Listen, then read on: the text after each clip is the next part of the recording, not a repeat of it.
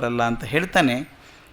ಒಂದು ಮುಖ್ಯ ವಿಷಯಕ್ಕೆ ಡಿ ವಿ ಜಿ ಬಂದು ಆಡಳಿತ ಸ್ವಲ್ಪ ಶಿಥಿಲ ಆಗೋಕ್ಕೆ ಶುರು ಆಯಿತು. ಯಾಕಂದ್ರೆ ತುಂಬ ಒಳ್ಳೆಯವರು, ನಮ್ಮ ಕೆಲವರು ಇದ್ದಾರೆ ಪಾಪ ತುಂಬ ಹಸು ಅಂತ ಪ್ರಾಣಿ, ತುಂಬ ಒಳ್ಳೆಯವರು. ತುಂಬ ಒಳ್ಳೆಯವ್ರದ್ದು ಏನು ಪ್ರಯೋಜನ ಇಲ್ಲ ಅಂತ ಒಂದು ಅರ್ಥ ಬರೋ ಹಾಗಿರುತ್ತೆ. ತುಂಬ ಒಳ್ಳೆಯವರು ಅಂಥೇಳಿ ಅದು ಅಷ್ಟು ಪ್ರಯೋಜನ ಆಗಲಿಲ್ಲ, ಎಷ್ಟು ಬೇಕೋ ಅಷ್ಟನ್ನು ಮಾತ್ರ ಜನ ಮಾಡೋಕ್ಕೆ ಶುರು ಮಾಡಿದರು ಕೆಲಸ ಅಂತ. ಅದಕ್ಕೆ ಹೇಳ್ತಾರೆ, ಹಾಗಾದರೆ ಕೃಷ್ಣಮೂರ್ತಿಯವರ ದಿವಾನಗಿರಿಯಲ್ಲಿ ಒಳ್ಳೆಯ ಸಮರ್ಥರಾದಂಥ ಆಡಳಿತಗಾರ ಇರಲಿಲ್ವೇ ಅಂತ. ಅದಕ್ಕೆ ಅವ್ರು ಬರೀತಾರೆ, ಕೃಷ್ಣಮೂರ್ತಿಗಳ ದಿವಾನಗಿರಿಯಲ್ಲಿ ಸಮರ್ಥರು ದಕ್ಷರು ಆದ ಜನಕ್ಕೆ ಕಡಿಮೆ ಏನಿರಲಿಲ್ಲ, ಒಳ್ಳೆಯವರೇ ಇದ್ದರು, ತುಂಬ ಜನ ಇದ್ದರು. ಅದರಲ್ಲಿ ಎಚ್ ವಿ ನಂಜುಂಡಯ್ಯನವರು, ಶಾಮರಾಯರು, ಡಿ ಎಂ ನರಸಿಂಹರಾಯರು ಇದ್ದರು. ಅದರಲ್ಲಿ ತುಂಬ ಚಾಣಾಕ್ಷರ ಆದವರು ಡಿ ಎಂ ನರಸಿಂಹರಾಯರು ಅಂತ ಬರೀತಾರೆ. ಡಿ ವಿ ಜಿ ಬರೆಯೋ ಶೈಲಿ ಎಷ್ಟು ಚೆನ್ನಾಗಿರುತ್ತೆ ಅಂದರೆ, ಈ ಕಡೆ ತುಂಬ ಸ್ವಲ್ಪ ಚೆನ್ನಾಗಿದ್ದರು ಅಂತ ಹೇಳಿದಾಗ ಮುಂದಿನ ಸಾಲಲ್ಲಿ ಸ್ವಲ್ಪ ಕೆಳಗಿಳಿಸ್ತಾರೆ. ಅಂದರೆ ಎರಡೂ ಬ್ಯಾಲೆನ್ಸ್ ಮಾಡಬೇಕಲ್ಲ, ಯಾವುದನ್ನು ಒತ್ತಿ ಕಣ್ಣಲ್ಲಿ ಬಟ್ಟಿಟ್ಟು ಹೇಳೋ ಪದ್ಧತಿ ಇಲ್ಲ ಡಿ ವಿ ಜಿ ಅವ್ರದ್ದು. ಅವರು ನರಸಿಂಹರಾಯರು ತುಂಬ ಹತ್ತಿರದಿಂದ ನೋಡಿದ್ದೆ ನಾನು, ಕೃಷ್ಣಮೂರ್ತಿಯವರಿದ್ದಾಗ ಅಷ್ಟು ನೋಡಲಿಲ್ಲ. ಆದರೆ ವಿಶ್ವೇಶ್ವರಯ್ಯ ದಿವಾನರಾದಾಗಿದ್ದಾಗ ನರಸಿಂಹರಾಯರನ್ನು ಚೆನ್ನಾಗಿ ನೋಡ್ತಿದ್ದೆ ನಾನು. ಅವರೇನಪ್ಪ ಸಾಧನೆ ಮಾಡಿದರು ಅಂತಂದರೆ ಚೆನ್ನಾಗಿ ಹೇಳ್ತಾರೆ ಡಿ ವಿ ಜಿ. ಆಫೀಸಲ್ಲಿ ಕೆಲಸ ಫೈಲ್ ಮಾಡಿದ್ರಂತೆ, ಬೇರೆ ಬೇರೆ ಬಣ್ಣದ ಫೈಲ್ಗಳನ್ನು ಮಾಡಿಸೋದು, ಅರ್ಜೆಂಟ್, ವೆರಿ ಅರ್ಜೆಂಟ್, ಇಮಿಡಿಯೇಟ್ ಅಂತೆಲ್ಲ ಬಣ್ಣದಲ್ಲಿ ಪ್ರಿಂಟ್ ಮಾಡಿ ಫೈಲ್ ಹಾಕಿ ಫೈಲ್ ವಿಲೇವಾರಿ ಸರಿ ಆಗುವಂಗೆ ಮಾಡಿಕೊಂಡ್ರವರು ಅಂತ ಹೇಳಿದರು. ಅಷ್ಟೆಲ್ಲ ಹೇಳಿಬಿಟ್ಟು ಒಂದು ಒಳ್ಳೆ ಮಾತನ್ನು ಹೇಳ್ತಾರೆ, ಇಷ್ಟೆಲ್ಲ ಆದರೂ ರಾಜ್ಯಭಾರ ಕಳೆ ಏರಲಿಲ್ಲ. ಇದಕ್ಕೆ ಕಾರಣವೇನೆಂದು ನಾನು ಚಿಂತೆ ಮಾಡಿದ್ದೇನೆ. ನನಗೆ ತೋರಿದ್ದೇನೆಂದರೆ ಆಗಿನ ಜನದ ಮನಸ್ಸಿನಲ್ಲಿ ಒಂದು ತೀವ್ರತೆ, ಒಂದು ಕಾವು, ಒಂದು ಹೊಸತನದ ಲವಲವಿಕೆ ಇರಲಿಲ್ಲವೆಂದೇ ಇದಕ್ಕೆ ಕಾರಣ. ಒಂದು ಉದಾಹರಣೆ ಹೇಳ್ತಾರೆ, ಲವಲವಿಕೆ ಇಲ್ಲದೆ ಹೋಗೋದಕ್ಕೆ ಕಾರಣ ಹೇಗಿತ್ತು ಅಂತ. ನರಸಿಂಹರಾಯರು ಮನೆಗೆ ಹೋದ್ರಂತೆ, ಅವರು ಮೇಲೆ ಮೇಲೆ ಹೋಗ್ತಿದ್ರಂತೆ. ಅವ್ರು ಹೇಳೋರಂತೆ, ನಮ್ಮನೆ ತಪ್ಪದೇ ಬಂದು ಹೋಗಬೇಕು, ವಾರಕ್ಕೊಂದು ಸಲ ಆದರೂ ಬರಬೇಕು, 2 ಸಲ ಬಂದರೆ ತುಂಬ ಸಂತೋಷ ಅಂತೆಲ್ಲ ಹೇಳೋರಂತೆ. ಡಿ ವಿ ಜಿ ಹೋಗೋರು ಮೇಲೆ ಮೇಲೆ ಅವ್ರ ಮನೆಗೆ ಹೋದಾಗ ಹೇಗೆ ಆಗ್ತಿತ್ತು ಅಂತ ಅವ್ರ ಮಾತನ್ನೇ ಹೇಳ್ತೇನೆ, ಭಾಳ ಚೆನ್ನಾಗಿತ್ತು. ಒಂದು ಸಾಮಾನ್ಯ ದಿವಸದ ಅನುಭವವನ್ನು ಸೂಕ್ಷ್ಮವಾಗಿ ಪ್ರಸ್ತಾಪಿಸುತ್ತೇನೆ. ಅಂದರೆ ಆನ್ ಎನ್ ಎವರೇಜ್ ಡೇ ಏನಾಗ್ತದೆ ಅಂತ. ಮಹಡಿಯ ಮೇಲೆ ಒಂದು ವಿಶಾಲವಾದ ಕೋಣೆಯಲ್ಲಿ 5-6 ಮಂದಿ ಸ್ನೇಹಿತರ ನಡುವೆ ನರಸಿಂಹರಾವ್ ಕುಳಿತಿರ್ತಿದ್ದರು. 5-6 ಜನ ಸ್ನೇಹಿತರು ಯಾವಾಗಲೂ ಇರೋದೆ. ನಾನು ಹೊಸ್ತಿಲು ದಾಟಿ ಒಳ ಹೊಕ್ಕ ಮೇಲೆ ಒಬ್ಬ ಸ್ನೇಹಿತರು ಇಂಥವರು ಬಂದರು ಎಂದು ತಿಳಿಪಡಿಸುವರು. ಅನೌನ್ಸ್ಮೆಂಟ್ ಆಯಿತು. ನರಸಿಂಹರಾವ್ ಸಂತೋಷ ಸೂಚಿಸಿ ನನ್ನನ್ನು ಕೂಡ ಹೇಳಿ ಒಬ್ಬ ಚಾರನನ್ನು ಕರೆದು ಫಲಹಾರಕ್ಕೆ ತರ ಹೇಳು ಎನ್ನುವರು. ಆ ಚಾಕರ ಅವನು ತರ್ತಿರ್ಲಿಲ್ಲ ಫಲಹಾರ. ಅವನೇನು ಮಾಡ್ತಾನೆ ಅಂದರೆ, ಆ ಚಾಕರ ಇನ್ನೊಬ್ಬರನ್ನು ಕುರಿತು ಕೃಷ್ಣಾಚಾರ್ಯರೇ ಬೇಗ ಹೋಗ್ರಿ ಅನ್ನೋನು. ಕೃಷ್ಣಾಚಾರ್ಯರು 2-3 ಹೆಜ್ಜೆ ಹೋಗಿ ರಾಮಾಚಾರ್ಯರಿಗೆ, ರಾಮಾಚಾರ್ಯರು 5 ಹೆಜ್ಜೆ ಹಾಕಿ ಗುಂಡಾಚಾರ್ಯರಿಗೆ ಬೇಗ ಬೇಗ ಎನ್ನುವರು. ಇದಿಷ್ಟು ನನಗೆ ಕೇಳಿಸುತ್ತಿತ್ತು. ಯಾರಿಗೋಸ್ಕರ ಫಲಹಾರ ಆರ್ಡರ್ ಮಾಡಿದಾರೋ ಅವ್ರಿಗೆಲ್ಲ ಕೇಳಿಸ್ಬೇಕು ಎಷ್ಟು ಜನ ಕೂಗು ಹಾಕ್ತಿದ್ದಾರೆ ಅಂತ. 10-15 ನಿಮಿಷಗಳಾದ ಮೇಲೆ ಒಬ್ಬಾತ ಒಂದು ತಟ್ಟೆಯಲ್ಲಿ ಫಲಹಾರ ತೆಗೆದುಕೊಂಡು ಬರುವನು. ಆತನ ಹಿಂದೆ ಇನ್ನೊಬ್ಬನು ನೀರನ್ನು ತರುವವನು, 3ನೇಯವನು ಕಾಫಿ ತರುವನು. ಇಷ್ಟು ಹೊತ್ತಿಗೆ ಇನ್ನೊಬ್ಬ ಸ್ನೇಹಿತರು ಬರುವವರು, ಅವರಿಗೂ ಉಪಹಾರ, ಅದು ಇದೇ ರೀತಿಯಾಗಿ. ಹೀಗೆ ಮಹಡಿಯ ಮೇಲಕ್ಕೆ ಕೆಳಗಿನಿಂದ ತಿಂಡಿ ತರುವರಲ್ಲಿ 2-3 ಮಧ್ಯೆ ನಿಂತು ಬಿಡುತ್ತಿದ್ದರು. ಈ ಚೇನ್ ಆಗಬೇಕಲ್ಲ, ಚೇನ್ ರಿಯಾಕ್ಷನ್. ಹೀಗೆ ಸ್ನೇಹಿತ ಅತಿಥಿಗಳು 5-6 ಮಂದಿ ಆದರೆ ಫಲಾಹಾರ ತಂದವರು 5-6 ಮಂದಿ ಅಲ್ಲಿಯೇ ನಿಂತಿರುತ್ತಿದ್ದರು. ಇದು ಭಾಳ ತಮಾಷೆ ಆದಂಥದ್ದು. ದೊಡ್ಡ ಸ್ಥಾನದಲ್ಲಿ ಕೆಲಸ ಮಾಡೋರು ಯಾರು ಚರ್ಚೆ ಮಾಡ್ತಿರ್ಬೇಕಾದ್ರೆ ಆ ಫಲಹಾರ ತಂದವ್ರು ಸುತ್ತ ಅಲ್ಲೇ ನಿಂತಿರಬೇಕು, ಅವಲ್ಲೇ ಕೂತಿರ್ತಿದ್ರಂತೆ, ಅಲ್ಲಿ ನಿಂತಿರೋರು. ಅವ್ರ ಕೆಲಸ ಏನಪ್ಪ ಅಂದರೆ, ಅವರ ಕೆಲಸ ಮಾತು ಕೇಳುವುದಕ್ಕಾಗಿ. ಬಂದ ದೊಡ್ಡ ಮನುಷ್ಯರು ಯಜಮಾನರ ಸಂಗಡ ಏನು ಮಾತನಾಡುತ್ತಾರೋ ಎಂದು ಕಾದು ನೋಡುವುದೇ 5-6 ಮಂದಿಯ ಕೆಲಸ. ಸುಮ್ಮನೆ ಮಾತು ಕೇಳ್ತಾರಾ? ಅದೂ ಇಲ್ಲ. ಅವರೇನು ಮಾಡ್ತಿದ್ರು ಅಂದರೆ, ಅಷ್ಟೇ ಅಲ್ಲ, ಮಿತ್ರ ಸಂಭಾಷಣೆಯಲ್ಲಿ ಯಾರಾದರೊಬ್ಬರು ಎಕ್ಸೈಸ್ ಕಮಿಷನರ್ ಎಂಬವರ ಹೆಸರು ಹೇಳಿದರು ಎಂದಿಟ್ಟುಕೊಳ್ಳೋಣ. ಏನೋ ಮಾತಲ್ಲಿ ಎಕ್ಸೈಸ್ ಕಮಿಷನರ್ ಅಂತ ಮಾತು ಬಂತು, ಅಷ್ಟಾದ್ರೆ ಸಾಕು. ಆ ಕ್ಷಣವೇ ಈ ಆಚಾರ್ಯಗಳ ಪೈಕಿ ಒಬ್ಬನು ಎಕ್ಸೈಸ್ ಕಮಿಷನರ್ ಊರಲ್ಲಿಲ್ಲ ಅಂದ್ಬಿಡೋನು. ಅವನು ಯಾರೂ ಕೇಳಿಲ್ಲ ಅವನ್ನ, ಎಕ್ಸೈಸ್ ಕಮಿಷನರು ಅಂತ ಹೇಳಿದ ತಕ್ಷಣ ಊರಲ್ಲಿ ಇಲ್ಲ ಅಂದ್ಬಿಡೋದು. ಅವರು ಶಿವಮೊಗ್ಗ ಕಡೆ ಹೋಗಿದ್ದಾರೆ ಎನ್ನುವನು. ಇನ್ನೊಬ್ಬ ಆಚಾರ್ಯರು ಶಿವಮೊಗ್ಗ ಕಡೆ ಅಲ್ಲ, ಕೋಲಾರದ ಕಡೆಗೆ ಎನ್ನುವರು. ಹೀಗೆ ಮಾತು ಎಲ್ಲಿಂದ ಎಲ್ಲಿಗೂ ಹೋಗೋದು, ಒಂದು ಬಿಗಿ ಇಲ್ಲ, ಒಂದು ಕಟ್ಟುಪಾಡಿಲ್ಲ. ಎಲ್ಲರ ಮನಸ್ಸು ಹರಿದ ದಾರದ ಗಾಳಿಪಟದಂತೆ ಅಲ್ಲಾಡುತ್ತಿರುವುದು. ಫಲಿತಾಂಶ ಏನಾಯಿತು ಅಂದರೆ, ಯಾರಿಗೂ ಯಾವುದೂ ಇಲ್ಲ, ಮಾತನಾಡಿದವರಿಗೆ ನಾವು ಮಾತನಾಡಿದೆವು ಎಂಬ ಸಮಾಧಾನ ಅಷ್ಟೇ. ಹೇಳ್ತಾರೆ ಆಫೀಸಲ್ಲೂ ಇದೇ ಥರ ಆಗ್ತಾಯಿತ್ತು. ಆದರೆ ಏನಾಗ್ತದೆ ಅಂದರೆ ಕೆಲಸ ನಿಂತು ಹೋಗ್ತದೆ, ಅದ್ರ ಬಗ್ಗೆ ಯಾರಿಗೂ ಜವಾಬ್ದಾರಿ ಇರ್ತಿರಲಿಲ್ಲ ಅಂತ. ಈಗ ಕೃಷ್ಣಮೂರ್ತಿಯವರನ್ನು ಅವರು ಮೊದಲನೇ ಸಾರಿ ಕಂಡಾಗ, ಡಿ ವಿ ಜಿ ಮೊದಲನೇ ಸಾರಿ ಕಂಡಾಗ ಏನಾಯಿತು ಅಂತ ಬರೀತಾರೆ. ಅವರು ದಿವಾನ್ ಪದವಿಯಿಂದ ನಿವೃತ್ತರಾಗಿ 6-7 ವರ್ಷ ಆಗಿರಬೇಕಂತೆ. ಇದು ತಾವು ಗಮನಿಸುವಂಥ ಮಾತು. ಅವ್ರು ಎಷ್ಟು 6-7 ವರ್ಷ ರಿಟೈರ್ ಆಗಿದ್ದಾರೆ ದಿವಾನ್ ಪದವಿಯಿಂದ. ಏನಾಯ್ತು ಅವತ್ತು ಅಂತ ಬರೀತಾರೆ. ಅಂದು ಪೂರ್ಣಪ್ರಾಸಾದದಲ್ಲಿ ಏನೋ ಸಮಾರಾಧನೆ, ಅದು ಡಿ ವಿ ಜಿ ಮಾತೇ ಕೇಳಬೇಕು ಅದನ್ನು. ಪೂರ್ಣ ಸಮಾರಾಧನೆ. ಬಹುಮಂದಿ ಮಾಧ್ವ ಬ್ರಾಹ್ಮಣರು ಆಗಮಿಸಿದ್ದರು. ವಿ ಎನ್ ಕೃಷ್ಣಮೂರ್ತಿಗಳು ಮಾಧ್ವರು. ಸುಮಾರು 200-250 ಮಂದಿ ಇರಬಹುದು. ಆ ಭೋಜನದ ವಿಜೃಂಭಣೆಯನ್ನು ವರ್ಣಿಸಬೇಕೆಂದು ನಾನು ಇಷ್ಟಪಟ್ಟರೂ ಅದು ನನಗೆ ಸಾಧ್ಯವಿಲ್ಲದ ಕೆಲಸ. ನಾನು ಪ್ರಾವೀಣ್ಯ ಸಂಪಾದಿಸದಿರುವ ವಿಷಯಗಳಲ್ಲಿ ಇದು ಒಂದು. ಊಟ ವರ್ಣನೆ ಮಾಡೋಕ್ಕೆ ಬರದೇ ಇರೋದು. ಇನ್ನೊಂದು ಮಾತನ್ನು ಹೇಳಬಹುದು.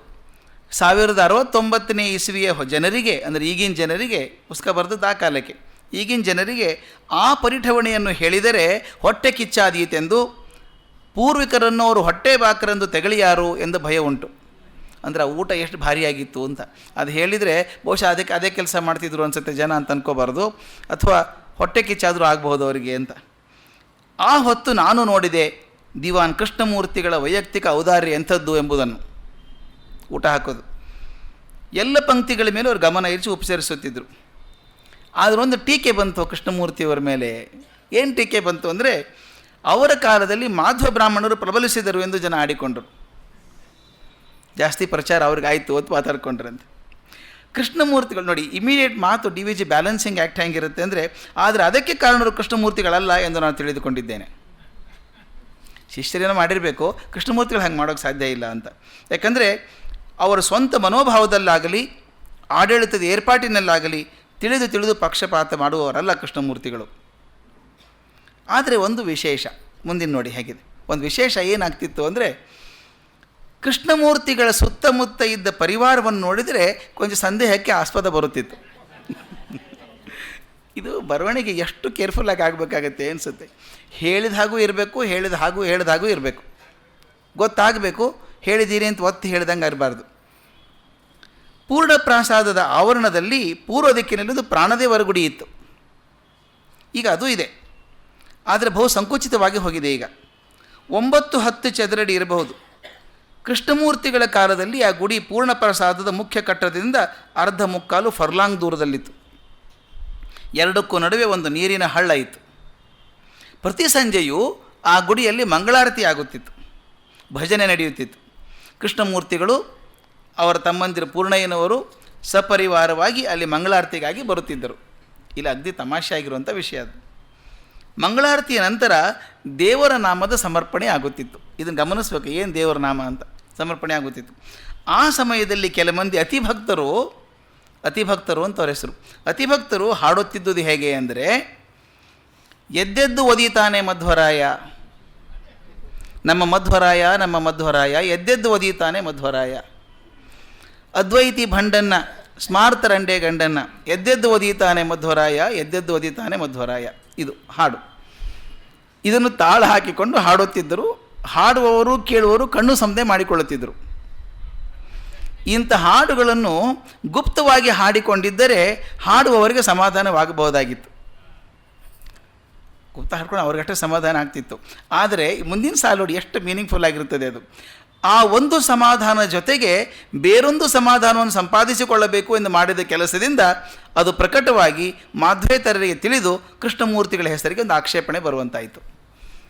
ಒಂದು ಸಮಾಧಾನ ಏನು, ಮಧ್ವರಾಯರನ್ನು ಹೊಗಳ್ಕೊಂಡ್ರೆ ನೀವು ಸಮಾಧಾನ ಆಗಲಿಯಪ್ಪ, ಅದೊಂದೇ ಸಮಾಧಾನ ಸಾಕಾಗಿರಲಿಲ್ಲ ಅವರಿಗೆ. ಇನ್ನೊಂದು ಸಮಾಧಾನ ಜೊತೆಗೆ ಬೇಕಾಗಿತ್ತು. ಅಂದರೆ ಏನು, ಮತ್ತವ್ರ ಮನಸ್ಸಿಗೆ ಚುಚ್ಚಬೇಕು ಅಂತ, ಅದೊಂದು ಸಮಾಧಾನ, ಅವ್ರ ಮನಸ್ಸಿನೂ ಮಾಡೋದು ಸಮಾಧಾನ. ಅದರಿಂದಾಗಿ ಆಕ್ಷೇಪಣೆ ಬಂತು. ಕೃಷ್ಣಮೂರ್ತಿಗಳ ಗಮನಕ್ಕೆ ತಂದ ಮೇಲೆ ಅವರು ಹಾಗೆ ಬಿಡಲಿಲ್ಲಂತೆ. ಅದೊಂದು ಒಳ್ಳೆಯ ಕೆಲಸ ಮಾಡಿದರು. ಗಮನಕ್ಕೆ ತಂದ ಮೇಲೆ ಭಕ್ತರಿಗೆಲ್ಲ ಛೀಮಾರಿ ಹಾಕಿ ಆ ಬದ್ಧತೆಯನ್ನು ನಿಲ್ಲಿಸಿಬಿಟ್ರು ಅಂತ. ಆದರೆ ನಡೆದು ಹೋಗಿತ್ತು. ಅದರಿಂದ ಅಷ್ಟು ಅಪಯಶಸ್ಸು ಅನಿವಾರ್ಯವಾಗಿ ಬಂತು ಅಂತ. ಅದು ಅವತ್ತಾದದ್ದು ಅಂತಲ್ಲ, ಇವತ್ತಿಗೂ ಹಾಗೆ ಇದೆ ಕೆಲವೊಂದು ಕಡೆ ಪರಿಸ್ಥಿತಿ.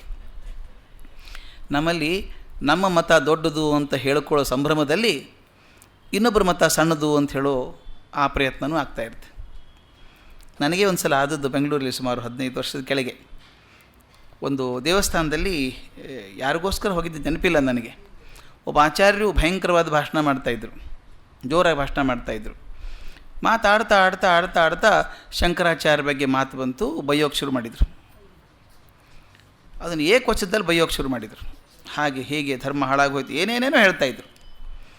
ನಾನು ಕೇಳುವಷ್ಟು ಕೇಳಿಬಿಟ್ಟು ನಾನು ಹೋಗಿ ಮುಗಿದ ಮೇಲೆ ಅವ್ರ ಕಾಲು ಮುಟ್ಟಿ ನಮಸ್ಕಾರ ಮಾಡಿ, ತಮ್ಮ ಹೆಸರೇನು ಆಚಾರ್ಯರೇ ಅಂತ ಕೇಳಿದೆ. ತಮ್ಮ ಹೆಸರು ಹೇಳ್ಕೊಂಡ್ರು, ಇಂಥಲ್ಲಿರ್ತೀನಿ ಬೆಂಗಳೂರಲ್ಲಿ ಅಂತ ಹೇಳಿದರು. ನಾನು ಹೇಳಿದೆ, ನೋಡಿ ಏನು ಆಶ್ಚರ್ಯ, ನಾನು ಬೆಂಗಳೂರಿದ್ದೆ 15-16 ವರ್ಷ ಆಯಿತು, ನಿಮ್ಮ ಪರಿಚಯನೇ ಇಲ್ಲ ನನಗೆ ಎಂದೆ. ಆಗತ್ತಪ್ಪ, ಅದು ನೀನೊಂದು ದಿಕ್ಕು ನಾನೊಂದು ದಿಕ್ಕಲ್ವಾ, ಬೆಂಗಳೂರು ದೊಡ್ಡ ಊರಲ್ವಾ, ಆಗತ್ತೆ ಅಂದರು. ತಮ್ಗೆ ವಯಸ್ಸು ಎಷ್ಟೀಗ ಅಂತ ಕೇಳಿದೆ. 80 ಆಯಿತು ಅಂದರು. ನೋಡಿ 80 ವಯಸ್ಸಾಯ್ತು ನಿಮಗೆ, ನನಗೂ ಎಷ್ಟು ವಯಸ್ಸಾಯಿತು, ನೀವಿದ್ದಿದ್ದೇ ನನಗೆ ಗೊತ್ತಿಲ್ಲ ಅಂತ ಹೇಳಿದೆ.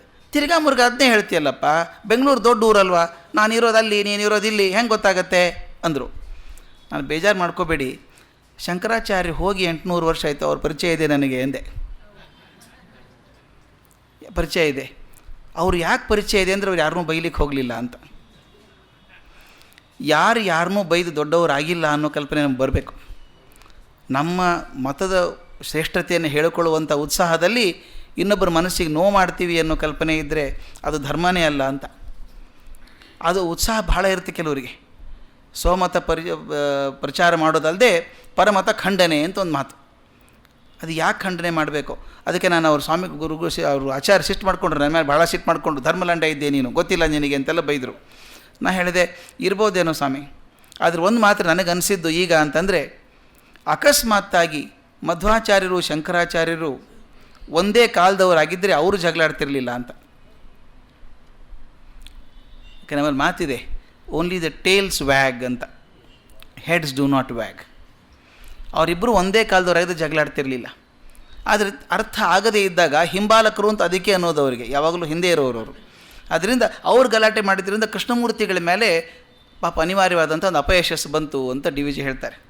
ಆದರೆ ಎಷ್ಟು ಚೆನ್ನಾಗಿ ಜಸ್ಟಿಫೈ ಮಾಡ್ತಾರೆ ಕೃಷ್ಣಮೂರ್ತಿಯವರನ್ನು ಡಿ ವಿ ಜಿಯವರು ಅಂದರೆ, ಕೃಷ್ಣಮೂರ್ತಿಗಳು ವಾಸ್ತವವಾಗಿ ಸಂಸ್ಕೃತ ವಿದ್ವಾಂಸರ ವಿಷಯದಲ್ಲಿಯೂ ಪ್ರಾಚೀನ ಶಾಸ್ತ್ರಗಳ ವಿಷಯದಲ್ಲೂ ಅಭಿಮಾನಿಗಳಾಗಿದ್ದಂಥವ್ರು. ನೋಡಿ, ಮತತ್ರಯ ವಿದ್ವಾನ್ ಮಂಡಳಿಗಳನ್ನು ಸೇರಿಸಿ ವಿದ್ವಾಂಸರನ್ನು ಗೌರವ ಮಾಡ್ತಾಯಿದ್ರು. ಅವರು ಅತ್ಯಂತ ಸ್ನೇಹಿತರಾದವರು ಯಾರು? ಎಚ್ ವಿ ನಂಜುಂಡಯ್ಯನವರು, ವೆಂಕಟಕೃಷ್ಣಯ್ಯನವರು, ಇವರೆಲ್ಲ ಮಾಧ್ವೇತರು. ಅಂದರೆ ಅವ್ರ ಶಿಷ್ಯರನ್ನು ಕಂಟ್ರೋಲ್ ಮಾಡೋಕ್ಕೆ ಆಗಲಿಲ್ಲ. ಅವರು ಮೊದಲು ಸ್ವಲ್ಪ ದಿವಸ ಹೆಸರು ಬಂತೆ ವಿನಃ, ಆದರೆ ಅವರು ಹಾಗೆ ಮತದಲ್ಲಿ ಪಾಷಂಡಿತ್ವ ಇರಲಿಲ್ಲ ಅನ್ನೋ ಮಾತನ್ನು ಹೇಳ್ತಾರೆ. ಅದಕ್ಕೆ ಹೇಳ್ತಾರೆ ಕೊನೆಗೆ, ಸ್ವಂತ ನಡತೆಯಲ್ಲಿ ಕೃಷ್ಣಮೂರ್ತಿಗಳು ನಿಗರ್ವಿಗಳು, ವಿನಯಶೀಲರು, ಧರ್ಮಶ್ರದ್ಧೆ ಉಳ್ಳವರು, ಪರಿಶುದ್ಧರೂ ಆಗಿದ್ದರು.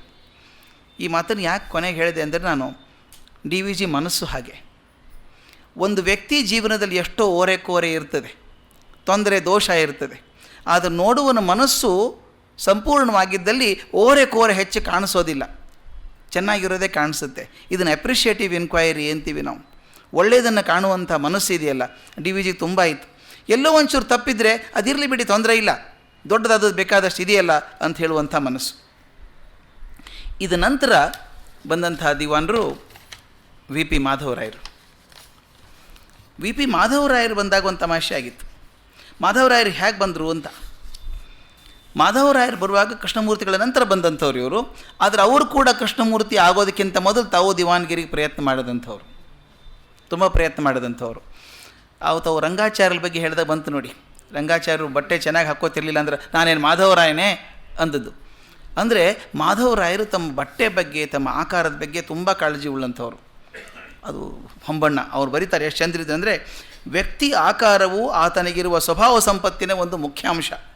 ಮಾಧವರಾಯರು ವರ್ಣನೆ ಹೇಗಿದೆ ನೋಡಿ. ಎತ್ತರವಾದ ಆಳು, ಮೈ ಹೊಂಬಣ್ಣ, ರೂಪವು ಗಂಭೀರವಾದದ್ದು, ನೋಡುವವರಲ್ಲಿ ಗೌರವ ಬುದ್ಧಿಯನ್ನು ಉತ್ಪಾದನೆ ಮಾಡಬಲ್ಲದ್ದಾಗಿತ್ತು. ಇದರ ಜೊತೆಗೆ ಉಡುಪಿನ ಆಡಂಬರ, ನಿಲುವಂಗಿ, ಸರಿಗೆಯ ಉತ್ತರೀಯ ಮೊದಲಾದ ಪೋಷಾಕಿನ ಡೌಲು ಇರುತ್ತಿತ್ತು. ಮಾಧವರಾಯರ ಮಾತು ಧ್ವನಿಯೂ ಹಾಗೆ ದರ್ಪವಂತನ ಮಾತು, ದರ್ಪವಂತನ ಧ್ವನಿ. ಆತ ಮಾತನಾಡಿದರೆ ಯಾರೋ ಅಸಾಧಾರಣ ಪುರುಷ, ಮಹಾಪ್ರಭಾವಶಾಲಿ ಮಾತನಾಡುತ್ತದೆ ಅನಿಸುತ್ತಿತ್ತು. ಹೀಗೆ ವ್ಯಕ್ತಿ ಸಂಪತ್ತಿನಿಂದ ಬೆಳಗುತ್ತಿದ್ದುದು ಮಾಧವರಾಯರ ವ್ಯಕ್ತಿತ್ವ ಅಂತ ಬರೀತಾರೆ. ಹಾಗೆ ಮಾಧವರಾಯರಿದ್ದವರು. ಅವರು ಹೇಗೆ ಪ್ರಖ್ಯಾತರಾದರು ಅಂತ ಕೃಷ್ಣಮೂರ್ತಿಯವರು ಆಗಬೇಕಾದ್ರೆ ನಾನು ಚರ್ಚೆ ಮಾಡಿದಾಗ ಹೇಳಿದೆ, ಕೃಷ್ಣಮೂರ್ತಿಗೆ ತೊಂದರೆ ಇತ್ತು, ಎಲ್ಲಿ ಮಾಧವರ ಆಗಿಬಿಡ್ತಾರೋ ಅಂಥೇಳಿ ಲಾರ್ಡ್ ಕರ್ಜನ್ ಕಡೆ ಅವರು ಹೋದರು ಅಂತ. ಇವರು ಹೇಗೆ ಪ್ರಖ್ಯಾತರಾದರು ಅಂತಂದರೆ, ಮುಖ್ಯ ಅವರು ಪೊಲೀಸ್ ಡಿಪಾರ್ಟ್ಮೆಂಟ್ ಸೇರಿದವರು. ವಿ ಪಿ ಮಾಧವರಾಯರು ಪೊಲೀಸ್ ಡಿಪಾರ್ಟ್ಮೆಂಟ್ ಸೇರಿ ಮೇಲೆ ಹೋಗಿ ಪೊಲೀಸ್ ಇನ್ಸ್ಪೆಕ್ಟರ್ ಜನರಲ್ ಆಗಿದ್ದರಂತೆ. ಪೊಲೀಸ್ ಇನ್ಸ್ಪೆಕ್ಟರ್ ಜನರಲ್ ಆದಾಗ ಆವಾಗ ಪ್ಲೇಗ್ ಬಂತಂತೆ ದೇಶದಲ್ಲಿ. ಮೊದಲನೇ ಸಲ ಪ್ಲೇಗ್ ಬಂತು. ಪ್ಲೇಗ್ ಬಂದಾಗ ಸರ್ಕಾರದವ್ರು ಏನು ಮಾಡಿ, ಇನಾಕ್ಯುಲೇಷನ್ ಮಾಡಿಸ್ಬೇಕು, ವ್ಯಾಕ್ಸಿನೇಷನ್ ಮಾಡಿಸ್ಬೇಕು ಅಂತ ಶುರು ಮಾಡಿದರು. ವ್ಯಾಕ್ಸಿನೇಷನ್ ಮಾಡಿಸ್ಬೇಕು ಅಂದಾಗ ಸರ್ಕಾರ ಅನೌನ್ಸ್ ಮಾಡ್ತು, ಎಲ್ಲರೂ ಕಂಪಲ್ಸರಿ ಮಾಡಿಸ್ಕೊಳ್ಬೇಕು, ಖಂಡಿತ ಮಾಡಿಸ್ಕೋಬೇಕು ಅಂತ ಹೇಳಿದರು. ಒಂದಿಷ್ಟು ಜನ ಮಾಡಿಸ್ಕೊಂಡ್ರು. ತಮ್ಮ ಗಮನ ಇರಬೇಕು, ಹಳೆ ಕಾಲದಲ್ಲಿ ಆ ವ್ಯಾಕ್ಸಿನೇಷನ್ ಸ್ವಲ್ಪ ಕಷ್ಟನೇ. ಮಾಡಿದಷ್ಟು ದಪ್ಪ ಊದ್ಕೊಂಡ್ಬಿಡೋದು, ಅದು ಮಾರ್ಕ್ ಬೀಳೋದು, ಆಮೇಲೆ ಚುಚ್ಚಿದ ಮೇಲೆ ಅದು ಪ್ರಯೋಗ ಆಗುತ್ತೋ ಇಲ್ಲೋ ಗೊತ್ತಿಲ್ಲದೆ ಇರುವಾಗ ಅವ್ರನ್ನ ಸೆಗ್ರಿಗೇಟ್ ಮಾಡಿ ಬೇರೆ ಕಡೆ ಕೂಡಿಸ್ತಾಯಿದ್ರು. ಎಲ್ಲರ ಜೊತೆ ಸೇರಿಸೋಲ್ಲ ಅವ್ರನ್ನ. ಅಕಸ್ಮಾತ್ ಉಲ್ಬಣ ಆಗಿಬಿಟ್ರೆ ಅವ್ರಿಗೆ ಅದು ಬೇರೆ ಕೂಡಿಸೋದಂದು ಇತ್ತಂತೆ. ಅದು ಮೈ ಕೈ ನೋವಾಗಿ ಕೈ ಊದ್ಕೊಂಡೆಲ್ಲ ಆಗ್ತಿತ್ತಲ್ಲ, ಅದು ಜನ ಹೇಳಿದ್ರಂತೆ ಇದೇನೋ ಡೇಂಜರಸ್ ಇದೆ, ಇದು ಇಂಜೆಕ್ಷನ್ನೇ ಬೇಡ, ಪ್ಲೇಗಿನಕ್ಕಿಂತ ಕೆಟ್ಟದಿದು ಅಂತ ಪ್ರಚಾರ ಶುರು ಮಾಡಿದ್ರಂತೆ. ಪ್ಲೇಗೇ ವಾಸಿ. ಹೀಗಾಗಿ ಜನ ಇಂಜೆಕ್ಷನ್ ಮಾಡಿಸ್ಕೊಳ್ಳದೇ ಇದ್ದಾಗ ಸರ್ಕಾರ ಮಾಡಿಸ್ಕೊಳ್ಳಿ ಅಂತ ಒತ್ತಾಯ ಮಾಡೋದು, ಇವ್ರು ಬೇಡ ಅನ್ನೋದು. ಬರೀತಾರೆ, ಕೆಲವೊಂದು ಏರಿಯಾದಲ್ಲಿ ಗಂಜಾಂ ಮತ್ತು ಶ್ರೀರಂಗಪಟ್ಟಣ ಮೊದಲ ಕಡೆಗೆ ಪೈಲ್ವಾನ್ರನ್ನ ಜೆಟ್ಗಳನ್ನು ತಯಾರು ಮಾಡಿದ್ರಂತೆ ಜನ, ಅದು ವಿರೋಧ ಮಾಡೋದಕ್ಕೆ, ಇಂಜೆಕ್ಷನ್ ಮಾಡಿಸ್ಕೊಳ್ಳೋದು ಬೇಡ ಅಂತ ವಿರೋಧ ಮಾಡೋದಕ್ಕೆ. ದೊಡ್ಡ ಗಲಾಟೆ ಆಯ್ತಂತೆ, ದೊಡ್ಡ ಕಲಹ ಆಯಿತು. ಆ ಕಲಹವನ್ನು ತುಂಬ ವಿಚಕ್ಷಣೆಯಿಂದ ಹತ್ತಿಕ್ಕಿದವರು ವಿ ಪಿ ಮಾಧವರಾಯರು. ಅಂದರೆ ಹಿಡಿದು ಇಂಜೆಕ್ಷನ್ ಮಾಡಿಸಿ ಕಳಿಸಿದ್ರು ಎಲ್ಲರಿಗೂ. ಅದಕ್ಕೆ ಪ್ರಖ್ಯಾತರಾದರು ಅವರು ಅಂತ. ಅದರಿಂದ ಹೆಸರು ಬಂತು, ಮಹಾರಾಜರ ಗಮನ ಅವ್ರ ಮೇಲೆ ಹೋಯಿತು ಅಂತ. ಆದರೆ ಅವರು ಆಗ್ತಾರೆ ಅಂತ ವಿಶ್ವಾಸ ಇರಲಿಲ್ಲ. ಪ್ರಯತ್ನ ಮಾಡಿದರು. ಕರ್ಜನ್ ಆಗೋ ಹೊತ್ತಿಗೆ ಕೃಷ್ಣಮೂರ್ತಿಗಳಿಗೆ ಹೋಗ್ತದೆ ಅಂತ ಅನ್ನೋ ಅದಾದಾಗ ಮಾಧವರಾಯರು ಯಾರೋ ಹೇಳಿದ್ರಂತೆ, ನಿಮ್ಮ ಚಾನ್ಸ್ ಕಮ್ಮಿ ಆಯಿತು, ಬೇರೆ ಕಡೆ ಎಲ್ಲಾದರೂ ನೋಡ್ಕೊಂಬಿಡಿ ಅಂದ್ರಂತೆ. ಬೇರೆ ಕಡೆ ಟ್ರೈ ಮಾಡ್ತಿರ್ಬೇಕಾದ್ರೆ ಅವರು ತಿರುವಾಂಕೂರಲ್ಲಿ ದಿವಾನ್ ಹುದ್ದೆ ಖಾಲಿ ಇತ್ತು, ಅಲ್ಲಿಗೆ ಹೋದ್ರಂತೆ. ಅವ್ರಿಗೇನು ಸಮಾಧಾನ ಅಂದರೆ, ಕೃಷ್ಣಮೂರ್ತಿಯವರು ಮೈಸೂರಲ್ಲಿ ದಿವಾನರಾಗೋದಕ್ಕಿಂತ ಮೊದಲು ನಾ ತಿರುವಾಂಕೂರಲ್ಲಿ ದಿವಾನಾದೆ ಅಂತ ದಿವಾನರಾಗಿದ್ದರು ಅವರು. ಆಮೇಲೆ ಕೃಷ್ಣಮೂರ್ತಿಗಳ ನಂತರ ವಾಪಸ್ ಇಲ್ಲಿ ಬಂದರು. ಅವ್ರು ಬಂದಾಗ ಏನಾಯಿತು ಅಂತ, ಅವ್ರು ಬಂದಾಗ ಹೇಗಿತ್ತು ನಿನ್ನೆ ಹೇಳಿದೆ ನಾನು, ಮೈಸೂರು ಫಾರ್ ಮೈಸೂರಿಯನ್ಸ್ ಅಂತೊಂದು, ಮೈಸೂರು ಫಾರ್ ಇಂಡಿಯನ್ಸ್ ಅಂತ ಅದೊಂದು, ಅದು ಸ್ವಲ್ಪ ಜೋರಾಗಿ ಜಗಳ ಶುರು ಆಯಿತು. ಈಗ ಬಂದಂಥವರು ಇವರು ಒಂದು ಸಂದರ್ಭ ಹೇಳ್ತಾರೆ, ಎಷ್ಟು ದರ್ಪದಲ್ಲಿದ್ದರು, ಜೋರಾಗಿದ್ದರು ಇವರು ಅಂತಂದರೆ, ತಿರುವಾಂಕೂರಲ್ಲಿದ್ದಾಗ ಒಳ್ಳೆ ಕೆಲಸ ಮಾಡಿದ್ರು ಅನ್ನೋದನ್ನು ಡಿ ವಿ ಜಿ ಗುರುತಿಸ್ತಾರೆ. ಒಂದು 2-3 ಭಾಳ ಒಳ್ಳೆ ಕೆಲಸಗಳನ್ನು ದಿವಾನ್ ಮಾಧವರಾಯರು ಮಾಡಿದ್ರು ತಿರುವಾಂಕೂರಲ್ಲಿದ್ದಾಗ ಅಂತ. ಮೊಟ್ಟ ಮೊದಲನೇ ಕೆಲಸ ಅವರು ಗುರುತಿಸೋದಂದರೆ, ಆದಿಶಂಕರಾಚಾರ್ಯ ಜನ್ಮಸ್ಥಳವನ್ನು ಗುರುತಿಸಿದ್ದು ಅವ್ರು ಮಾಡಿದ್ದು. ಅವ್ನು ನೆನೆಸ್ಕೊಳ್ಬೇಕಾದಂಥ ಕೆಲಸ. ಆವಾಗ ಕಾಲಡಿ ಏನಿದೆಯಲ್ಲ, ಕಾಲಡಿ ತುಂಬ ಕ್ರಿಶ್ಚಿಯನ್ಸ್ ಇದ್ದರಂತೆ. ಅಲ್ಲಿ ಇದ್ದಾಗ ಜಾಗ ಗೊತ್ತೇ ಇರಲಿಲ್ಲ ಯಾರಿಗೂ. ಆದರೆ ಮಾಧವರಾಯರು ಹುಡುಕಿ ಜಾಗ ಗೊತ್ತು ಮಾಡಿ ಯಾವ ಜಾಗದಲ್ಲಿ ಶಂಕರಾಚಾರ್ಯ ಇದ್ದರು ಅದನ್ನು ಕಂಡು ಹಿಡಿದು ಅಲ್ಲಿ ಒಂದು ದೇವಸ್ಥಾನ ಮಾಡಿದರು. ಅವ್ರ ತಂದೆ ಇದ್ದ ದೇವಸ್ಥಾನದಲ್ಲಿ ಮಾಡಿ ಅಲ್ಲಿ ಹಾಗೇ ಒಂದು ಶಾರದಾ ದೇವತಾಲಯವನ್ನು ಕೂಡ ಕಟ್ಟಿಸಿ ಆ ಪೂರ್ಣಾ ನದಿ ದಂಡೆಯಲ್ಲಿ ಒಂದು ತಪಸ್ಸು ಮಾಡೋದಕ್ಕೆ ಅನುಕೂಲ ಆಗುವಂಥ ಜಾಗ ಮಾಡಿಸಿದ್ದು ಮಾಧವರಾಯರು ಅಂತ ಒಂದು ಒಳ್ಳೆಯ ಕೆಲಸ ಮಾಡಿದರು ಅಂತ. ಆನಂತರ ಅಲ್ಲಿ ಕೂಡ ಇಲ್ಲಿ ಹೇಗೆ ಪ್ರಜಾಪ್ರತಿನಿಧಿ ಸಭೆ ಇತ್ತೋ ಹಾಗೆ ಅಲ್ಲಿಯೂ ಕಾರ್ಯಕ್ರಮ ಮಾಡಿದರು. ಇದು ಒಳ್ಳೆಯ ಕೆಲಸಗಳನ್ನು ಅಲ್ಲಿ ಮಾಡಿದರು ಅಂತ ಮಾಡಿ ವಾಪಸ್ ಇಲ್ಲಿ ಬಂದಿರಲ್ಲ. ಬಂದ ತಕ್ಷಣ ಮೊದಲು ಏನು ಮಾಡಿದರು ಅವರು ಅಂದರೆ, 2 ಕೆಲಸ ಮಾಡಿದರು ಅಂತ. ಅದೊಂದು ದೊಡ್ಡ ತೊಂದರೆ ಆಯಿತು ಅವರಿಗೆ ಅಂತ.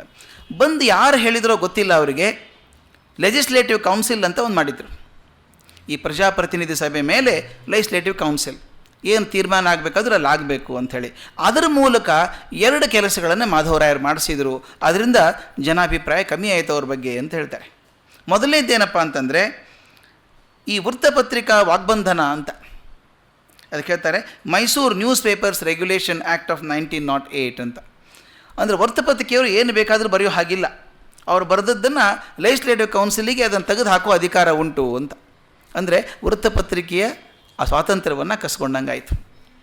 ಇನ್ನೊಂದು ಕೆಲಸ, ಅದು ಯಾರು ಹೇಳಿದ್ರೋ ಗೊತ್ತಿಲ್ಲ, ಜನೋಪಕಾರಿ ದೊಡ್ಡಣ್ಣ ಶೆಟ್ಟರದು ಸಭಾಮಂದಿರ ಇತ್ತಲ್ಲ, ಅದು ಪ್ರಾಕಾರದ ಗೋಡೆಯನ್ನು ಒಡೆಸಿ ಹಾಕ್ಬಿಟ್ರಂತೆ ರಾತ್ರಿ.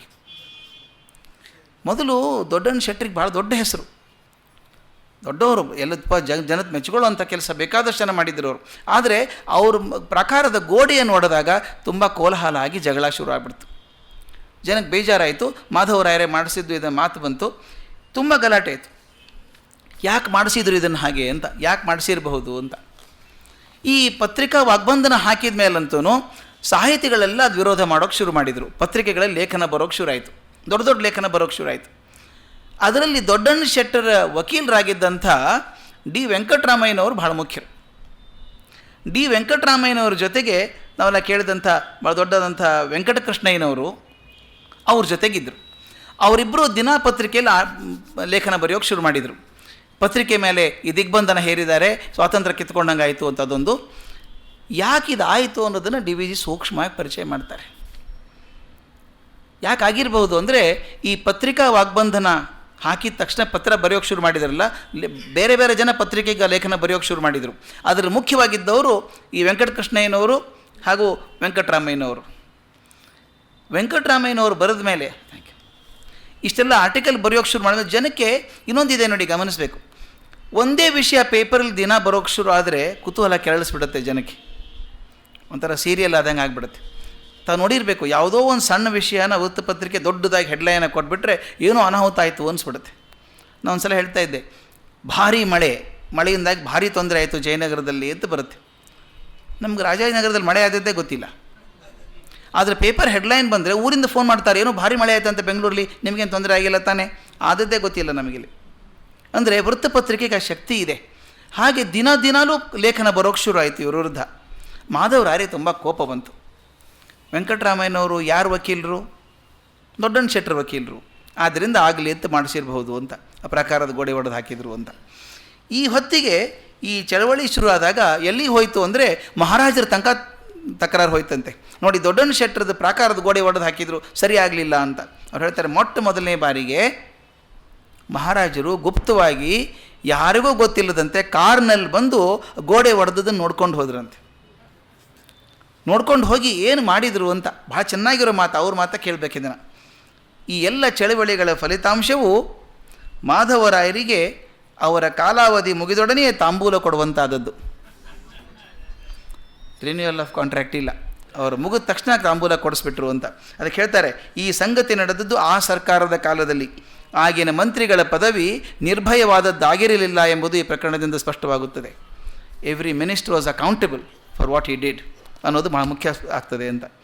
ಹೀಗೆ ಅವ್ರು ಹೇಳ್ತಾರೆ, ಯಾವ ಮಟ್ಟಕ್ಕೆ ಹೋದರು ಮಾಧವರಾಯರು ಅಂದರೆ, ರಾಜಕೀಯದಲ್ಲಿ ಮಾಧವರಾಯರು ಪ್ರಥಮ ಶ್ರೇಣಿಗೆ ಹತ್ತಲಾರದೆ ಹೋದರೂ ಮೈಸೂರಿನ ಜನಸಾಮಾನ್ಯರಲ್ಲಿ ಉದಾರಿಗಳೆಂದು ಜನಹಿತಕರ್ತರೆಂದು ಮನ್ನಣೆ ಪಡೆದಿದ್ದರು.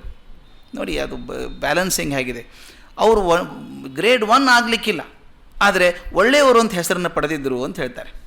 ಆ ಹೊತ್ತಿಗೊಂದು ಘಟನೆ ಆದದ್ದು. ಅವ್ರ ಔದಾರ್ಯ ಹೇಗಿತ್ತು ನೋಡೋಕೆ ದರ್ಪ ಕಾಣಿಸಿದ್ರು ಕೂಡ ತುಂಬ ಔದಾರ್ಯ ನಡ್ಕೋತಾ ಇದ್ದರು ಅಂತ ಬರೀತಾರೆ. ಒಂದು ಸಲ ಬೆಂಗಳೂರಲ್ಲಿ ವಿದ್ವಾನ್ ಬ್ರಹ್ಮಶ್ರೀ ಚಪ್ಪಲಿ ವಿಶ್ವೇಶ್ವರ ಶಾಸ್ತ್ರಿಗಳವರು ಒಂದು ಸಲ ಅವ್ರ ಮನೆಗೆ ಹೋದ್ರಂತೆ.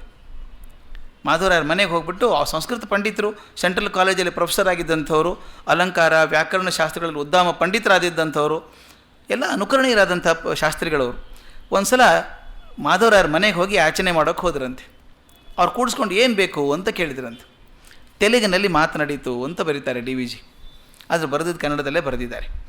ಶಾಸ್ತ್ರಿಗಳು ಏನು ಕೇಳಿಕೊಂಡ್ರು ಅಂದರೆ, ಸ್ವಾಮಿ, ನನಗೆ 2 ಮಕ್ಕಳಿದ್ದಾರೆ, ಭಾರ್ಯಾ ವಿಯೋಗವಾಗಿ ಬಹುವರ್ಷವಾಯಿತು, ಮಕ್ಕಳಾದರೂ ಇನ್ನೂ ಸಂಪಾದನೆ ಮಾಡುವ ಸ್ಥಿತಿಗೆ ಬಂದಿಲ್ಲ, ಇದರ ಜೊತೆಗೆ ಸಾಲದ ಹೊರೆಯನ್ನು ಹೊತ್ತುಕೊಂಡಿದ್ದೇನೆ, ಸ್ವಂತ ಮನೆ ಮಾಡಿಕೊಳ್ಳಬೇಕೆಂದು ಯೋಚನೆ ಬಂದು ನನ್ನ ಪ್ರಾರಬ್ಧ ಕರ್ಮದ ಋಣಬಾಧೆಗೆ ಸಿಕ್ಕು ಹಾಕಿಕೊಂಡಿದ್ದೇನೆ.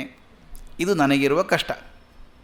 2 ಮಕ್ಕಳಲ್ಲಿ ದೊಡ್ಡವನು ಪೂನಾದಲ್ಲಿ ಇಂಜಿನಿಯರಿಂಗ್ ವಿದ್ಯಾಭ್ಯಾಸಕ್ಕೆಂದು ಹೋಗಿ LC ಪರೀಕ್ಷೆ ಪಾಸ್ ಮಾಡಿ ಬಂದಿದ್ದಾನೆ, ಅದು ನನ್ನ ಋಣಕ್ಕೆ ಕೊಂಚ ಕಾರಣ. ಇಷ್ಟು ಹೇಳ್ಕೊಂಡ್ರು. ಆಗ ಮಾಧವರಾಯರು ಕೇಳಿದ್ರಂತೆ, ಏನು ಮಾಡಿದರೆ ನಿಮಗೆ ಅನುಕೂಲವಾದೀತು, ಏನು ಮಾಡಿದರೆ ಅನುಕೂಲ ಆದೀತು ಅಂತ ಕೇಳಿದ್ರಂತೆ. ಶಾಸ್ತ್ರಿಗಳು ಹೇಳಿದ್ದೆ ಹೇಗೆ, ಕೆಲಸವಿಲ್ಲದ ದೊಡ್ಡ ಹುಡುಗನಿಗೆ ಒಂದು ಸಂಬಳ ಕೆಲಸ ಮಾಡಿಕೊಟ್ಟರೂ ಸರಿ, ಅಥವಾ 2ನೇದವನು ಇನ್ನೂ ಏನೋ ಓದಬೇಕಂತೆ, ಅವನಿಗೆ ಕಾಲಕ್ಷೇಪ ಅಂದರೆ ಸ್ಕಾಲರ್ಶಿಪ್ ಕೊಡಿಸಿದ್ರು ಸರಿ ಅಂತ ಕೇಳ್ಕೊಂಡ್ರಂತೆ. ಮಾಧವರಾಯರು ಹೇಳಿದ ಮಾತೆಷ್ಟು ಚೆನ್ನಾಗಿದೆ ನೋಡಿ. ಮಾಧವರಾಯರು ಹೇಳಿದ್ರಂತೆ, ಅಯ್ಯೋ ಶಾಸ್ತ್ರಿಗಳೇ, ನಿಮಗೆ ಯಾಚನೆ ಮಾಡೋದಕ್ಕೂ ಬರೋದಿಲ್ಲಲ್ಲ, ಹೀಗೇನೆ ಕೇಳೋದು, ಅದೂ ಆಗಲಿ ಇದೂ ಆಗಲಿ ಎರಡೂ ಮಾಡಿಸೋಣ ಹೋಗಿ ಅಂದ್ರಂತೆ. ಅಂದರೆ ಇದು ಗುಣಗ್ರಹಿತನ ಅಂತ ಹೇಳ್ತೇನೆ. ಮಾಧವರಾಯರು ಬರೀ ತಪ್ಪನ್ನು ಮಾತ್ರ ಹುಡುಕ್ಲಿಕ್ಕೆ ಹೋಗಲಿಲ್ಲ, ಒಂದು ಒಳ್ಳೇದು ಮಾಡಿದ್ದನ್ನು ಹುಡುಕಿದ್ರು. ಈ ಸಂದರ್ಭದಲ್ಲಿ ಒಂದು ಅದ್ಭುತ ಘಟನೆ ಆಗುತ್ತೆ. ಡಿ ವಿ ಜಿ ಬರೀತಾರೆ, ನನ್ನ ಜೀವನವನ್ನು ಪರಿವರ್ತಿಸುವಂಥ ಕೆಲಸ ಆ ಟೈಮಿಗೆ ಆಯಿತು ಅಂತ. ಮಾಧವರಾಯರ ಕಾಲದಲ್ಲಿ ಆದಂಥದ್ದು ನನ್ನ ಜೀವನ ಪರಿಷ್ಕರಣೆ ಆಗೋಕ್ಕೆ ಅವಕಾಶ ಆಯಿತು ಅಂತ. ಏನಾಯ್ತಪ್ಪ ಅಂದರೆ, ಸುಮಾರು 1909 ಇಸ್ವಿಯಲ್ಲಿ 2 ಪ್ರಕಟಣೆಗಳು ಮಾಧವರಾಯರಿಗೆ ಪ್ರತಿಕೂಲವಾಗಿ ಹೊರಬಂದುವಂತೆ. 2 ಪೇಪರ್ ಪ್ರಕಟಣೆಗಳು ಬಂದುಬಿಡ್ತು ಹೊರಗಡೆ. ಏನಪ್ಪ ಅಂದರೆ, ಅವು ಒಂದು ಬಹಿರಂಗ ಪತ್ರ, an open letter to Madhavrao ಅಂತ ಒಂದು ಪತ್ರ. ಇನ್ನೊಂದು ಅದು ಇಂಗ್ಲೀಷ್ನಲ್ಲಿ. ಅದ್ರ ಕೆಳಗೆ ಬರೆದವ್ರು ಯಾರು? ಆ ಲೇಖನ ಬರೆದವರು ಯಾರು ಅಂತ ಇಲ್ಲ, ಅದೊಂದು ಅನಾಮಧೇಯ ಪತ್ರ. ಅದು ಕೆಳಗೆ ಬರೆದವರು ಯಾರು ಅಂದರೆ ಹೊಸೂರು ಮರಿ ಅಂತ ಬರೆದಿತ್ತಂತೆ. ಲೇಖನ ಬರೆದದ್ದು a open letter to Madhavrao ಅಂತ. ಬರೆದವರು ಯಾರು, ಲೇಖಕರು ಯಾರು? ಹೊಸೂರು ಮರಿ. ಅದರ ದೊಡ್ಡ ವಿಷಯವೇನೂ ಇರಲಿಲ್ಲ, ಯಾವುದೋ ಜುಜುಬಿ ಪ್ರಸ್ತಾಪಗಳಿದ್ದವು. ಆದರೆ ಅದನ್ನು ಪ್ರೌಢಶೈಲಿಯಲ್ಲಿ ಬರೆಯಬೇಕೆಂಬ ಉದ್ದೇಶ ಲೇಖಕನಿಗೆ ಇದ್ದಂತೆ ತೋರುತ್ತದೆ. ಕೆಲವು ಸಲ ಬರಿತೀವಿ, ಸಣ್ಣ ವಿಷಯನ ದೊಡ್ಡದಾಗಿ ಬರೆಯೋಕ್ಕೆ ಹೋಗ್ತಾನೆ, ಹಾಗೆ ಅನಿಸ್ತಿತ್ತು ಅಂತ ಡಿ ವಿ ಜಿ ಬರೀತಾರೆ. ಇನ್ನೊಂದು ಕನ್ನಡದಲ್ಲಿ ಸಣ್ಣ ಕಥೆ. ಮೊದಲೇ ಪ್ರಕಟಣೆ ಇದು, ಓಪನ್ ಲೆಟರ್ ಟು ಮಾಧವರಾವ್. ಎರಡನೇದ್ದು ಸಣ್ಣ ಕಥೆ. ಇದರ ಹೆಸರು ಪಿಶಾಚ ರೋದನ. ಇದು ಬಹಳ ಇಂಪಾರ್ಟೆಂಟ್ ಘಟನೆ, ನನಗನ್ಸ ಮಟ್ಟಿಗೆ ಬಹಳ ಒಳ್ಳೆಯ ಘಟನೆ ಇದು. ಪಿಶಾಚ ರೋದನ. ಇದರ ಉದ್ದೇಶ ಯಾರೋ ಹುದ್ದೆದಾರರ ವಿನೋದ ವಿಲಾಸಗಳನ್ನು ವರ್ಣಿಸುವ ನೆವದಲ್ಲಿ ಕೆಲ ಮಂದಿ ಅಂತರಂಗ ದೋಷಗಳನ್ನು ಎತ್ತಿ ಹಾಕುವುದಾಗಿತ್ತು. ಅಧಿಕಾರದಲ್ಲಿದ್ದರಲ್ಲ, ಬಹುಶಃ ಮಾಧವರಾಯರದು ಬರ್ಬೋದಾಗಿತ್ತೇನೋ ಅದರೊಳಗೆ. ಯಾರ್ಯಾರು ಅಧಿಕಾರದಲ್ಲಿದ್ದರೋ ಅವರ ದೋಷಗಳನ್ನು ಎತ್ತಿ ತೋರಿಸುವಂಥದ್ದು, ಅವರ ವಿಲಾಸಗಳನ್ನು ತೋರಿಸುವಂಥ ಒಂದು ಕಥೆ, ಅದನ್ನು ಮಾಡಿ ಬರೆದಿದ್ದು. ಈ ಎರಡೂ ಪ್ರಕಟಣೆಗಳು ತಮಾಷೆ ಆದದ್ದು. ಮದ್ರಾಸಿನಲ್ಲಿ ಕಾಂಗ್ರೆಸ್ ಅಧಿವೇಶನದ ಸಮಯದಲ್ಲಿ 10,000 ಪ್ರತಿ ಹಂಚಲಾಗಿತ್ತು. ಯಾವುದೋ ಒಂದು ನ್ಯೂಸ್ ಪೇಪರ್ಲಿ ಒಂದು ದಿವಸ ಬಂದು ಹೋದರೆ ಚಿಂತೆ ಇಲ್ಲ. ಕಾಂಗ್ರೆಸ್ ಅಧಿವೇಶನದ 10,000 ಕಾಪಿ ಪ್ರತಿಯೊಂದರದು ಕೊಡ್ತಾ ಹಚ್ಚಿಬಿಟ್ಟಿದ್ದೈತೆ. ಇದನ್ನು ಪ್ರಕಟಿಸಿದ ಸಂಸ್ಥೆ ಮದ್ರಾಸಿನ United India and Indian States ಎಂಬ ಇಂಗ್ಲೀಷ್ ವಾರಪತ್ರಿಕೆ. ಈಗ ಬರುತ್ತದೆ ನನಗೆ ಸಂಕೋಚವನ್ನು ಉಂಟು ಮಾಡುವ ಸಂಗತಿ ಏನಪ್ಪ ಅಂದರೆ, ಈ ಪ್ರಕಟಣೆಗಳ ಲೇಖಕರು ಯಾರು? ಡಿ ವಿ ಜಿ ಪ್ರಶ್ನೆ ಕೇಳ್ತಾರೆ. ಪ್ರಕಟಣೆ ಆದದ್ದು ನಿಜ, ಲೇಖಕರು ಯಾರು? ಆಗ ಡಿ ವಿ ಜಿಗೆ ವಯಸ್ಸು ಎಷ್ಟು ಅಂದರೆ, ನಾನು ಸುಮಾರು 20 ವರ್ಷ ವಯಸ್ಸಿನವನು. ಡಿ ವಿ ಜಿಗೆ 20 ವರ್ಷ ವಯಸ್ಸು. ಒಂದು ದಿನ ಮಧ್ಯಾಹ್ನ ಇದನ್ನು ಗಮನಕ್ಕೆ ಕೇಳಿ, ಭಾಳ ಚೆನ್ನಾಗಿರುವಂಥದ್ದು, ಅವರೇ ಬರೆದಂಥದ್ದು. ಎಷ್ಟು ಚೆನ್ನಾಗಿ ಬರೀತಾರೆ ಅಂದರೆ ಕಣ್ಣಿಗೆ ಕಟ್ಟಿಬಿಡುತ್ತೆ ಅದು. ಒಂದು ದಿನ ಮಧ್ಯಾಹ್ನ ಮೈಸೂರು ಸ್ಟ್ಯಾಂಡರ್ಡ್ ಪತ್ರಿಕೆಯ ಸಂಪಾದಕರಾಗಿದ್ದ ಎಂ ಶ್ರೀನಿವಾಸಯ್ಯಂಗಾರರ ಅಣ್ಣಂದಿರು ಎಂ ಗೋಪಾಲ ಅಯ್ಯಂಗಾರರು ನನ್ನನ್ನು ಚಾಮರಾಜಪೇಟೆಯ ಮೊದಲನೇ ರಸ್ತೆಯಿಂದ ಹೊಸ ತರಗುಪೇಟೆಗೆ ಹೋಗುವ ಕಡೆಗೆ ಕಂಡರು. ನೋಡಿಬಿಟ್ಟು ಕೊಂಚ ದೂರ ಮುಂದೆ ಹೋಗಿ ಇಲ್ಲಿ ಬಾ ಎಂದು ಕರೆದರು. ಗೋಪಾಲ ಅಯ್ಯಂಗಾರರು ಅವ್ರು ಹೇಗಿದ್ದರು ಅಂತ. ಗೋಪಾಲ ಅಯ್ಯಂಗಾರರು ಆಕಾರದಲ್ಲಿ ಎತ್ತರ, ದಪ್ಪನಾದ ಕನ್ನಡಕವನ್ನು ಧರಿಸಿದ್ದರು. ಅವರ ಮೇಲು ಸಾಲಿನ ಹಲ್ಲು ಕೊಂಚ ಉಬ್ಬು, ಕೈಯಲ್ಲಿ ಬಲವಾದ ಎತ್ತರವಾದ ದೊಣ್ಣೆ ಇತ್ತು. ಕಲ್ಪನೆ ಮಾಡ್ಕೋಬೇಕು ಎಷ್ಟು ಚೆನ್ನಾಗಿರುತ್ತೆ, ದೊಣ್ಣೆ ಇತ್ತು. ಅವರು ಪತ್ರಿಕಾ ವೃತ್ತಿಯಲ್ಲಿ ಹೆಸರು ಗಳಿಸಿದ್ದವರು, ಪಳಗಿದ ಲೇಖನಿಯವರದು, ನಡೆನುಡಿಗಳಲ್ಲಿ ನೇಮಿಷ್ಠರು. ಅವರ ತಮ್ಮಂದಿರು ಶ್ರೀನಿವಾಸಯ್ಯಂಗಾರರು ಅವರಂತೆಯೇ ನೇಮಿಷ್ಠರಾಗಿದ್ದರೂ ಅವರು ಯಾವಾಗಲೂ ಸೌಮ್ಯದಿಂದ ಪ್ರಸನ್ನಚಿತ್ತರಾಗಿರುತ್ತಿದ್ದರು. ಗೋಪಾಲಯ್ಯಂಗಾರರು ಕಟುವಾದಿಗಳು, ಖಂಡಿತವಾದಿಗಳೆಂದು ನನಗಿದ್ದ ಪ್ರತೀತಿ. ನಾನು ಅವರಲ್ಲಿ ಭಯಭಕ್ತಿ ಉಳ್ಳವನಾಗಿದ್ದೆ. ಇದು ಬ್ಯಾಕ್ಗ್ರೌಂಡ್ ಇನ್ಫಾರ್ಮೇಷನ್. ಮುಂದೇನಾಯಿತು, ಅವರು ನನ್ನನ್ನು ಕರೆದೊಡನೆ ಕೊಂಚ ದಿಗಿಲು ಬಿದ್ದು ಅವರ ಹಿಂದೆ ನಡೆದೆ.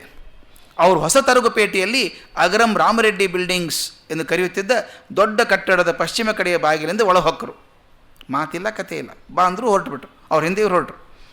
ಆ ಕಾಲದಲ್ಲಿ ಮೈಸೂರು ಸ್ಟ್ಯಾಂಡರ್ಡ್ ಅಚ್ಚಿನ ಕಾರ್ಖಾನೆ ಕಟ್ಟಡದಲ್ಲಿತ್ತು. ಸ್ಟ್ಯಾಂಡರ್ಡ್ ಪತ್ರಿಕೆಯು ನಡೆಗನ್ನಡಿ ಪತ್ರಿಕೆಯು ನಿಂತು ಹೋಗಿ ಸುಮಾರು 1 ವರ್ಷವಾಗಿತ್ತು. ಅಚ್ಚಿನ ಕಾರ್ಖಾನೆ ಮಾತ್ರ ಕಟ್ಟಡದಲ್ಲಿ ನಡೆಯುತ್ತಿತ್ತು. ಗೋಪಾಲ ಅಯ್ಯಂಗಾರರು ಅಲ್ಲಿಗೆ ಹೋದ ಹೊತ್ತಿನಲ್ಲಿ ಕಟ್ಟಡದ ಒಳಗಡೆ ಯಾರೂ ಇದ್ದಂತೆ ಕಾಣಲಿಲ್ಲ. ಒಂದು ಸಸ್ಪೆನ್ಸ್ ಸ್ಟೋರಿ ಬರೆದಂಗೆ ಬರೀತಾರೆ. ಕರ್ಕೊಂಡು ಹೋದರೂ ಹಿಂದೆ ಮುಂದೆ ಯಾರಿಲ್ಲ ಕಟ್ಟಡದಲ್ಲಿ. ಬಹುಶಃ ಒಂದು ಭಾನುವಾರವಾಗಿದ್ದ ಕಾರಣದಿಂದಲೋ ಏನೋ ಕೆಲಸಗಾರರು ಒಬ್ಬರೂ ಇರಲಿಲ್ಲ. ನಾನು ಕಟ್ಟಡದ ಒಳಹೊಕ್ಕ ಮೇಲೆ ಗೋಪಾಲ ಅಯ್ಯಂಗಾರ್ಯರು ಹೊರಕದವನ್ನು ಮುಚ್ಚಿ ಮಹಡಿಯ ಮೇಲಕ್ಕೆ ಹತ್ತಿ ಹೋಗುತ್ತಾ ಇಲ್ಲಿ ಬಾ ಎಂದರು. ನಾನು ಹೆದರಿ ಅವರನ್ನು ಹಿಂಬಾಲಿಸಿ ಹೋದೆ. ನಾನು ಅಲ್ಲಿ ಕಾಲಿಟ್ಟು ಕೂಡಲೇ ಗೋಪಾಲ ಅಯ್ಯಂಗಾರರು ನನ್ನ ಕಡೆ ತಿರುಗಿ ಹೇಳಿದರು, ನೀನು ಮಾಡಿರೋದು ಮಹಾ ಅಪರಾಧ. ಈ 20 ವರ್ಷ ಹುಡುಗನ ಕರ್ಕೊಂಡು ಹೋಗಿ ಅಟ್ಟದ ಮೇಲೆ, ಅದು ಅಷ್ಟು ದೂರ ಇಲ್ಲ ಬಾಗಿಲೆಲ್ಲ ಹಾಕ್ಕೊಂಡ ಮೇಲೆ, ನೀನು ಮಾಡಿರೋದು ಮಹಾ ಅಪರಾಧ. Open letter to V P Madhavrao, ಪಿಶಾಚಿರೋದನ, ಎರಡೂ ಲೇಖನ ನಿನ್ನವು ತಾನೆ, ಎರಡೂ ನಿನ್ನವು ತಾನೆ. ನೀನು ಇಂಥ ಕ್ಷುದ್ರ ಲೇಖನಿಯನ್ನು ಉಪಯೋಗಿಸಿರೋದು ಅಕಾರ್ಯ. ಅದರಲ್ಲಿ 2 ತಪ್ಪುಗಳು ಸೇರಿಕೊಂಡಿವೆ. ನೋಡಿ, ಅವರು ಅನಲೈಸ್ ಮಾಡೋದಕ್ಕೂ ತಪ್ಪು ಅಂತ ಅಷ್ಟೇ ಅಲ್ಲ, 2 ತಪ್ಪು. ಮೊದಲನೇದು, ಅದರ ವಿಷಯ ಕ್ಷುದ್ರವಾದದ್ದೆಂಬುದು. ಮತ್ತು ಅಕ್ಷುದ್ರ ವಿಷಯಕ್ಕೆ ಬರಿಬಾರದು, ಲೇಖನಿ ಬರಿಬಾರದು, ದೊಡ್ಡ ಆರ್ಟಿಕಲ್ ಬರೆಯೋ ಕಾರಣ ಇಲ್ಲ ಒಂದು. ಎರಡನೇದು, ಅದು ಬೇನಾಮಿಯಾಗಿದೆ ಎಂಬುದು. ಹೆಸರಿಲ್ಲಲ್ಲ ಕೆಳಗಡೆ, ಅದಕ್ಕಿಂತ ನಿನಗೆ ಅದರ ವಿಷಯದಲ್ಲಿ ಹೆಮ್ಮೆ ಏನೂ ಇಲ್ಲ ತಾನೇ. ಇಂಥ ನಾಚಿಕೆಗೇಡಿನ ಕೆಲಸಕ್ಕೆ ಕೈಯಾಕೆ ಹಾಕಿದೆ. ಆಮೇಲೆ ಅದನ್ನು ಮುಚ್ಚಿಡ ಹೊರಟದ್ದೇಕೆ. ನಿನ್ನ ಬರವಣಿಗೆ ಯುಕ್ತವೆಂದು ನಿನಗೆ ತೋರಿದ್ದರೆ ನೀನು ಅದಕ್ಕೆ ನಿನ್ನ ಹೆಸರನ್ನು ಸಹಿ ಹಾಕಬೇಕಿತ್ತು. ನಿನಗೆ ಸರಿ ಅನಿಸಿದರೆ ಹೆಸರು ಬರೀಬೇಕಾಗಿತ್ತು, ಅದಕ್ಕೆ ಮುಂದಿನ ಸಾಲು ಚೆನ್ನಾಗಿದೆ. ಆಗ ನಾನು ನಿನಗೆ ವಿವೇಕವಿಲ್ಲದಿದ್ದರೂ ಧೈರ್ಯವಿದೆ ಎಂದು ಹೇಳುತ್ತಿದ್ದೆ. ಲೇಖನ ಬರೆದಕ್ಕಂತೂ ವಿವೇಕ ಇಲ್ಲ ಅಂತ ಗೊತ್ತಾಯಿತು, ಧೈರ್ಯ ಆದರೂ ಇದೆ ಅಂತಿದೆ, ಅದು ಇಲ್ಲ ಅನಿಸ್ತದೆ ಅಂತ ಚೆನ್ನಾಗಿ ಬೈದರು. ಹೀಗೆ ಬಾರಿಸಿಬಿಟ್ರು. ನಾನು ಏನು ಜವಾಬು ಹೇಳಬೇಕೆಂದು ಯೋಚಿಸಿದ್ದಾಗ ಮತ್ತೆ ತಿರುಗಿ ಬಂದು ಹೇಳಿದರು, ಇದು ನಿನ್ನ ಕೆಲಸವಲ್ಲ, ಆ ಮುದುಕನ ಕೆಲಸ. ಇವ್ರಿಗೆ ಅವ್ರ ಮೇಲೆ ಸಿಟ್ಟು, ವೆಂಕಟರಾಮಯ್ಯ ಹೇಳಿರಬೇಕು ಅಂತ. ನೀನು ಬರೆದಿರುವ ಕಥೆಯನ್ನು ನೀನೇನು ಬಲ್ಲೆ ಅಂದರೆ ಅದು ಆದದ್ದು ಸತ್ಯ. ಅದು ಇದು ಭಾಳ ತಮಾಷೆ ಆಗುತ್ತೆ ಒಂದು ಸಲ. ಸತ್ಯ ಬರೆದಾಗ ಕೆಲವ್ರಿಗೆ ಇಷ್ಟ ಆಗೋಲ್ಲ. ಅಂದರೆ ಬರೆದು ಸುಳ್ಳಿರಲಿಲ್ಲ ಅದು. ನಿನಗೇನು ಗೊತ್ತು ಹುಡುಗ, ನೀನು ಆ ಮುದುಕ ಹೇಳಿದ್ದಾನೆ ನೀ ಬರೆದಿದ್ದೀಯಾ ಅಂತ ಕೋಪ ಅವರಿಗೆ. ನನಗೆ ಆದದ್ದು ನಾನು ಸ್ವಲ್ಪ ಸೂಕ್ಷ್ಮವಾಗಿ ಹೇಳ್ತೀನಿ, ಭಾಳ ತಮಾಷೆ ಇರ್ತದೆ. ಭಾಳ ವರ್ಷಗಳಿಂದ, ಸುಮಾರು 30 ವರ್ಷ ಹಿಂದೆ ಇರಬೇಕು, ನಾನು ಈ ಸುಧಾ ಕತೆ ಬರೀತಾ ಇದ್ದೆ. ಒಂದು ಯಾವುದೋ ವಿಷಯದ ಬಗ್ಗೆ ಒಂದು ಕತೆ ಬರೆದಾಗ ಯಾರೋ ಒಬ್ಬರಿಗೆ ಸ್ವಾಮಿಗಳಿಗೆ ಸ್ವಲ್ಪ ಮನಸ್ಸಿಗೆ ಬೇಜಾರಾಗಿರ್ಬೇಕು. ಅವಾಗ ಬಹಿಷ್ಕಾರ ಹಾಕಬೇಕು ನನಗೆ ಅಂತ ಶುರುವಾಯಿತು. ನನಗೆ ಬಹಿಷ್ಕಾರ ಹಾಕಬೇಕು ಅಂತ. ಆ ಕಥೆ ಹೆಸರು ಬಹಿಷ್ಕಾರ ಅಂತೆ ಬಂದು ಸುಧಾದಲ್ಲಿ ಬಂದಿದ್ದು. ಆ ನಂತರ ಒಬ್ಬರು ಹೇಳಿ ಕಳಿಸಿದ್ರು, ನೀವು ಬಹಿಷ್ಕಾರ ಹಾಕ್ತೀವಿ ಹಾಗೆ ಹೇಗೆ ಅಂತ. ನನಗೇನು ತೊಂದರೆ ಇಲ್ಲ, ಹಾಕ್ಕೋದಿದ್ರೆ ಹಾಕ್ಕೋಬೋದು, ಏನದ್ರ ಬಗ್ಗೆ ಚಿಂತೆ ಇಲ್ಲ ಅಂತ ಹೇಳಿದೆ. ಒಂದು ದಿವಸ ಒಬ್ಬರು ಜೋರಾಗಿ ಹೆಗಲ ಮೇಲೆ ಶಲ್ಯ ಹಾಕ್ಕೊಂಡು ಕಾಲೇಜಿಗೆ ಬಂದರು. ಈಗ ನನ್ನ ವಿದ್ಯಾರ್ಥಿನಿ ಒಬ್ಬರು ಇದ್ದಾರೆ, ಆ ಟೈಮೆಲ್ಲ ಆದದ್ದು. ಲ್ಯಾಬೊರೇಟ್ರಿಯಲ್ಲಿ ಕೆಮಿಸ್ಟ್ರಿ ಲ್ಯಾಬಲ್ಲಿ ಕೂತ್ಕೊಂಡಿದ್ದೆ. ಬಂದು ಗುರುರಾಜ್ ಕರ್ಜಿಗಿ ಅಂದರೆ ಯಾರು ಅಂತ ಕೇಳಿದರು. ನಾನೇ ಅಂತ ಹೇಳಿದೆ. ಪಾಪ ತುಂಬ ನಿರಾಶೆ ಆಗಿಬಿಡ್ತು ಅವರಿಗೆ. ಯಾಕಂದರೆ ನಾನು ಆವಾಗ 23-24 ವರ್ಷ ಇರಬೇಕು ನನಗೆ. ಅವ್ರು ಭಾಳ ವಯಸ್ಸಾದವನು ಇರಬೇಕು ಅಂದ್ಕೊಂಡಿದ್ರು ಅನಿಸುತ್ತೆ. ಅಲ್ಲಲ್ಲ, ಆ ಕತೆ ಬರೆದದ್ದು ಯಾರು ಅಂದರು. ನಾನೇ ಬರೆದದ್ದು ಅಂದೆ. ನೀನೇ ಬರೆದದ್ದ ಅಂದ್ಬಿಟ್ಟು, ಯಾಕೆ ಬರೀಬೇಕು ಹಾಗೆ, ನಮ್ಮ ಗುರುಗಳ ಬಗ್ಗೆ ಬರೆದಿದ್ದೀರಿ ನೀವು ಅಂದರು. ನಾನು ನಿಮ್ಮ ಗುರುಗಳು ಅಂತೇಳಿ ಬರೆದಿದ್ದೀನಿ ಅದರೊಳಗೆ ಅಂದೆ. ಮತ್ತು ಅವ್ರು ಹಂಗೆ ಇದೆಯಲ್ಲ ಅಂದರು. ಮತ್ತು ಯಾಕೆ ಬೇಜಾರು ಮಾಡ್ಕೋತೀರಿ ಅಂದೆ. ಅವ್ರು ಹಾಗೆ ಇದ್ದರೆ ಬೇಜಾರು ಮಾಡ್ಕೊಳ್ಳೋಕೆ ಕಾರಣ ಇಲ್ಲಲ್ಲ. ಹೇಳಿದೆ, ಅವ್ರು ಹಾಗೆ ಇದ್ದು ಕನ್ನಡಿ ಮುಂದೆ ನಿಂತ್ಕೊಂಡು ಏನು ಮುಖಾರಿ ಅಂದರೆ ಏನು ಮಾಡೋದು. ಹಾಗೆ ಸತ್ಯ ಬರೆದಾಗ ತುಂಬ ಕೆಲವರು ನೋವಾಗ್ಬಿಡುತ್ತೆ. ಇವ್ರು ಹೇಳೋದು, ಆ ಕಥೆ ಬರೆದಿದೆಯಲ್ಲ ನೀನು ಲೇಖನದಲ್ಲಿ, ನೀನು ಗೊತ್ತಿರುವಂಥ ವಿಷಯ ಅಲ್ಲ ಅದು. ಸಣ್ಣ ಹುಡುಗ ನೀನು, ಯಾರೋ ಹೇಳ್ಕೊಟ್ಟಿದ್ದಾರೆ, ಅದಕ್ಕೆ ಅವ್ರ ಮೇಲೆ ಬರೆಯೋದು. ಆ ಮುದುಕನ ಕೆಲಸ, ಈ ಕಥೆ ನೀನೇನು ಬಲ್ಲೆ. ಆ ಮುದಿ ಕೃತ್ರಿಮಿ ಏನೂ ಅರಿಯದ ಹುಡುಗನನ್ನು ಅನುಚಿತ ಕಾರ್ಯಕ್ಕೆ ಉಪಯೋಗಿಸ್ಕೊಂಡಿದ್ದಾನೆ. ಇವರು ಸಿಟ್ಟು ಅವ್ರ ಮೇಲೆ. ನಿನಗೆ ಮಾತಿನ ಶಕ್ತಿ ಇದೆ ಎಂದು ಆತ ತಿಳಿದುಕೊಂಡು ನಿನಗೆ ಕ್ಷುದ್ರ ವಾರ್ತೆಗಳನ್ನು ಹೇಳಿದ. ದೊಡ್ಡ ಮನುಷ್ಯ ಹೇಳುತ್ತಿದ್ದ, ನಿನ್ನ ಮೈ ಉಬ್ಬಿ ಹೋಯಿತು, ನೀನು ಲೇಖನಿಯನ್ನು ದುರುಪಯೋಗ ಮಾಡಿಕೊಂಡೆ ಎಂದು ಬರೀತಾರೆ. ಲೇಖ ದುರುಪಯೋಗ ಮಾಡಿಕೊಂಡೆ ಅಂತ ಅದು ಬಹುಶಃ ಪದ ಇಂಗ್ಲೀಷ್ನಲ್ಲಿ ಹೇಳಿದ್ದರೇನೋ. ಇಟ್ ಬಿಕೇಮ್ ಪ್ರಾಸ್ಟಿಟ್ಯೂಷನ್ ಅಂತಂದರು ಅವರು ಅಂತ ಹೇಳ್ತಾರೆ. ಲೇಖನ ಉಪಯೋಗಿಸ್ಕೊಂಡೆ ಅಂತ ಬರೆದ್ರಂತೆ. ಅದಕ್ಕಾದಾಗ DVGಗೆ ಮನಸ್ಸಿಗೆ ಬಹಳ ನೋವಾಯ್ತಂತೆ. ಅವ್ರು ಬರೆದದ್ದು ನಿಜ, ಅದನ್ನು ಲೇಖನ ಹೇಳ್ತಾರೆ. ಮನಸ್ಸಿಗೆ ಬಹಳ ನೋವಾಗಿ ಗೋಪಾಲ ಅಯ್ಯಂಗಾರ್ ಅವರು ಹೇಳಿ ಕ್ಷಮೆ ಬೇಡಿದೆ. ಅವ್ರು ಹೇಳಿದರು, ನೀನು ನನ್ನ ಕೈ ಮೇಲೆ ಕೈ ಹಾಕಿ ಪ್ರಮಾಣ ಮಾಡಿಕೊಡು, ಇನ್ನು ಮೇಲೆ ಎಂದೆಂದಿಗೂ ಇಂಥ ಕಾರ್ಯ ಮಾಡೋದಿಲ್ಲ ಎಂದು ಅಂತ ಹೇಳಿದ್ರಂತೆ. ನಾನು ಅಂದಿನಿಂದ ಮುಂದೆ ಬೇನಾಮಿ ಬರವಣಿಗೆ ಬರೆಯೋದಿಲ್ಲವೆಂದು, ಕ್ಷುದ್ರ ವಿಷಯಕ್ಕೆ ಕೈ ಹಚ್ಚುವುದಿಲ್ಲವೆಂದು ಪ್ರತಿಜ್ಞೆ ಮಾಡಿದೆ. ಗೋಪಾಲ ಅಯ್ಯಂಗಾರರು ಆಗ ನಗುಮುಖ ಮಾಡಿಕೊಂಡು ವಿಶ್ವಾಸದ ಮಾತುಗಳನ್ನಾಡಿದರು. ತಿರ್ಗಾ ಆ ಮುದುಕನ ಹತ್ರ ಹೋಗೋದನ್ನು ಬಿಡು, ಅವ್ರಿಗದೇ. ಆತ ಮನಸ್ಸಿನಲ್ಲಿ ಏನೇನೋ ಅಸೂಯೆಗಳನ್ನು ಕ್ರೋಧಗಳನ್ನು ತುಂಬಿಕೊಂಡಿದ್ದಾನೆ, ಅದನ್ನು ನಿನ್ನ ತಲೆಯಲ್ಲಿ ತುಂಬಲು ಕಾದಿರುತ್ತಾನೆ. ಆತನ ಆಶ್ರಯ ನಿನಗೆ ಬೇಕಿಲ್ಲ. ಈ ಮಾತುಗಳು ಎಷ್ಟು ಹಿರಿಯರಾದಂಥ ಒಬ್ಬ ಲೇಖಕರು ಕಿರಿನಾದ ಹುಡುಗನಿಗೆ ಬುದ್ಧಿ ಹೇಳೋ ಮಾತು. ಆತನ ಆಶ್ರಯ ನಿನಗೆ ಬೇಕಿಲ್ಲ. ಆತ ಕಾಸು ಕೊಡುವವನಲ್ಲ, ಆತನಲ್ಲಿ ಹೆಚ್ಚಾದ ದ್ರವ್ಯವೂ ಇಲ್ಲ. ನಿನಗೇಕೆ ಆಶ್ರಯ? ಸತ್ಯವೊಂದನ್ನೇ ಆಶ್ರಯಿಸು. ಹೇಳ್ಕೊಟ್ಟು, ಸತ್ಯವೊಂದನ್ನೇ ಆಶ್ರಯಿಸು. ನಿನ್ನ ಕಾಲ ಮೇಲೆ ನಿಂತುಕೋ, ಭಗವಂತನ ಅನುಗ್ರಹ ನಿನ್ನಲ್ಲಿ ಸರ್ವದಾ ಇರುತ್ತದೆ ಅಂತ ಹೇಳಿದ್ಮೇಲೆ DVG ಹೇಳ್ತಾರೆ, ನನ್ನ ಜೀವನದಲ್ಲಿ ಈ ಮೇಲಣ ಘಟನೆ ಬಹು ಹೆಚ್ಚಿನ ಪರಿಣಾಮ ಉಂಟು ಮಾಡಿತೆಂದು ನಾನು ಎಂದುಕೊಂಡಿದ್ದೇನೆ. ಗೋಪಾಲ ಅಯ್ಯಂಗಾರಿಗೆ ಕೊಟ್ಟ ಭಾಷೆಯಿಂದ ಇದುವರೆಗೂ ನಾನು ಜಾರಿಲ್ಲವೆಂದೂ ತಿಳಿದುಕೊಂಡಿದ್ದೇನೆ. ಇಲ್ಲಿ ಬರುತ್ತೆ ನೋಡಿ. ಅಂದರೆ ಒಬ್ಬ ತರುಣನಾದಂಥ ಲೇಖಕನಿಗೆ ಹಿರಿಯರಾದಂಥವರು ಹೇಗೆ ಮಾರ್ಗದರ್ಶನ ಮಾಡಿಕೊಡ್ತಾ ಇದ್ರು ಅಂತ. ಏನೋ ಒಂದು ಸ್ಫೂರ್ತಿಯಿಂದ, ಉತ್ಸಾಹದಿಂದ. ಆ ಪತ್ರಿಕಾ ದಿಗ್ಬಂಧನ ಬಂದಿತ್ತಲ್ಲ, ಎಲ್ಲರೂ ಬರೆದ್ರು, ನಾನು ಬರೀಬೇಕು ಅನ್ನಿಸ್ತು. ಯಾರೋ ವಿಷಯಗಳನ್ನು ಕೊಟ್ಟರು, ಜೋರಾಗಿ ಬರೆದು ಹಾಕಿದ್ದಾಯಿತು. ಹಾಕಿ ಬೇನಾಮಿ ಹೆಸರು ಹಾಕಲಿಲ್ಲಲ್ಲ, ಹೊಸೂರು ಮರಿ ಅಂತ ಬರೆದು ಪಬ್ಲಿಷ್ ಮಾಡಿದರು. ಅದಕ್ಕೆ ಆತ ಹೇಳೋದು, ನೀನು ಬರೆಯೋದು ತಪ್ಪದು, ಕ್ಷುದ್ರ ವಿಷಯದ ಬಗ್ಗೆ ಬರೀಬಾರ್ದು. ಬರೆಯೋದೇ ಕರೆಕ್ಟು ಆಗಿದ್ದರೆ ಹೆಸರು ಹಾಕಬೇಕು. ಹೆಸರು ಹಾಕದೆ ಹೋದರೆ ಹೇಳಿತನ ಆಗ್ತದೆ ಅಂತ ಹೇಳಿದ್ದನ್ನು ಕೊನೆಗೆ ಬರೀತಾರೆ. ಇದುವರೆಗೂ ಆ ಕೊಟ್ಟ ಭಾಷೆಯಿಂದ ನಾನು ಜಾರಿ ಇಲ್ಲ ಅಂತ ಹೇಳ್ತಾರೆ. ಮುಂದೆ ಹೇಳ್ತಾರೆ, ಇದೊಂದು ಉಪಕಥೆ. VP ಮಾಧವರಾಯರ ಜ್ಞಾಪಕ ನನಗೆ ಬಂದಾಗ ಈ ಉಪಕಥೆ ಅನುಗೂಡಿ ಬರುತ್ತದೆ ಅಂತ. ಮುಂದೆ ನೆನೆಸ್ಕೋತಾರೆ ಅದನ್ನು. ಆ ಘಟನೆ ನನ್ನ ಜೀವನದ ಪತ್ರಿಕಾ ವೃತ್ತಿಯಲ್ಲಿ ಎಷ್ಟೊಂದು ಲಾಭ ಆಯಿತು ಅಂದರೆ, ಯಾರಾದರೂ ಬಂದು ಜರ್ನಲಿಸ್ಟ್ ಇರ್ತಾರೆ, ಅವ್ರಿಗೆ ಬೇಕಾದಷ್ಟು ಐಡಿಯಾ ಕೊಡೋರು ಇರ್ತಾರೆ. ಡಿ ವಿ ಜಿ ಹೇಳ್ತಾರೆ, ನನಗೆ 100 ವಿಷಯ ಗೊತ್ತಾಗೋದು, 100 ಸಲ ಜನ ಬಂದು ಹೇಳೋರು ಇದ್ರ ಬಗ್ಗೆ ಬರೀರಿ ಅನ್ನೋರು. ಆದರೆ ಒಂದೇ ಸಲ ಪೆನ್ ತೆಗೆದಾಗ ನನಗೆ ಗೋಪಾಲ ಅಯ್ಯಂಗಾರ್ ನೆನಪು ಬರ್ತಿತ್ತು. ತಕ್ಷಣ ಬರೀಬಾರ್ದು, ವಿಷಯ ಸತ್ಯನೋ ಹೌದೋ ಅಲ್ವೋ ಅಂತ ಸತ್ಯ ಪರೀಕ್ಷಣೆಗೆ ಹೋಗುವಂಥ ಮನಸ್ಸು ಮಾಡಿದ್ದು ಗೋಪಾಲ ಅಯ್ಯಂಗಾರ್ ಕ್ರಿಯೆಯಿಂದಾಗಿ ಅಂತ.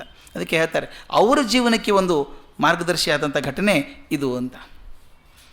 ಇದು ಅದ್ರ ಬಗ್ಗೆ ಹೆಚ್ಚು ಬರೆಯೋಲ್ಲ, ಮಾಧವರಾಯರ ಬಗ್ಗೆ ಹೆಚ್ಚು ಬರೆಯೋದಿಲ್ಲ ಅವರು. ಅವ್ರ ನಂತರ ಬಂದಂಥವರು ಪ್ರಧಾನ ಶಿರೋಮಣಿ ಟಿ ಆನಂದರಾಯರು ಅಂತ. ಇವರು ತಂಜಾವೂರು ಆನಂದರಾಯರು ಅಂತ, ಟಿ ಆನಂದರಾಯರು ಅಂತ. ಆಗರ್ಭ ಶ್ರೀಮಂತರಂತೆ, ಭಾರಿ ಶ್ರೀಮಂತರು, ಬಹುದೊಡ್ಡ ಮನೆತನಕ್ಕೆ ಸೇರಿದವರು ಅಂತ ಹೇಳಿಬಿಟ್ಟು ಅದರಂತೆ ದೊಡ್ಡ ಗುಣಗಳನ್ನು ಹೊಂದಿದವರು, ಭಾಳ ದೊಡ್ಡ ಮನೆತನಕ್ಕೆ ಸೇರಿದವರಂತೆ. ಅವರ ತಂದೆ ಡೆಸಿಗ್ನೇಷನ್ ನೋಡಿ ಎಷ್ಟು ಚೆನ್ನಾಗಿದೆ. ಆನಂದರಾಯರ ತಂದೆಗೆ ರಾಜಾ ಸರ್ ಟಿ ಮಾಧವರಾವ್ ಅಂತ. ನಾವು ಸರ್ ಕೇಳಿದ್ವಿ, ರಾಜ ಕೇಳಿದ್ವಿ. ಇದು ರಾಜಾ ಸರ್ ಟಿ ಮಾಧವರಾವ್ ಅಂತ. ಅಂದರೆ ರಾಜ ಪದವಿಯನ್ನು, ಸರ್ ಹುಡ್, ನೈಟ್ ಹುಡ್ಡನ್ನು ಎರಡು ಬ್ರಿಟಿಷ್ ಸರ್ಕಾರನೇ ಕೊಟ್ಟಿತ್ತು ಅವರಿಗೆ. ಅಂದರೆ ಬ್ರಿಟಿಷ್ ಸರ್ಕಾರ ತುಂಬ ಮೆಚ್ಚಿಕೊಂಡಿದ್ರು ಇವ್ರನ್ನ ಅಂತ. ರಾಜಾ ಸರ್ ಟಿ ಮಾಧವರಾವ್ ಇವರು ಬರೋಡಾದಲ್ಲಿ ಮತ್ತು ತಿರುವಾಂಕೂರಲ್ಲಿ ಎರಡು ಕಡೆನೂ ದಿವಾನರಾಗಿದ್ದಂಥವ್ರು. ಬಹಳ ಬುದ್ಧಿವಂತರು, ಅದ್ಭುತ ಉಪನ್ಯಾಸಗಳನ್ನು ಕೊಡ್ತಾ ಇದ್ದರಂತೆ. ಉಪನ್ಯಾಸಗಳನ್ನು ದಾಖಲೆ ಮಾಡಿಟ್ಟಿದ್ದಾರೆ ಜನ, ಸುಮಾರು 25-30 ಉಪನ್ಯಾಸಗಳನ್ನು. ತುಂಬ ಕಾರ್ಯಸಮರ್ಥರು, ಮೇಧಾವಿಗಳು ಅಂತ ಹೆಸರು. ಇವರಲ್ಲಿ ಅನೇಕರು, ಇವರ ಮನೆಯಲ್ಲಿ ಆನಂದರಾಯರ ಎಷ್ಟೋ ಜನ ಹಿರಿಯರು ಭಾಳ ದೊಡ್ಡವರಾದವರು, ಬೆಂಗಳೂರಲ್ಲೊಬ್ಬರು ಭಾಳ ದೊಡ್ಡವರಾದರು ಅಂತ ಡಿ ವಿ ಜಿ ಬರೀತಾರೆ. ಅವ್ರ ಹೆಸರು ರಾಯ ಕೊಲ್ಲಂ ಆರ್ ವೆಂಕಟರಾಯರು ಅಂತ. ಗೊತ್ತಿದೆ, ರಾಯ ಅಂತ 3 ಸಲ ರಾಯ ಬರ್ಕೋತಿದ್ರಂತೆ. ಬರೋದಂದ್ರೆ ಬ್ರಿಟಿಷ್ ಸರ್ಕಾರ ಕೊಟ್ಟಂಥದ್ದು. 3 ಸಲ ರಾಯ ಬರ್ಕೊಳ್ಳುವಂಥ ಪದವಿಯನ್ನು ಅವ್ರು ಕೊಟ್ಟಿದ್ದರಂತೆ. ರಾಯ ಕೊಲ್ಲಂ ಆರ್ ವೆಂಕಟರಾಯರು. ಆನಂದರಾಯರು ಕೆಲಸ ಶುರು ಮಾಡಿದ್ದು ಹೇಗೆ ಅಂದರೆ, ನಮ್ಮ ದಿವಾನ್ ರಂಗಾಚಾರ್ಲು ಅವರಿಗೆ ಅಟ್ಯಾಚಿ ಅಂತಿದ್ರಂತೆ.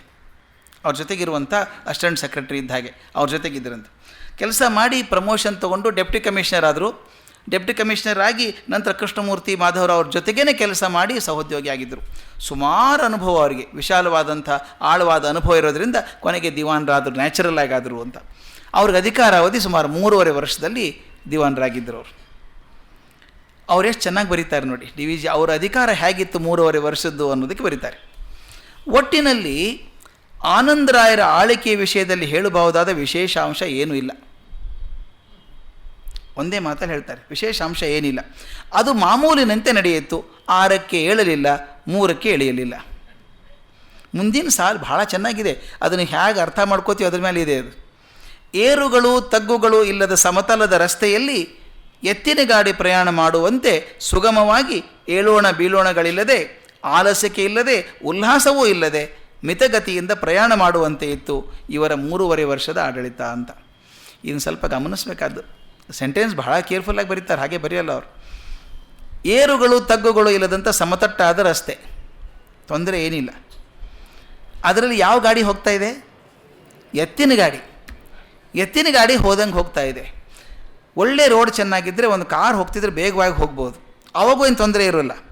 ಎತ್ತಿನ ಗಾಡಿ ಹೋಗ್ತಾ ಇತ್ತಂತೆ, ಸುಗಮವಾಗಿತ್ತು, ಏಳೋಣ ಬೀಳೋಣ ಅಂಜಿಕೆಗಳಿಲ್ಲ, ಉಲ್ಲಾಸವೂ ಇಲ್ಲ, ಆಲಸ್ಯಕ್ಕೇನೂ ಇಲ್ಲ, ಮಿತಗತಿಯಿಂದ ಪ್ರಯಾಣ ಮಾಡ್ತಾ ಇತ್ತು. ಈ ಥರದ ಪ್ರವಾಸ ನಡೀತಾ ಇತ್ತು ಅಂತ. ಈ ಹೊತ್ತಿಗೆ ಅವರಲ್ಲಿ ಭಾಳ ಬರೆಯೋದೇನಿಲ್ಲ, ಯೋಚಿಸ್ತಾರೆ ಭಾಳ ಬರೆಯೋದೇನಿಲ್ಲ ಅವ್ರ ಬಗ್ಗೆ. ಆದರೆ 1-2 ವಿಶೇಷ ಘಟನೆಗಳು ಆಯಿತು ಆನಂದರಾಯರಿದ್ದಾಗ ಅಂತ ಬರೀತಾರೆ.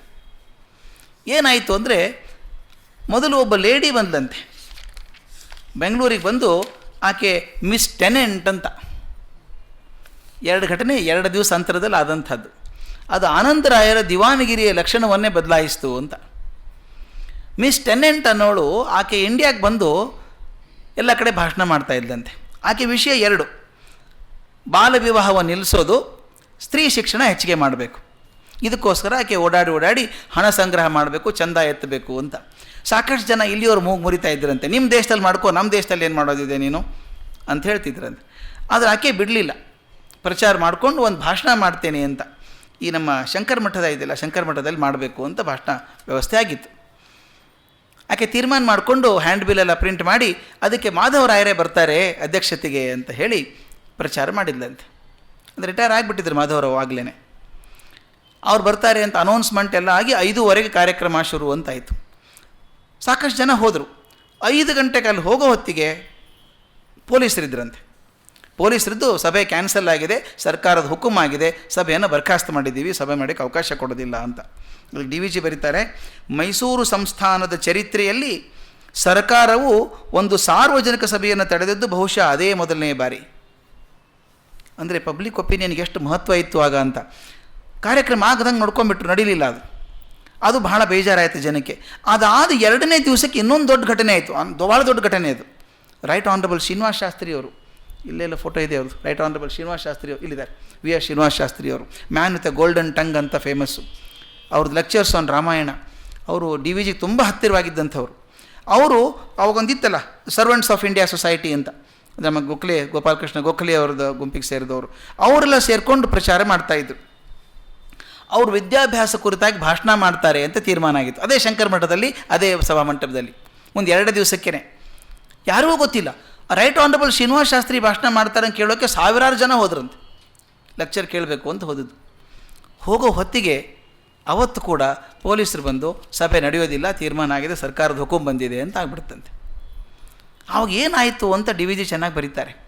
ಯಾರಿಗೇನಾಗ್ತಿದೆ ಅಂತ ಗೊತ್ತಾಗ್ತಾ ಇಲ್ಲ, ಎಮರ್ಜೆನ್ಸಿ ಇದ್ದಂಗೆ ಆಯ್ತಲ್ಲ.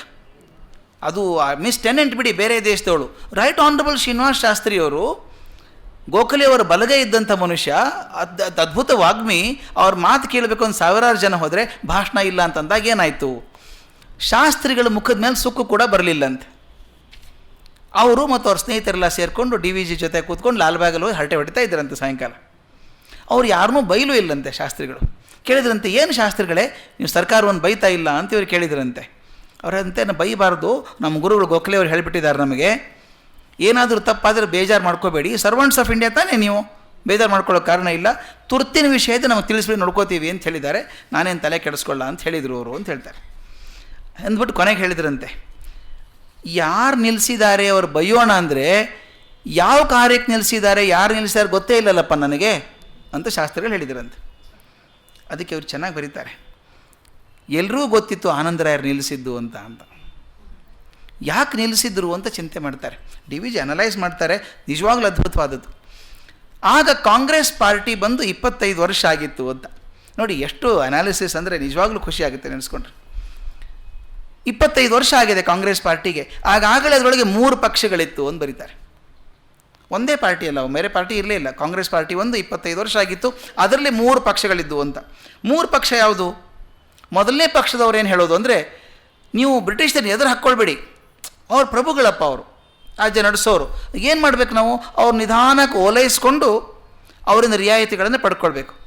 ನಮಗೇನೇನು ಬೇಕೋ, ಜನಕ್ಕೆ ಅಭ್ಯುದಯ ಆಗೋದಕ್ಕೆ ಏನೇನು ಕೆಲಸ ಬೇಕೋ ಅವ್ರ ಮರ್ಜಿ ತಗೊಂಡು ಅವ್ರಿಗೆಲ್ಲ ಹೇಳಿಬಿಟ್ಟು ಕೆಲಸ ಮಾಡಿಸ್ಕೊಳ್ಳೋಣ, ನಮ್ಗೆ ಒಳ್ಳೆಯದಾಗ್ತದೆ. ಅವ್ರ ವಿರುದ್ಧ ಆಗಬಾರ್ದು, ಇಂಡಿಯನ್ಸ್ ವರ್ಸಸ್ ಬ್ರಿಟಿಷ್ ಅಂತ ಆಗಬಾರ್ದು ಅಂತ, ಇಂಡಿಯನ್ಸ್ನ ವಿರುದ್ಧ ಅಂತ ಆಗಬಾರ್ದು, ಜೊತೆಗೆ ಏರ್ಕೊಂಡು ಹೋಗಬೇಕು ಅಂತನ್ನುವಂಥದ್ದು. ಇದು ಆನಂದರಾಯರ ತಂದೆ ಟಿ ಮಾಧವರಾವ್ ಇದ್ದರಲ್ಲ, ಅವರ ಅಪೇಕ್ಷೆ. ಅದನ್ನು ಸ್ವಲ್ಪ ಆನಂದರಾಯರು ಅನುಮೋದಿಸ್ತಿದ್ರು ಅಂತ. ಯಾಕಂದರೆ ಅವರಿಗೆ ರಾಜ ಮತ್ತು ಸರ್ 2 ಪದವಿ ಕೊಟ್ಟಿದ್ದಾರಲ್ಲ, ಅವ್ರ ಬ್ರಿಟಿಷರ ಬಗ್ಗೆ ತುಂಬ ಪ್ರೀತಿ ಇತ್ತು. ಅವ್ರ ಪ್ರಭುಗಳವರು, ಅವ್ರ ವಿರೋಧ ಕಟ್ಕೊಳ್ಳೋದು ಬೇಡ, ಅವ್ರ ಮೂಲಕ ಕೆಲಸ ಮಾಡಿಸ್ಕೊಳ್ಳೋಣ ಅಂತ ಒಂದು ಪಕ್ಷ. 2ನೇ ಪಕ್ಷ ಯಾವುದು ಅಂದರೆ, ಈ ಸಣ್ಣ ರಿಯಾಯಿತಿಗಳು ಅನುಕೂಲತೆಗಳು ಬೇಕಾಗಿಲ್ಲ ನಮಗೆ. ನಮಗೆ ಬೇಕೇನಪ್ಪ ಅಂತಂದರೆ, ಹೇಗೆ ಆಸ್ಟ್ರೇಲಿಯಾಕ್ಕೋ ಕ್ಯಾನಡಾಕ್ಕೋ ಕೊಟ್ಬಿಟ್ಟಿದ್ದಾರೋ ಡೊಮಿನಿಯನ್ ಸ್ಟೇಟಸ್ ಅಂತಿದೆಯಲ್ಲ, ಸಾಮಂತಾಧಿಪತ್ಯ ಕೊಟ್ಬಿಡಲಿ ನಮಗೆ, ಮುಂದೆ ನೋಡ್ಕೊಳ್ಳೋಣ ಸ್ವರಾಜ್ಯದ ನಾವು. ಇದು 2ನೇ ಪಂಥ. ಇದಕ್ಕೆ ಗೋಖಲೆಯವರು ನಾಯಕರು. 2ನೇ ಗುಂಪಿದು ಮಾಡ್ರೇಟ್ಸ್. ಇನ್ನು 3ನೇ ಗುಂಪಿತ್ತು. ಆ 3ನೇ ಗುಂಪಿನವ್ರದ್ದು ಏನಂದ್ರೆ, ಬ್ರಿಟಿಷ್ ಸರ್ಕಾರ ಫಸ್ಟ್ ಆಫ್ ಆಲ್ ಅವ್ರು ತಮ್ಮ ಬಿಡಾರ ಎತ್ತಿ ಊರಿಗೆ ಹೋಗಬೇಕು, ಇಲ್ಲಿರೋದು ಬೇಡ, ಅವರು ಸಂಪೂರ್ಣ ಸ್ವರಾಜ್ಯವೇ ನಮ್ಮ ಗುರಿ, ಉಳಿದದ್ದು ಯಾವುದೂ ಬೇಕಾಗಿಲ್ಲ ನಮಗೆ. ನಾವು ದೇಶ ಬೇಕಾದ್ರೆ ನಾವು ಒಳ್ಳೇದು ಮಾಡ್ಕೋತೀವೋ ಹಾಳು ಮಾಡ್ಕೋತೀವಿ, ನಮಗೆ ಬಿಡಿ, ನೀವು ಮೊದಲು ಊರು ಬಿಟ್ಟು ಹೊರಗೆ ಹೋಗಿ, ಬ್ರಿಟಿಷ್ ದೇಶ ಬಿಟ್ಟು ಹೋಗಿ ಅಂತ ಹೇಳುವಂಥವ್ರು ಬಾಲ್ ಗಂಗಾಧರ್ ತಿಲಕ್ ಅವ್ರ ಗುಂಪು. ಈ 3 ಗುಂಪಿತ್ತು. ಈ 3 ಗುಂಪಲ್ಲಿ ಆನಂದರಾಯರಿಗೆ ಬಹುಶಃ ಮೊದಲನೇ ಭಾಗದಲ್ಲಿ ಆಸಕ್ತಿ ಇತ್ತು ಅನಿಸುತ್ತೆ. ಮತ್ತು ಇನ್ನೊಂದು, ಶ್ರೀನಿವಾಸ ಶಾಸ್ತ್ರಿಗಳ ಮಾತೆ ನಿಂತಾಗ ಶಿಕ್ಷಣದ ಬಗ್ಗೆ ಅಂತ ಟಾಪಿಕ್ ಕೊಟ್ಟರು ಕೂಡ ಬಹುಶಃ ಅದು ತಿರುಗಿಬಿಟ್ಟು ಸ್ವಾತಂತ್ರ್ಯಕ್ಕೆ ಬರಬಹುದು ಮಾತು ಅಂತಿರೋದ್ರಿಂದ ಅದು ಮಾಡಿರಬಹುದು ನನ್ನ ಶಂಕೆ ಅಂತ ಹೇಳ್ತಾರೆ ಡಿ ವಿ ಜಿ. ನಾನು ಮಾಡಿದ್ದಾರೆ ಖಂಡಿತವಾಗಿ ಹೇಳಾರೆ, ನನಗೆ ರುಜುವಾತಿಲ್ಲ, ಪ್ರೂಫ್ ಇಲ್ಲ, ನನ್ನ ಮನಸ್ಸಿಗೆ ಅನಿಸಿದ್ದು ಹಾಗೆ. ಮತ್ತು ಇನ್ನೊಂದು, ಅವರಿಗೆ ರೈಟ್ ಆನರಬಲ್ ಶ್ರೀನಿವಾಸ ಶಾಸ್ತ್ರಿಗಳ ಬಗ್ಗೆ ಅಷ್ಟು ಆದರ ಇರಲಿಲ್ಲ. ಒಂದು ಭಾಳ ಇಂಟ್ರೆಸ್ಟಿಂಗ್ ಗಮನ ಇಟ್ಟು ನೋಡಬೇಕಾದ್ದಿಲ್ಲಿ. ಶಾಸ್ತ್ರಿಗಳ ಬಗ್ಗೆ ಅಷ್ಟು ಆದರ ಇರಲಿಲ್ಲ, ಯಾಕಂದರೆ ಅವರು ಬ್ರಿಟಿಷರ ವಿರುದ್ಧ ಇದ್ದಾರೆ ಅಂತ ಒಂದು ಕಲ್ಪನೆ ಇತ್ತು ಅವರಿಗೆ. ಆದ್ದರಿಂದ ಶಾಸ್ತ್ರಿಗಳು ಬರ್ತಾರೆ ಅಂದ ತಕ್ಷಣ ಭಾಷಣ ನಿಲ್ಲಿಸಿದರು ಅಂತ. ಅವ್ರು ಮೊದಲನೇ ಸಲ ನೋಡಿದ್ದು ಹೇಗೆ ನಾನು ಅಂತ ಬರೀತಾರೆ. ಆನಂದರಾಯರು ಮೊದಲನೇ ಸಲ DVG ನೋಡಿದ್ದು ಯಾವಾಗ ಅಂದರೆ, ಅವ್ರು ಹೊಗಳ್ತಾರೆ ನೋಡಿ. ಈಗ ಹೇಳಿದರು ಅವರು ಸ್ಟಾಪ್ ಮಾಡಿದರು, ಲೆಕ್ಚರ್ ಸ್ಟಾಪ್ ಮಾಡಿದರು ಅಂತ ಹೇಳಿದರು. ಈಗ ನಾನು ಮೊದಲನೇ ಸಲ ನೋಡಿದ್ದು ಸುಮಾರು 1910 ಹೊತ್ತಿಗೆ ಅಂತ. ಅವರು ದಿವಾನ್ ರಂಗಾಚಾರ್ಯರು ಪುಸ್ತಕ ಮಾಡಿ ಬರೆದಿದ್ದರು, DVG ಬರೆದಂಥ ಪುಸ್ತಕ. ಅದು ಭಾಳ ಒಳ್ಳೆಯ ಪುಸ್ತಕ. ಅದು ಆ ಪುಸ್ತಕ ತೊಗೊಂಡು ಹೋಗಿ ಕೊಟ್ಟರಂತೆ ಇವರಿಗೆ, ಆನಂದರಾಯರಿಗೆ. ಅವ್ರು ಓದ್ಬಿಟ್ಟು ತುಂಬ ಸಂತೋಷದಿಂದ ಹೇಳಿದ್ರಂತೆ, ನಿನ್ನ ಪುಸ್ತಕವನ್ನು ಓದಿಸಿ ಕೇಳಿದೆ, ಸಂತೋಷಪಟ್ಟಿದ್ದೇನೆ. ಈ ಪುಸ್ತಕದ ಮುದ್ರಿತ ಪ್ರತಿಗಳು ಸಿದ್ಧವಾದ ಕೂಡಲೇ ಮೊದಲನೇ 100 ಪ್ರತಿಗಳನ್ನು ಬಿಲ್ ಸಹಿತ ನನಗೆ ಕಳಿಸ್ತಕ್ಕದ್ದು. 100 ಪ್ರತಿಗಳನ್ನು ಕಳಿಸ್ಬೇಕು. ಆಗ ನನ್ನ ಬಿಲ್ಲಿನಂತೆ ಅವರು ಕೊಟ್ಟ ಮೊಬಲಿಗೆ ನನಗೆ ಮೊದಲಿನ ಗ್ರಂಥ ಲೇಖನದಿಂದ ಬಂದ ಆದಾಯ, ಮೊದಲನೇ ಆದಾಯ ಆನಂದರಾಯರೇ ಕೊಟ್ಟದ್ದು. ಅದು ಆ ಗ್ರಂಥ ಮುದ್ರಣಕ್ಕಾಗಿ ನಾನು ಬರೆದು ಸಾಲದ ಕೊಂಚ ಭಾಗವನ್ನು ತೀರಿಸಲು ವಿನಿಯೋಗವಾಯಿತು. ಅಂದರೆ ಏನೂ ಅಪೇಕ್ಷೆ ಇಲ್ಲದೆ ಒಬ್ಬ ಹೊಸ ಹುಡುಗ ಬರೆದಂಥ ಪುಸ್ತಕವನ್ನು ಮೆಚ್ಚಿಕೊಂಡು 100 ಕಾಪಿ ಕೊಡುವಂಥ ಅಮೌಂಟ್ ಕೊಟ್ಟರಲ್ಲ, ಆನಂದರಾಯರು ಅವರೇನೆ ಆಗಿದ್ದರು. ಅವರು ಅಂದರೆ ಜಿಪುಂಡ್ರಲ್ಲ, ಎನ್ಕರೇಜ್ ಮಾಡ್ತಿದ್ರು. ಆದರೆ ಮುಂದೆ ಏನಾಯಿತು ಅಂತ ಬರೀತಾರೆ. ಇದೇ ಆನಂದರಾಯರು ಇಷ್ಟು 1910 ಹೊತ್ತಿಗೆ ಹೆಂಗಾಯಿತು, 14 ಹೊತ್ತಿಗೆ ಇದಾದದ್ದು. ಅವರು ಶ್ರೀನಿವಾಸ ರಾಪ್ಸಿ ಅವರ ಲೆಕ್ಚರನ್ನು ಸ್ಟಾಪ್ ಮಾಡಿದ್ದು. ಮುಂದೆ ಒಂದು ಘಟನೆ ಆಯಿತು, ಒಂದು ತಮಾಷೆ ಘಟನೆ ಆಯಿತು. ಇದು ಹೇಗಿದೆ ನೋಡಿ.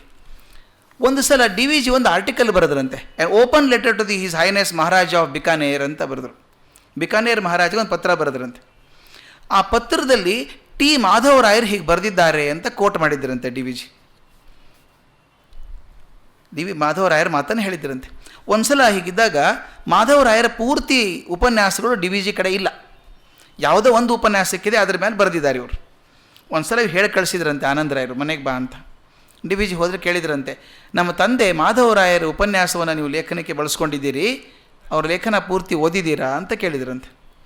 ನನಗೊಂದು ಲೇಖನ ಗೊತ್ತು, ನನ್ನ ಸ್ನೇಹಿತ ಕೊಟ್ಟಿದ್ದಾನೆ, ಅವನ ಹೆಸರು ಹೇಳೋಕ್ಕೆ ಇಷ್ಟಪಡಲ್ಲ, ನನಗೆ ಉಪನ್ಯಾಸ ಸಿಕ್ಕಿಲ್ಲ ಅಂದ್ರಂತೆ.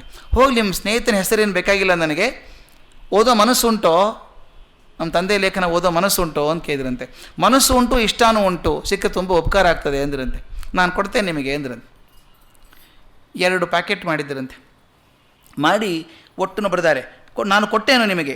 ಒಟ್ಟು 24-25 ಉಪನ್ಯಾಸಗಳು, 12 ಉಪನ್ಯಾಸ ಸರ್ವಸಾಮಾನ್ಯವಾದ ರಾಜ್ಯಶಾಸ್ತ್ರದ ಮೂಲ ತತ್ವಗಳು, ರಾಜ್ಯವೆಂದರೇನು, ರಚನೆ ಹೇಗಿರಬೇಕು ಇವನ್ನು ಕುರಿತವು. ಇದು ಮೊದಲ ಭಾಗ. 2ನೇ ಭಾಗದಲ್ಲಿ ಆಡಳಿತ ವಿಚಾರ, ಇವು 12 ಉಪನ್ಯಾಸಗಳು. ಇಷ್ಟು ಚೆನ್ನಾಗಿ ಬರೆದಿಟ್ಟಿದ್ದಾರೆ ಎಂದು ಹೇಳುತ್ತಾ 2 ದೊಡ್ಡ ದಫ್ತರ್ಗಳನ್ನು ನಾನು ಮುಂದಿಟ್ಟರು. ನಾನು ದಫ್ತರ್ಗಳನ್ನು ಕೈದೆ ಇಟ್ಟುಕೊಂಡು ನೋಡಿದೆ. ದಪ್ಪವಾದ ಬಿಳಿಯ ಫುಲ್ ಸ್ಕೇಪ್ ಕಾಗದದ ಮೇಲೆ ವಿಷದವಾದ ಕೈ ಬರಹದಲ್ಲಿ ಯಾರೋ ಅದನ್ನು ಬರೆದಿದ್ದರು. ನಾನು ಹೇಳಿದೆ, ಇದು ನನ್ನ ಪಾಲಿಗೆ ದೊಡ್ಡ ಭಾಗ್ಯ. ಅವರೇನು ಹೇಳಿದರು ಆನಂದರಾಯರು, ನೀವು ಮೊದಲು ಒಂದು ದಫ್ತರನ್ನು ತೆಗೆದುಕೊಂಡು ಹೋಗಿ ನೋಡಿ, ಅದನ್ನು ವಾಪಸ್ಸು ಕೊಟ್ಟು 2ನೇ ದಫ್ತರನ್ನು ತೆಗೆದುಕೊಂಡು ಹೋಗಿ. ಕರೆಕ್ಟ್, ಅದು 2 ಕಳೆದು ಬಿಟ್ಟರೆ ಏನು ಮಾಡೋದು. ಆಗಬಹುದು, ತಾವಿಂದು ಉಪಕಾರವಾಯಿತು ಅಂದೆ. ದಫ್ತರ್ ನಾನು ತಂದು ಓದಿ ಗೊತ್ತಾಗಿದ್ದ ವಾಯಿದೆ ಒಳಗಾಗಿ ಅವರಿಗೆ ತಲುಪಿಸಿದೆ. 2ನೇ ದಫ್ತರನ್ನು ಹಿಂದಕ್ಕೆ ಕೊಟ್ಟಾಗ ಆನಂದರಾಯರು ಕೇಳಿದರು. ಆಗ ತಾವು ಗಮನ ಇಡಬೇಕಾದ್ದು, ಇದು 1914 ಹೊತ್ತಿಗೆ. 10 ಹೊತ್ತಿಗೆ 100 ಬುಕ್ಸ್ ತೊಗೊಂಡು ದುಡ್ಡು ಕೊಟ್ಟಿದ್ದಾರೆ. ಹೇಗಿದೆ ಉಪನ್ಯಾಸಗಳು ಆನಂದರಾಯರು ಕೇಳಿದರು. ನಾನು ತುಂಬ ಬೋಧಪ್ರದವಾಗಿದೆ, ಅತ್ಯಂತ ಅವಶ್ಯವಾದ ತತ್ವಗಳನ್ನು ಅಭಿಪ್ರಾಯಗಳನ್ನು ಮನಸ್ಸು ಮುಟ್ಟುವಂತೆ ಬರೆದಿದ್ದಾರೆ ಅಂತೆಲ್ಲ ಹೇಳಿದ ಮೇಲೆ ಅದಕ್ಕೆ ಕೇಳಿದ್ರಂತೆ, ಇದನ್ನು ಮುದ್ರಿಸಿ ಪ್ರಕಟಿಸುವುದಕ್ಕೆ ಸುಮಾರು ಎಷ್ಟು ಖರ್ಚಾದೀತು ಅಂತ ಆನಂದರಾಯರೇ ಕೇಳಿದ್ರಂತೆ. ಅದಕ್ಕೆ ಉತ್ಸಾಹದಿಂದ ಹೇಳಿದ್ರಂತೆ, ಮೊದಲನೇ ಸಂಪುಟಕ್ಕೆ 1,000 ರೂಪಾಯಿ, 2ನೇ ಸಂಪುಟಕ್ಕೆ 1,000 ಆಗಬಹುದು. ಅಚ್ಚಿನ ಕರಡು ಪ್ರತಿಗಳನ್ನು ತಿದ್ದುವುದೇ ಮೊದಲಾದ ಎಲ್ಲ ಕಾರ್ಯಗಳನ್ನು ತಮ್ಮ ಅಪ್ಪಣೆಯಾದರೆ ನಾನು ನೋಡಿಕೊಳ್ಳುತ್ತೇನೆ. ಇದಕ್ಕೊಂದು ಋಣ ಇತ್ತಲ್ಲ, ನೋಡಿದು ಕೊಟ್ಟಿದ್ದಾರೆ ಅಂಥೇಳಿ, ನಾನು ನೋಡಿಕೊಳ್ಳುತ್ತೇನೆ. ನಾನು ಯಾವ ರುಸುಮನ್ನೂ ತೆಗೆದುಕೊಳ್ಳುವವನಲ್ಲ, ದುಡ್ಡು ಬೇಕಾಗಿಲ್ಲ ನನಗೆ, ನನ್ನ ಸ್ವಂತ ಸಂತೋಷಕ್ಕಾಗಿ ಕೆಲಸ ಮಾಡುತ್ತೇನೆ ಎಂದೆ. ಆನಂದರಾಯರು ಏನು ಮಾಡಿದರು ಅಂತ ಬರೀತಾರೆ. ಇಲ್ಲೇ ತಮಾಷೆ ಇರೋದು. 1-2 ನಿಮಿಷ ಯೋಚನೆ ಮಾಡಿ, 2,000 ರೂಪಾಯಿ ವೆಚ್ಚವಾಗುತ್ತದೆಯೇ, ನನ್ನಲ್ಲಿ ಅಷ್ಟು ಹಣ ಇಲ್ಲವಲ್ಲಪ್ಪ, I am a poor man ಅಂದ್ರಂತೆ. ಆಗರ್ಭ ಶ್ರೀಮಂತರವರು ಅಂತ ಹೇಳಿದ್ದು, I am a poor man ಅಂದರು. ಈ ಉತ್ತರ ಬಂದ ಮೇಲೆ ಅಲ್ಲಿ ಇನ್ನೊಂದು ಕ್ಷಣ ಇರುವುದಕ್ಕೂ ನನಗೆ ತಾಳ್ಮೆ ಕಳೆದು ಹೋಯಿತು. ತಾವು ಆಲೋಚಿಸೋಣವಾಗಲಿ ಎಂದು ಹೇಳಿ ಕೈ ಮುಗಿದು ಹೊರಗೆ ಬಂದುಬಿಟ್ಟೆ. ಆನಂದರಾಯರು ಲೋಭಿ ಎಂದು ತಿಳಿಯಲು ನನಗೆ ಕಾರಣ ಇರಲಿಲ್ಲ. ಲೋಭಿ ಅಲ್ಲ ಅವರು YMCA ಎಂಬ ಕ್ರಿಶ್ಚಿಯನ್ ಸಂಸ್ಥೆಗೂ ಶ್ರೀನಿವಾಸ ಮಂದಿರಕ್ಕೂ ಸಾರ್ವಜನಿಕ ಸಂಸ್ಥೆಗಳಿಗೂ ಯಥೋಚಿತ ದ್ರವ್ಯ ಸಹಾಯ ಮಾಡಿದ್ದಾರೆಂಬುದು ನನಗೆ ಗೊತ್ತಿತ್ತು. ನನ್ನ ಸ್ವಂತ ಅನುಭವದಲ್ಲಿ ಅವರು ಉದಾರಿಯಾಗಿದ್ದರು. 100 ಪುಸ್ತಕ ತೊಗೊಂಡು ಕೊಟ್ಟಿದ್ದಾರಲ್ಲ, ದುಡ್ಡು ಕೊಟ್ಟಿದ್ದಾರಲ್ಲ, ಉದಾರಿಯಾಗಿದ್ದರು. ಆದರೆ ಈಗ ಯಾಕೆ ಮಾಡಲಿಲ್ಲ ಅಂದರೆ ಅವ್ರ ಕಾರಣ ಹೇಳ್ತಾರೆ. 1910 ಹೊತ್ತಿಗೆ ನನ್ನ ರಾಜಕೀಯ ಪಂಥ ಎಂಥದೆಂಬುದು ಆನಂದರಾಯರಿಗೆ ಗೊತ್ತಿರಲಿಲ್ಲ. 14 ಹೊತ್ತಿಗೆ ನಾನು ಬರೆದಿದ್ದಾರೋ, ಒಂದು ದೃಷ್ಟಿಯಿಂದ ಶ್ರೀನಿವಾಸ ಶಾಸ್ತ್ರಿಗಳಿಗೆ ಸಹಚಾರಿ ಎಂಬುದು ಸಿದ್ಧವಾಗಿತ್ತು. ಅದು ಆನಂದರಾಯರಿಗೆ ತಿಳಿದು ಬಂದಿರಬೇಕು. 2,000 ರೂಪಾಯಿ ಅವರು ತಂದೆ ಪುಸ್ತಕ ಪ್ರಿಂಟ್ ಮಾಡಿಕೊಡ್ತೀನಿ ಅಂದಾಗ, ಅಷ್ಟು ದುಡ್ಡಿಲ್ಲಲ್ಲಪ್ಪ, ನೀವು ಬೇಡ ನನಗೆ ಅಂದ್ರಂತೆ. ಇದು ಹೇಳ್ತಾರೆ. ಹೀಗೆ ಆನಂದರಾಯರು ತಮ್ಮ ಅವರು ಜೀವನ ದರ್ಶನವನ್ನು ತುಂಬ ಈಸಿಯಾಗಿ ಮಾಡ್ತಾರೆ. ಸಾಹಿತ್ಯ ಪ್ರೇಮಿಗಳಾಗಿದ್ದಂಥವ್ರು ಆನಂದರಾಯರು. ಅದಕ್ಕೆ ಹೇಳ್ತಾರೆ, ಒಂದೇ ಮಾತನ್ನು ಕೊನೆಗೆ ಹೇಳ್ತಾರೆ. ಅವ್ರು ಹೇಗಿದ್ದರು ಅಂದರೆ, ಅವರು ಹೆಚ್ಚಿನ ಸಾಹಸಕ್ಕೆ ಹೋಗದಿದ್ದರೂ ಅವಶ್ಯವಾಗಿ ಆಗಬೇಕಾದ್ದರಲ್ಲಿ ಕಡಿಮೆ ಮಾಡಿದವರಲ್ಲ. ಒಟ್ಟು ದಿವಾನಗಿರಿ ಬಗ್ಗೆ ಹೇಳೋದಾದರೆ, ಏನು ಮಾಡಬೇಕೋ ಮಾಡಿದರೂ ಹೆಚ್ಚಿನ ಸಾಹಸಕ್ಕೆ ಹೋಗಲಿಲ್ಲ. ಒಂದು ಉದಾಹರಣೆ ಕೊಡ್ತಾರೆ DVG, as only he can do it. Magnificent comparison. ನಮ್ಮ ಮನೆಯ ಬಾವಿಯಲ್ಲಿ ನೀರು ಊರ ಮುಂದಿನ ಕೆರೆಯಷ್ಟು ಇಲ್ಲ. ನಮ್ಮ ಮನೆಯ ಬಾವಿಯಲ್ಲಿ ನೀರು ಊರ ಮುಂದಿನ ಕೆರೆಯಲ್ಲಿರುವಷ್ಟು ಇಲ್ಲ. ಆದರೆ ನಮ್ಮ ಮನೆಯವರ ಉಪಯೋಗಕ್ಕಾಗಿ ನೆರೆಮನೆಗೆ ಹೋಗಬೇಕಾದದ್ದಿಲ್ಲ. ಎಷ್ಟು ಒಳ್ಳೆ ಮಾತು ನೋಡಿ. ನಮ್ಮ ಮನೆಯಲ್ಲಿ ಬಾವಿಯಲ್ಲಿ ನೀರು ಕೆರೆಯಲ್ಲಿರುವಷ್ಟಿಲ್ಲ, ಅದು ನಮ್ಮ ಮನೆಗೆ ಸಾಕು, ಪಕ್ಕದ ಮನೆಗೆ ಹೋಗೋ ಕಾರಣ ಇಲ್ಲ. ಇದು ಒಂದು ಸಂತೋಷದ ಸಂಗತಿ ಅಲ್ಲವೇ? ಅಂದರೆ ಆನಂದರಾಯರು ಕೆಲಸ ಮಾಡಿದ್ದು ಹಾಗೆ. ಸಾಹಸ ಮಾಡಿ ದೊಡ್ಡದು ಮಾಡದೆ ಹೋದರೂ ಕಮ್ಮಿ ಏನು ಮಾಡಲಿಲ್ಲ ಅಂತ ಹೇಳ್ತಾರೆ. ಮುಂದಿನ ಪ್ರಸಂಗ ಬರುತ್ತಲ್ಲ, DVG gets excited about it. ಅದು ಬಹುಶಃ ಅದು ಅತ್ಯಂತ ದೊಡ್ಡ ಭಾಗ ಅಂದರೆ ಅದು ಈ ಪುಸ್ತಕದಲ್ಲೇ ದೊಡ್ಡ ಭಾಗ. ಅವರಿಗೆ ಮೋಕ್ಷಗುಂಡಂ ವಿಶ್ವೇಶ್ವರಯ್ಯನವರಿಗೆ ಬರೀಬೇಕಾದ್ರೆ ಅವ್ರಿಗೆ ಯಾವ ಪದಾನೂ ಸಾಲೋದಿಲ್ಲ. ಒಂದು ಸಲ ತಾವು ಗಮನಿಸಿ ಕೇರ್ಫುಲ್ಲಾಗಿ ಓದಿದರೆ, ಆ ಪುಸ್ತಕಗಳನ್ನು ಓದಿದರೆ, ವಿಶ್ವೇಶ್ವರಯ್ಯನವರ ಬಗ್ಗೆ ಬರೆದಾಗ ಸ್ವಲ್ಪ ಹೆಚ್ಚು ಕಡಿಮೆ ಆಗಿಬಿಟ್ಟಿದೆ ಬರೀಬೇಕಾದರೆ ಅನಿಸುತ್ತೆ. ಮನಸ್ಸಿನ ಭಾವನೆಗಳು, ಆಳವಾದ ಭಾವನೆಗಳು ಸೇರಿಕೊಂಡಾಗ ತುಂಬಲ ಬಂದು ಎಲ್ಲಿ ಯಾವ್ದು ಬರೀಬೇಕು ಅಂತ ಕೆಲವೊಂದು ಸಲ ಹೆಚ್ಚು ಕಡಿಮೆ ಆಗಿಬಿಡ್ತದೆ. ಇಷ್ಟು ಪರಿಷ್ಕಾರ ಮಾಡಿದರೂ ಕೂಡ ಅಲ್ಲಿ ಕಡೆ ಸಂಗತಿ ಹಿಂದೆ ಮುಂದೆ ಹೋಗ್ತಾ ಇರುತ್ತೆ. ಅಂದರೆ ಅವರಿಗೆ ಅಷ್ಟು ವಿಷಯ ಇದೆ ಹೇಳೋದಕ್ಕೆ ವಿಶ್ವೇಶ್ವರಯ್ಯನವ್ರ ಬಗ್ಗೆ. ಮುಂದೆ ಬಂದಂಥವ್ರು ಯಾರು ಆನಂದರಾಯರ ನಂತರ ಅಂದರೆ ಭಾರತ ರತ್ನ ಮೋಕ್ಷಗುಂಡಂ ವಿಶ್ವೇಶ್ವರಯ್ಯನವರು. ಎಷ್ಟು ಘಟನೆಗಳು ಬಂದಿದೆ ಅದರೊಳಗೆ. ನನಗನ್ಸುತ್ತೆ ನಮ್ಮ ಜೀವನಕ್ಕೊಂದು ಪರಿಷ್ಕಾರ ಬರಬೇಕಾದ್ರೆ ಈ ಅಧ್ಯಾಯವನ್ನು ಕೂಲಂಕಷವಾಗಿ ನೋಡಬೇಕು ಅನಿಸುತ್ತೆ. ನಾವು ವಿಶ್ವೇಶ್ವರಯ್ಯ ದಂತಕಥೆಗಳಾಗಿ ಹೋಗ್ಬಿಟ್ಟಿದ್ದಾರೆ ನಮ್ಮೊಳಗೆ. ಹಾಗಿದ್ದರಂತೆ ಹೀಗಿದ್ದರಂತೆ, ರಾತ್ರಿ ಬರೀಬೇಕಾದ್ರೆ ಮೇಣಬತ್ತಿ ಹಚ್ಕೋತಾ ಇದ್ದರು, ಸರ್ಕಾರಿ ಕೆಲಸ ಮಾಡಬೇಕಾದ್ರೆ ಸರ್ಕಾರದ ಮೇಣಬತ್ತಿ ಸ್ವಂತ ಮಾಡಬೇಕಾದ್ರೆ ಅದನ್ನು ಆರಿಸ್ಬಿಟ್ಟು ಇದನ್ನ ಹಚ್ಕೋತಾ ಇದ್ದರು, ಪೆನ್ ಕೂಡ ಇಟ್ಕೊಂಡಿದ್ರು ಅಂತೆಲ್ಲ ಕೇಳ್ತೀವಿ ದಂತಕಥೆಗಳ ಥರ. ಆದರೆ ವಿಶ್ವೇಶ್ವರಯ್ಯನವರ 108 ಮುಖಗಳನ್ನು, ಹಲವು ಮುಖಗಳನ್ನು ಸಮರ್ಥವಾಗಿ ಪರಿಚಯ ಮಾಡಿದ್ದು ಬಹುಶಃ DVG ಮಾತ್ರ ಅನಿಸುತ್ತೆ ನನಗೆ. ಹೇಗೆ ಪರಿಚಯ ಮಾಡಿಸ್ತಾರೆ? ವಿಶ್ವೇಶ್ವರಯ್ಯನವರು ಮೈಸೂರಿಗೆ ಯಾವಾಗ ಬಂದರು ಅಂತ. ಅವರು ದಿವಾನರಾಗಿ ಬಂದವರಲ್ಲ, 1909 ಇಸ್ವಿಗೆ ಬಂದುಬಿಟ್ಟಿದ್ದಾರೆ ಅವರು. ಅಂದರೆ ಇನ್ನು ಆನಂದರಾಯರು ದಿವಾನರಾಗಿದ್ದರು. ಅವ್ರು ಬಂದದ್ದು ಚೀಫ್ ಇಂಜಿನಿಯರ್ ಆಗಿ ಬಂದ್ರಂತೆ. ಚೀಫ್ ಇಂಜಿನಿಯರ್ ಬರೋದಕ್ಕೆ ಕಾರಣ ಇತ್ತು. ಅವ್ರು ಬಾಂಬೆದಲ್ಲಿದ್ದರು ಮೊದಲು, ಪೂನಾದಲ್ಲಿ ಎಲ್ಲ ಕೆಲಸ ಮಾಡ್ತಾಯಿದ್ರು. ಇಲ್ಲಿ ಒಬ್ಬ ಕ್ಯಾಪ್ಟನ್ ಡಾಸ್ ಅಂತ ಇದ್ದ, ಚೀಫ್ ಇಂಜಿನಿಯರ್ ಇದ್ದ. ಅವನು ಯುರೋಪಿಯನ್ ಮನುಷ್ಯ, ಬಹಳ ಸಮರ್ಥ ಮನುಷ್ಯ ಆತ, ಸಾಹಸಿ ಬೇರೆ. ಅವನೇನೋ ಒಂದು ಸಲ ಈ ನದಿಯಲ್ಲಿ ಪ್ರವಾಹ ಬಂದಾಗ ಹೋಗ್ಬಿಟ್ಟು ಅವನು ಕೊಚ್ಕೊಂಡು ಹೋಗಿ ಸತ್ತೋದ ಅಂತನೋ ಕೇಳ್ದಂಗಿತ್ತು. ಡಾಸ್ ಅನ್ನೋ ಚೀಫ್ ಇಂಜಿನಿಯರು ಪ್ರವಾಹ ಬಂದಾಗ ನದಿಯಲ್ಲಿ ಈಸೋಕೆ ಹೋಗ್ಬಿಟ್ಟು ಏನೋ ಕೊತ್ತಿಗೆ ಅಪಮೃತ್ಯುಗೆ ಆದವನು ಅಂತ ಹೇಳ್ತಾರೆ. ಆಗ ಬಹಳಷ್ಟು ಜನ ದುಃಖಪಟ್ಟರಂತೆ, ಡಾಸ್ ಅಂತ ಇಂಜಿನಿಯರ್ ಎಲ್ಲಿ ಸಿಗ್ತಾರೆ ಅಂತ. ಆಗ ಮಹಾರಾಜರು ಇವನು ಕರೆಸಿದ್ರಂತೆ, ಚೀಫ್ ಇಂಜಿನಿಯರಿಗೆ ಬಾ ಅಂತ ಮೈಸೂರಿಗೆ ಕರೆಸಿದರು. ಬಂದು 3 ವರ್ಷ ಇದ್ದರು. 3 ವರ್ಷದ ನಂತರ ಅವರು ದಿವಾನರಾದರು. ಅವರು ದಿವಾನರಾದಾಗ ಬಹಳ ಅವಕಾಶಿ ಆಯಿತು ದೇಶದಲ್ಲಿ ಎಂದು ಬರೀತಾರೆ.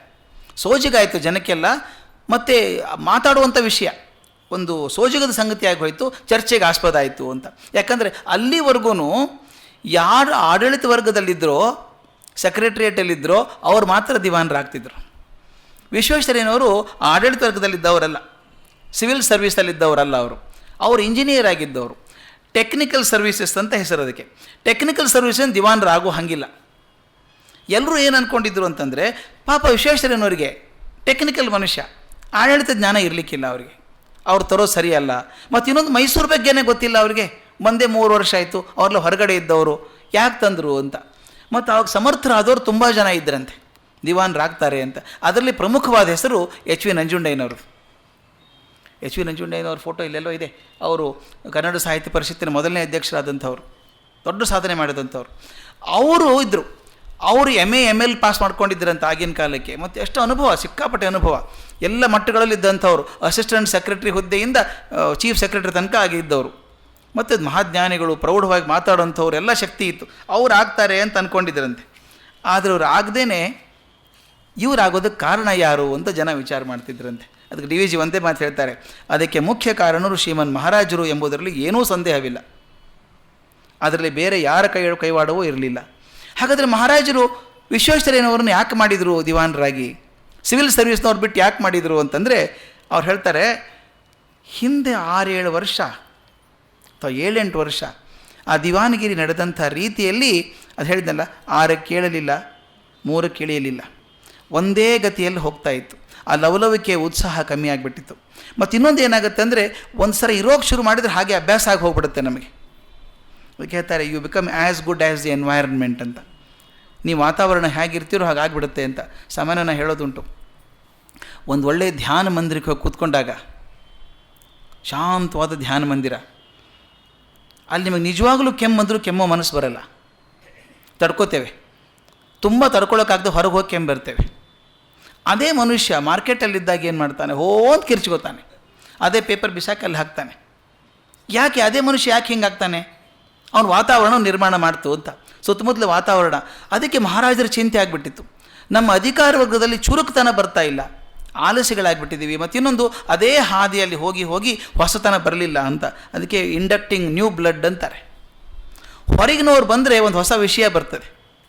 ಈಗ ಸಾಮಾನ್ಯವಾಗಿ ಉಂಟು, ಹೊರಗಿನವ್ರು ಬಂದರೆ ಒಂದು ಹೊಸ ವಿಷಯ ತರ್ತಾರಲ್ಲ, ಅದಾಗಲಿ ಅಂತ ವಿಶ್ವೇಶ್ವರ ಬಗ್ಗೆ ಸುಮಾರು ಕೇಳಿದರು, ಮಹಾರಾಜರು ತುಂಬ ಕೇಳಿದರು. ಒಂದು 3-4 ಸಲ ಲೆಟ್ರು ಕಳಿಸಿದ್ರಂತೆ, ಬಂದುಬಿಡಿ ಮೈಸೂರಿಗೆ ಅಂತ ಬರೆದಿದ್ರಂತೆ.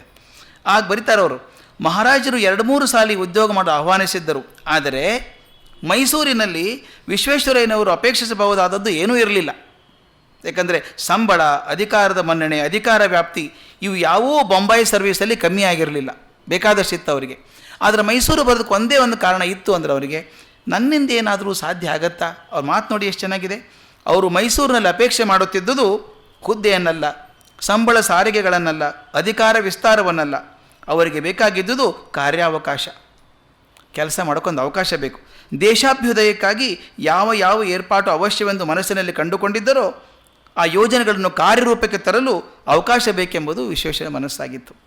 ಈ ಹುದ್ದೆಗೆ ಚೀಫ್ ಇಂಜಿನಿಯರ್ ಬಂದಾಗ ಬಂದರು ಅವರು. ಮುಂದೆ 3 ವರ್ಷಕ್ಕೆ ಇವರು ದಿವಾನರಾದರು. ಸಾಮಾನ್ಯವಾಗಿ ಪ್ರಶ್ನೆ ಜನ ಚಿಂತೆ ಮಾಡೋಕ್ಕೆ ಶುರು ಮಾಡಿದರು, ನಂಜುಂಡಯ್ಯನವ್ರು ಆಗ್ತಾರೆ ಅಂತ ಅಂದ್ಕೊಂಡಿದ್ವಿ, ಇವ್ರು ಆಗ್ಬಿಟ್ರಲ್ಲ, ಹಾಗಾದರೆ ಇವ್ರಿಗೆ ಮತ್ಸರ ಬಂದುಬಿಡುತ್ತೆ, ಹಾಗಾದರೆ ವೈಮನಸ್ಯ ಬರುತ್ತೆ ಅಂತ. ವೈಮನಸ್ಯ ಖಂಡಿತ ಬರಲಿಲ್ಲ ಅಂತ ಹೇಳ್ತಾರೆ, ಖಂಡಿತ ಬರಲಿಲ್ಲ.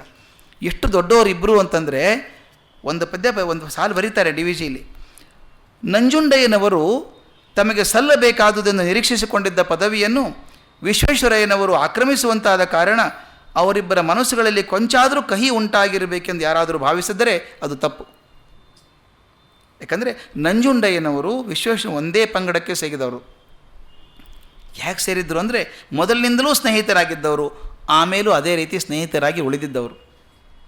ನೋಡಿ ಹೇಗಿತ್ತು ಅಂದರೆ, ವಿಶ್ವೇಶ್ವರಯ್ಯನವ್ರಿಗೆ ಗೊತ್ತಂತೆ ಯಾವ ಸಂದರ್ಭದಲ್ಲಿ ಯಾವ ಕ್ಷೇತ್ರದ ನಂಜುಂಡಯ್ಯನವ್ರು ಚೆನ್ನಾಗಿ ಕೆಲಸ ಮಾಡೋಕ್ಕೆ ಸಾಧ್ಯ ಅನ್ನೋ ಚೆನ್ನಾಗಿ ಗೊತ್ತಿತ್ತು ಅವರಿಗೆ. ಅದಕ್ಕೆ ಆ ಕ್ಷೇತ್ರಗಳಲ್ಲಿ ಅವ್ರಿಗೆ ಪೂರ್ತಿ ಫ್ರೀಡಮ್ ಕೊಟ್ಟಿದ್ದರು. ಅದಲ್ಲದೆ ನಂಜುಂಡಯ್ಯನವ್ರು ಹೇಳೋರಂತೆ, ಆ ಕೆಲಸಕ್ಕೆ ವಿಶ್ವೇಶ್ವರಯ್ಯನೇ ಸರಿಯಪ್ಪ, ನನ್ನ ಕಡೆಯಿಂದ ಆಗೋಲ್ಲ, ಅದು ಆಡಳಿತ ಅವನಿಗೆ ಸರಿ ಅಂತ ಹೇಳೋದು. ಅಂದರೆ ಇಬ್ಬರು ಒಬ್ಬರನ್ನೊಬ್ಬರನ್ನ ಹೇಗೆ ಮೆಚ್ಕೊಂಡಿದ್ದರು ಅಂತ. ಇದು ಅಪರೂಪ ಅವಿನಾ ಸಂಬಂಧ. ಇದು ಸಾಮಾನ್ಯವಾಗಿ ನಿನ್ನೆ ಹೇಳ್ತಾ ಇದ್ದೆ ನಾನು, 2 ಸಲಗ ಒಂದೇ ಕೊಳದಲ್ಲಿ ಬಿಡಬಾರ್ದು ಅಂತ. ಇದೊಂದು ವಿಪರೀತ ಒಂದು ಎಕ್ಸೆಪ್ಷನ್ ಅನಿಸುತ್ತೆ. ಇಬ್ಬರು ಜೊತೆಗಿದ್ರು ಹೇಗೆ ಪೂರಕವಾಗಿದ್ದರು ಒಬ್ರಿಗೊಬ್ಬರು ಅಂತ. ಇದು ನೋಡಿದಾಗ ಅನಿಸುತ್ತೆ, ಎಷ್ಟೋ ಸಲ ಮೀಟಿಂಗಲ್ಲಿ ವಿಶ್ವೇಶ್ವರಯ್ಯನವರು ನಂಜುಂಡಯ್ಯನ ಬಗ್ಗೆ ಹೇಳೋರಂತೆ, ನೋಡಿ ಎಷ್ಟು ಒಳ್ಳೆ ಕೆಲಸ ಮಾಡಿದ್ರು ನಂಜುಂಡಯ್ಯನವರು ಅಂತ. ಸುಮ್ಮನೆ ಸ್ವಾಮಿ ನೀವು ಮಾಡಿದ ಒಂದು ನಂದೇನು ಅಂತ ಇವ್ರು ಹೊಗಳೋದು. ಇದು ನೋಡಿ ಜನಕ್ಕೆ ಅಸೂಯೆ ಆದದ್ದು ಉಂಟು ಅಂತ ಹೇಳ್ತಾರೆ DVG ಕೆಲವೊಂದು ಕಡೆಗೆ. ಇದು ನೋಡಿದಾಗ ಒಂದು ನೆನಪಾಗತ್ತೆ ನನಗೆ. ಈ ಹ್ಯೂಲೆಟ್ ಆ್ಯಂಡ್ ಪ್ಯಾಕರ್ಡ್ ಅಂತ ಒಂದು ಕಂಪ್ನಿ ಇದೆ ಇಲ್ಲಿ, ಹ್ಯೂಲೆಟ್ ಆ್ಯಂಡ್ ಪ್ಯಾಕರ್ಡ್ ಅಂತ, ಕಂಪ್ಯೂಟರ್ ಪೆರಿಫೆರಲ್ಸ್ ಎಲ್ಲ ಮಾಡುವಂಥ ಕಂಪ್ನಿ. ಅದು ಹ್ಯೂಲೆಟ್ ಆ್ಯಂಡ್ ಪ್ಯಾಕರ್ಡ್ ಕಂಪ್ನಿ ಹೆಸರು ಹೇಗೆ ಬಂತು ಅಂದರೆ, ಇಬ್ಬರು ಅವರು, ಹ್ಯೂಲೆಟ್ ಅಂತಬ್ಬ, ಪ್ಯಾಕರ್ಡ್ ಅಂತ ಇಬ್ಬರು. ಅವ್ರ ಹೆಸರು ಇಡಬೇಕಾದ್ರೆ ಪ್ಯಾಕರ್ಡ್ ಹ್ಯೂಲೆಟ್ ಅಂತ ಇಡಬೇಕಾ, ಹ್ಯೂಲೆಟ್ ಪ್ಯಾಕರ್ಡ್ ಅಂತ ಇಡಬೇಕು ಅಂತ ಚರ್ಚೆ ಬಂತಂತೆ. ಅದು ನೋಡೋದು ನೆನಪಾದದ್ದು ನನಗದು. ಇಬ್ಬರು ಅಂದ್ರಂತೆ, ಇಬ್ಬರು ಬೇಡ, ಟಾಸ್ ಮಾಡಿಬಿಡೋಣ, ಹ್ಯೂಲೆಟ್ ಪ್ಯಾಕರ್ಡ್ ಟಾಸ್ ಮಾಡೋದು, ಯಾವನು ಗೆಲ್ತಾನೋ ಅವನೇನು ಅಪೇಕ್ಷೆ ಮಾಡಿದ ನಂಗಾಗಲಿ ಅಂತ. ತಮಾಷೆ ಅಂದರೆ Packard won the toss. Packard toss ಗೆದ್ದಂತೆ, ಗೆದ್ದುಬಿಟ್ಟು ಹ್ಯೂಲೆಟ್ ಹೆಸರು ಫಸ್ಟ್ ಇರಲಿ ಎಂದಂತೆ. ಅವನು ಸಾಮಾನ್ಯ ಮಾಡೋದೇನು ಹೇಳಿ, ನಾನು ಗೆದ್ದರೆ ನನ್ನ ಹೆಸರು ಮೊದಲು ಬರಲಿ ಅಂತ ಅಂದ್ಕೊಳ್ಳೋದು ಅಭ್ಯಾಸ ಇರ್ತದೆ. ಅವನು ತಾನು ಗೆದ್ದು ಹ್ಯೂಲೆಟ್ ಹೆಸರು ಮೊದಲು ಬರಲಿ ಅಂತ. ಭಾಳ ಚೆನ್ನಾಗಿ ಹೇಳ್ತಾರೆ. ಹ್ಯೂಲೆಟ್ ಪ್ಯಾಕರ್ಡ್ ಇಬ್ಬರು ಟಾಸ್ ಮಾಡಿದಾಗ ಗೆದ್ದದ್ದು ಪ್ಯಾಕರ್ಡ್ ಆದ್ದರಿಂದ ಹೆಸರು ಹ್ಯೂಲೆಟ್ ಪ್ಯಾಕರ್ಡ್ ಆಯಿತು ಅಂತ. ಹೀಗೆ ನಿರ್ಮತ್ಸರತೆ ಅಂತ ಬರೀತಾರೆ, ಹೆಡಿಂಗ್ ಬರೀತಾರೆ, ನಂಜುಂಡಯ್ಯನವರು ನಿರ್ಮತ್ಸರತೆ ಅಂತ. ಅದಕ್ಕೆ ನೋಡಿ, ಶಿಕ್ಷಣ, ಯೂನಿವರ್ಸಿಟಿ, ಸಾಹಿತ್ಯ ಪರಿಷತ್ತು ಇವನ್ನೆಲ್ಲ ನಂಜುಂಡಯ್ಯನವರು ವಹಿಸ್ಕೊಂಡ್ಬಿಟ್ರು. ವಿಶ್ವೇಶ್ವರಯ್ಯನವರು ಆಡಳಿತ, ಟೆಕ್ನಾಲಜಿ ಎಲ್ಲ ಅವ್ರು ತೊಗೊಂಡ್ರಂತೆ. ಹೀಗೆ ಇಬ್ಬರೂ ಸ್ನೇಹಿತರಾಗಿ ಕೆಲಸ ಮಾಡಿದರು ಅಂತ ಒಂದು ನಿದರ್ಶನ ಬರೀತಾರೆ. 90 ವರ್ಷ ಅವ್ರು ದಿವಾನ್ ಪದವಿ ರಿಟೈರ್ ಆಗಿ ಎಷ್ಟೋ ವರ್ಷದ ಮೇಲೆ ಆದಂಥ ಘಟನೆ ಬರೀತಾರೆ. ಅಂದರೆ ಮನಸ್ಸು ಹೇಗಿತ್ತು ವಿಶ್ವೇಶ್ವರಯ್ಯನವ್ರದ್ದು ಅಂತ. ಆಗ ಸುಮಾರು 91-92 ವರ್ಷ ಇರಬೇಕು ಅವರಿಗೆ. ಬಿಹಾರದಲ್ಲಿ ಗಂಗಾ ನದಿಗೆ ಒಂದು ಬ್ರಿಡ್ಜ್ ಕಟ್ಟಬೇಕು ಅಂತ ತೀರ್ಮಾನ ಆಯ್ತಂತೆ. ಎಲ್ಲಿ ಕಟ್ಟಬೇಕು, ಯಾವ ಸ್ಥಾನದಲ್ಲಿ ಕಟ್ಟಬೇಕು, ಬರೀ ಕಲ್ಲು ಬಂಡೆ ಇರುವಂಥ ಜಾಗ ಅದು, ಕಟ್ಟೋಕೆ ಸರಿನಾ ಅಂತ ಬಿಹಾರ ಸರ್ಕಾರ ತೀರ್ಮಾನ ಮಾಡಿ ಯಾರ ಅಭಿಪ್ರಾಯ ಕೇಳಬೇಕು ಅಂದಾಗ ಆಗ ಅತ್ಯಂತ ಪ್ರಖ್ಯಾತರಾದವರು ವಿಶ್ವೇಶ್ವರಯ್ಯನವರು. ಅವ್ರನ್ನ ಕರೆಸಬೇಕು ಅಂತ ಬಿಹಾರ ಗೌರ್ಮೆಂಟ್ ಕರೆಸ್ತಂತೆ. ಇದು ಬರೆದದ್ದು ಡಿ ವಿ ಜಿ ಬರೆದದ್ದೇನು ಹೇಳ್ತೇನೆ. ಇದ್ರ ಜೊತೆಗೆ ಇನ್ನೊಂದು ವಿಷಯ ನನಗೆ ಗೊತ್ತಿರೋದು ಹೇಳ್ತೇನೆ. ಅಂದರೆ ಆಗ ಅವ್ರ ಜೊತೆಗಿದ್ದಂಥ ಹಿರಿಯರು ನನಗೆ ಹೇಳಿದ್ದು. ಬಿಹಾರ ಸರ್ಕಾರ ಕರೆಸ್ತವ್ರನ್ನ. ಇವ್ರು ಹೋದರು. ಬಿಹಾರ ಸರ್ಕಾರಕ್ಕೆ ಹೋದಾಗ ಅವ್ರು ವಿಚಾರ ಮಾಡ್ಕೊಂಡ್ರಂತೆ, ಯಾರು ಬರ್ತಾರೆ ವಿಶ್ವೇಶ್ವರಯ್ಯನವರು, ಏನು ಮಾಡ್ತಾರೆ ಅವರು, ರಿಟೈರ್ ಆಗಿ ಭಾಳ ವರ್ಷ ಆಯಿತು, ವಯಸ್ಸೆಷ್ಟು, 91-92 ಇರಬೇಕು ಅಂದ್ರಂತೆ. ಅಯ್ಯೋ ಪಾಪ, ಅಷ್ಟು ಮುದುಕರು ಬರ್ತಾರ, ಹಾಗಾದ್ರೆ ವ್ಯವಸ್ಥೆ ಎಲ್ಲ ಸರಿ ಮಾಡಬೇಕು ಅಂತ ಅದಕ್ಕೆ ಬರೆದಿದ್ದಾರೆ ಅವರು, ಹೇಗೆ ಮಾಡಿದರು ಅವರು ಅಂತ. ಅವರು 90ಕ್ಕೆ ಮೇಲ್ಪಟ್ಟ ವಯಸ್ಸಿನ ಮುದುಕರಾದ್ದರಿಂದ ಅವರನ್ನು ಬರಲಾರ ನಿರೀಕ್ಷಿಸಿಕೊಂಡಿದ್ದವರಿಗೆ ಆಶಾಭಂಗವಾಯಿತು. ಅವರಿಗೆ ಬರಮಾಡಿಕೊಂಡು ಸೌಕರ್ಯಗಳನ್ನು ಒದಗಿಸುವಂತೆ ಸರ್ಕಾರದ ಅದಕ್ಕೆ ತಾಕೀತಾದ್ದರಿಂದ ಏನು ಮಾಡಿದ್ರಪ್ಪ ಅಲ್ಲಿ ಅಂದರೆ, ಪ್ರಾಯದಲ್ಲಿರುವವರೆಗೂ ಅಲ್ಲಿ ಸಂಚಾರ ಕಷ್ಟವಾಗಿರುವ ಜಾಗ ಆದ್ದರಿಂದ ಮುದುಕರನ್ನು ಡೋಲಿಯಲ್ಲೇ ಕೂಡಿಸಿ ಅವ್ರ ಮೈ ಕೈ ಅಲುಗದಂತೆ ಕರೆದುಕೊಂಡು ಹೋಗಿ ನೋಡಬೇಕಾದ ಪ್ರದೇಶವನ್ನು ಡೋಲಿಯಿಂದಲೇ ನೋಡುವಂತೆ ಏರ್ಪಾಟಾಗಿತ್ತು. ಪಾಪ 92 ವಯಸ್ಸು, ಡೋಲಿ ಹಿಡ್ಕೊಂಡು ಹೋಗೋಣ, ಅಲ್ಲಿಂದ ನೋಡ್ಕೊಂಡು ಬರಲಿ ಅವರು ಅಂತ ವ್ಯವಸ್ಥೆ ಮಾಡಿದ್ದರಂತೆ ಎಲ್ಲನೂ. ವಿಶ್ವೇಶ್ವರಯ್ಯನವ್ರು ಹೋಗಿ ಇಳಿದ್ರು ಕಾರಲ್ಲಿ. ಕಾರಿಂದ ಧುಮುಕಿದರು, ಇಳಿದ್ರು ಅಲ್ಲ ಧುಮುಕಿದರು. ನೆಲದಿಂದ ಬಂಡೆಯ ಮೇಲಕ್ಕೆ ಹಾರಿದರು. ಅಲ್ಲಿಂದ ಇನ್ನೊಂದು ಗುಡ್ಡಕ್ಕೆ ಎಗರಿದರು. 1 ಗಂಟೆಯೊಳಗಾಗಿ ಆ ಪ್ರದೇಶವನ್ನೆಲ್ಲ ತಮ್ಮ ಕಾಲುಗಳಿಂದಲೇ ಸಂಚಾರ ಮಾಡಿ ಅಜಮಾಯಿಷಿ ಮಾಡಿಕೊಂಡು ಬಂದರು. ಡೋಲಿಗಳು, ಸಹಾಯಕರು ಹಿಂದೆ ಕುಂಟಿಕೊಂಡು ಬರುತ್ತಿದ್ದರು. ವಿಶ್ವೇಶ್ವರಯ್ಯ ಲವಲವಿಕೆಯನ್ನು ನೋಡಿ ಅವರು ಮುದುಕರು ಅಲ್ಲವೇ ಅಲ್ಲ, ಅವ್ರು 90 ಆಗೇ ಇಲ್ಲ ಎಂದು ಕಾರ್ಯವರ್ಗದವರು ವಾದ ಮಾಡುತ್ತಿದ್ದರಂತೆ. ಆ ಪ್ರದೇಶವನ್ನೆಲ್ಲ ಅಜಮಾಯಿಷಿ ಮಾಡಿದ್ದಾದ ಬಳಿಕ ವಿಶ್ವೇಶ್ವರಯ್ಯನವರು ಟ್ರಾವೆಲರ್ಸ್ ಬಂಗಲೆಗೆ ಬಂದು ಅಲ್ಲಿ ಮೇಜಿನ ಮೇಲೆ ಕಾಗದದ ಹಾಳೆಗಳನ್ನು ಹಾಸಿ, ರೆಸ್ಟ್ ಇಲ್ಲ ಏನಿಲ್ಲ, ಸರಸರ ಕಾಗದ ತಗೊಂಡು ಡ್ರಾಯಿಂಗ್ ಬರೆಯಲು ಉಪಕ್ರಮಿಸಿದರು. ಸೇತುವೆ ಅಡಿಪಾಯ ಎಲ್ಲಿರತಕ್ಕದ್ದು, ಅದು ಎಲ್ಲಿಂದ ಹೊರಟು ಎಲ್ಲಿ ಸೇರತಕ್ಕದ್ದು, ಅದರ ಅಗಲ, ಆಳ, ಎತ್ತರ ವಿವರಗಳನ್ನು ಗುರುತು ಮಾಡಿದರು. ಬಳಿಕ ತಮ್ಮ ರಿಪೋರ್ಟನ್ನು ಬರೆದರು. ಸರಸರ ಫಸ್ಟ್ ಏನು ಕೆಲಸ ಮಾಡಿಬಿಟ್ರು. ಅದಾದಮೇಲೆ ಹಣಕಾಸಿನ ಮುಖ್ಯಾಧಿಕಾರಿಯನ್ನು ಕರೆದು ಹೇಳಿದರು, ಈ ರಿಪೋರ್ಟನ್ನು ಅಚ್ಚು ಮಾಡಿಸಬೇಕು, ಅದರ ಪ್ರತಿಗಳನ್ನು ಅಮೇರಿಕಾದಲ್ಲಿ ಹಂಚಬೇಕಾಗುತ್ತದೆ, ಬಹು ಸೊಗಸಾಗಿ ಅಚ್ಚು ಮಾಡಿಸಬೇಕು. ಅದು ನಮ್ಗೆ ಗೊತ್ತಿರಬೇಕು. ಎಷ್ಟು ಸಿಸ್ಟಮ್ಯಾಟಿಕ್ ಇರ್ತಿದ್ರು ಅವರು ಅಂತಂದರೆ, ಆ ಪೆನ್ಸಿಲ್ ಒಂದು ಚೂರು ಮೊಂಡು ಹಾಕ್ಕೊಡೋದು, ಚೂಪಾಗಿರಬೇಕು, ಅದು ಮೊಂಡು ಆಗಬಾರ್ದು, ಮೇಲೆ ಒಂದು ಕ್ಯಾಪ್ ಹಾಕೋದು. ಮತ್ತು ಜೇಬಲ್ಲಿ ಯಾವಾಗಲೂ ಒಂದಿಷ್ಟು ಹಾಳೆ, ಅದು ಹೊಸ ಹಾಳೆ ಅಲ್ಲ, ಈ ಲಕೋಟೆ ಯೂಸ್ ಮಾಡಿದ್ದು ಬ್ಯಾಕ್ ಸೈಡ್ ಇದ್ದಂಥದ್ದು ಕತ್ತರಿಸಿ ಮಾಡ್ಕೊಂಡು ಪಿನ್ ಹಾಕಿ ದಾರ ಕಟ್ಟಿಟ್ಕೊಳ್ಳೋರು. ಏನು ಬೇಕಾದರೂ ಗುರುತು ಮಾಡ್ಕೋಬೇಕು ಅದನ್ನು, ಅಷ್ಟು ಕರೆಕ್ಟಾಗಿ ಬರ್ಕೊಳ್ಳುವಂಥದ್ದು. ಅವರೊಂದು ಡೈರಿ ಇದ್ದರೆ ಆ ಡೈರಿ ಮೇಲೆ ಒಂದು ರಬ್ಬರ್ ಬ್ಯಾಂಡ್ ಇರ್ತಿತ್ತಂತೆ. ನನಗೆ ಗೊತ್ತಿರೋರು ಹಿರಿಯರು ಹಾಗೆ ಮಾಡಿದವರು, ನೆನೆಸ್ಕೋಬೇಕು ನಾನು. ಪಾರ್ಥಸಾರಥಿ ಅಂತ ಇದ್ದರು. ಅವರು ಭಾರತದ ಮೊಟ್ಟ ಮೊದಲನೇ ಚೀಫ್ ಇಂಜಿನಿಯರ್ ಆದಂಥವ್ರು. ಅವರು ಸುಭಾಷ್ ಚಂದ್ರ ಬೋಸ್ ಜೊತೆಗೆ ಒಂದು 6 ತಿಂಗಳಿದ್ದಂಥ ಮನುಷ್ಯ. ಅವರು ನನಗೆ ನನ್ನ ಕೆಲಸ ಶುರು ಮಾಡಿದಾಗ ಮಾರ್ಗದರ್ಶಿ ಆದಂಥವ್ರು, ಮೈ ಮೆಂಟರ್. ಅವರು ವಿಶೇಷವನ್ನು ಹತ್ತಿರದಿಂದ ನೋಡಿದಂಥ ಮನುಷ್ಯ. ಅವ್ರು ಹೇಳ್ತಿದ್ರು, ಅವರಿಂದ ಕಲಿತೆ ನಾನಿದನ್ನು ಅಂತ. ಹೀಗೆ ಡೈರಿ ಇದ್ದರೆ ಡೈರಿ ಮೇಲೆ ಒಂದು ರಬ್ಬರ್ ಬ್ಯಾಂಡ್ ಹಾಕೋದು.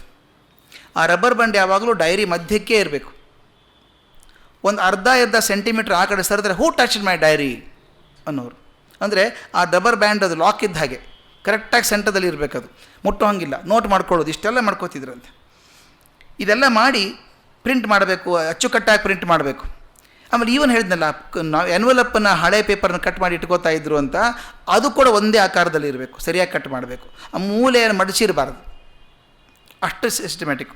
ಇದೆಲ್ಲ ಅಂಥದ್ದು ಮಾಡೋರು ಈ ರಿಪೋರ್ಟನ್ನು ಹಾಗೆ ಮಾಡಿಸ್ತಾರಾ? ಚೆನ್ನಾಗಿ ಅಚ್ಚು ಮಾಡಿ ಅಂದರು. ಆ ಅಧಿಕಾರಿ ಏನು ಹೇಳಿದ, ಪಾಪ ಸರ್ಕಾರ ಅಚ್ಚು ಮಾಡೋದಕ್ಕೆ 500 ರೂಪಾಯಿ ಮಂಜೂರು ಮಾಡಿದ್ದಾರೆ, ಅಷ್ಟರಲ್ಲಿ ಶಕ್ಯವಿದ್ದಂತೆ ಮಾಡುತ್ತೇನೆ ಅಂದಂತೆ ಅವನು. ಇವರು ಸಿಟ್ಟು ಬಂತಂತೆ ಇವರಿಗೆ.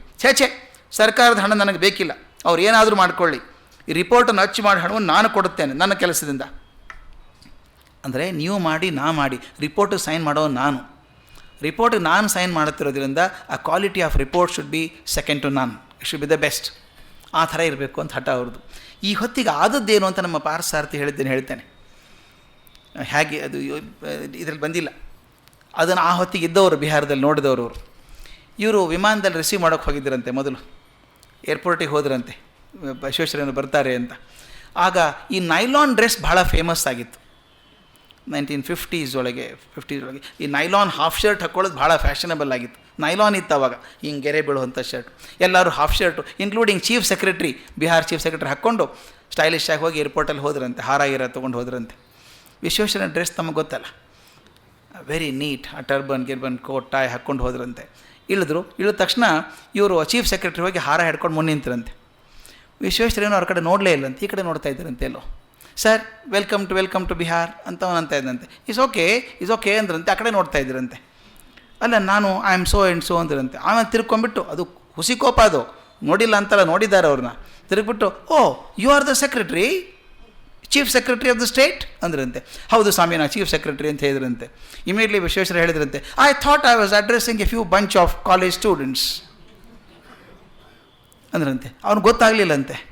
You don't look like a chief secretary, half shirt ಹಾಕ್ಕೊಂಬಂದದ್ದಕ್ಕೆ ಚೀಫ್ ಸೆಕ್ರೆಟರಿ ಕಾಣಿಸೋಲ್ಲ ನೀವು ಅಂತ.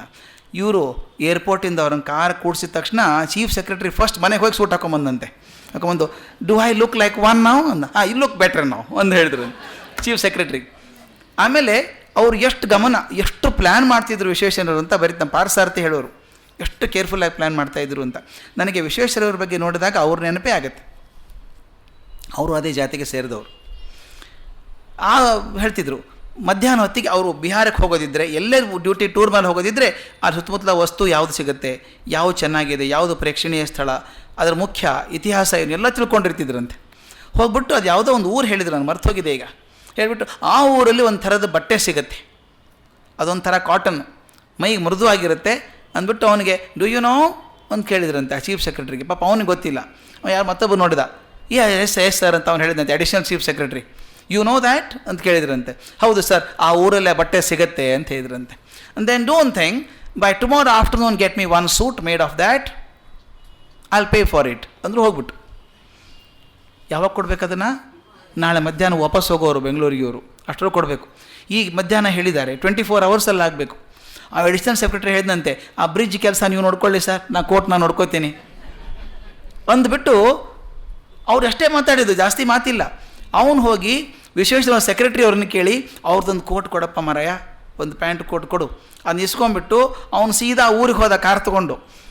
ಆ ಬಟ್ಟೆ ಆರಿಸ್ಬಿಟ್ಟು ಆ ಟೇಲರ್ ಮುಂದೆ ಕೂತ್ಕೊಂಡು, ಅಡಿಷನಲ್ ಚೀಫ್ ಸೆಕ್ರೆಟ್ರಿ ಮಾಡ್ಕೊಂಬಿಟ್ಟು, ಅದು ಹಾಗೆ ಹಾಕ್ಕೋತಿರ್ಲಿಲ್ಲ ಅವರು, ಹಾಗೆ ಹೊಸದು ಹಾಕ್ಕೊಳ್ಳೋದಿಲ್ಲ, ಅಭ್ಯಾಸ ಇರಲಿಲ್ಲ ಅಂತ ಅವ್ರಿಗೆ.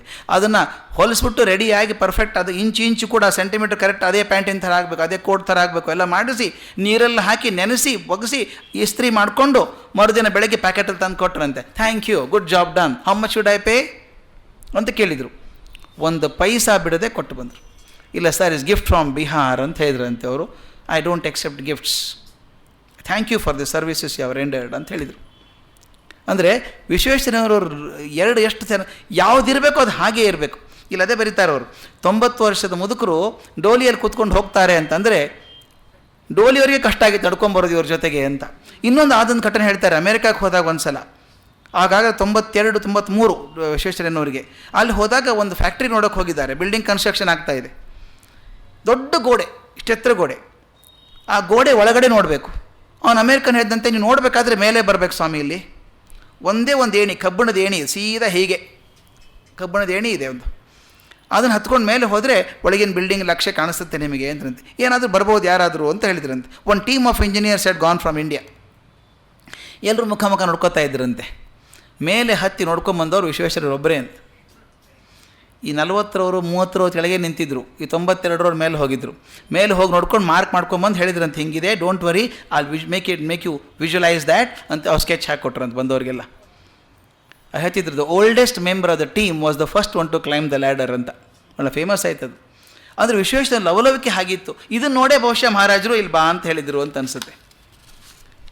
ಒಂದು ಮಾತಲ್ಲಿ ಡಿ ವಿ ಜಿ ಬರೀತಾರೆ, ವಿಶ್ವೇಶ್ವರ ಬಗ್ಗೆ ತನಗಿರುವಂಥ ಅಭಿಪ್ರಾಯ ಅಂಥದ್ದು ಅಂತ. ಐ ಥಿಂಕ್ ಈ ವಿಶೇಷಣಗಳನ್ನು ಯಾರಿಗೂ ಉಪಯೋಗಿಸಲಿಲ್ಲ ಡಿ ವಿ ಜಿ ಅನಿಸುತ್ತೆ. ಬರೆದಿದ್ದಾರೆ, ವಿಶ್ವೇಶ್ವರಯ್ಯನವರ ವಿಷಯದಲ್ಲಿ ನನಗಿರುವ ಭಾವನೆಯನ್ನು ಒಂದೇ ಮಾತಿನಲ್ಲಿ ಹೇಳಬೇಕೆಂದರೆ ಅವರು ಮಹರ್ಷಿ ಕಲ್ಪರು, ಪರಮ ಪರಿಶುದ್ಧರು, ಸತ್ವೋನ್ನತರು. ಬಹುಶಃ ಈ ವಿಶೇಷಗಳನ್ನು ಯಾರಿಗೂ ಉಪಯೋಗಿಸಲಿಲ್ಲ ಡಿ ವಿ ಜಿ ಅನಿಸುತ್ತೆ.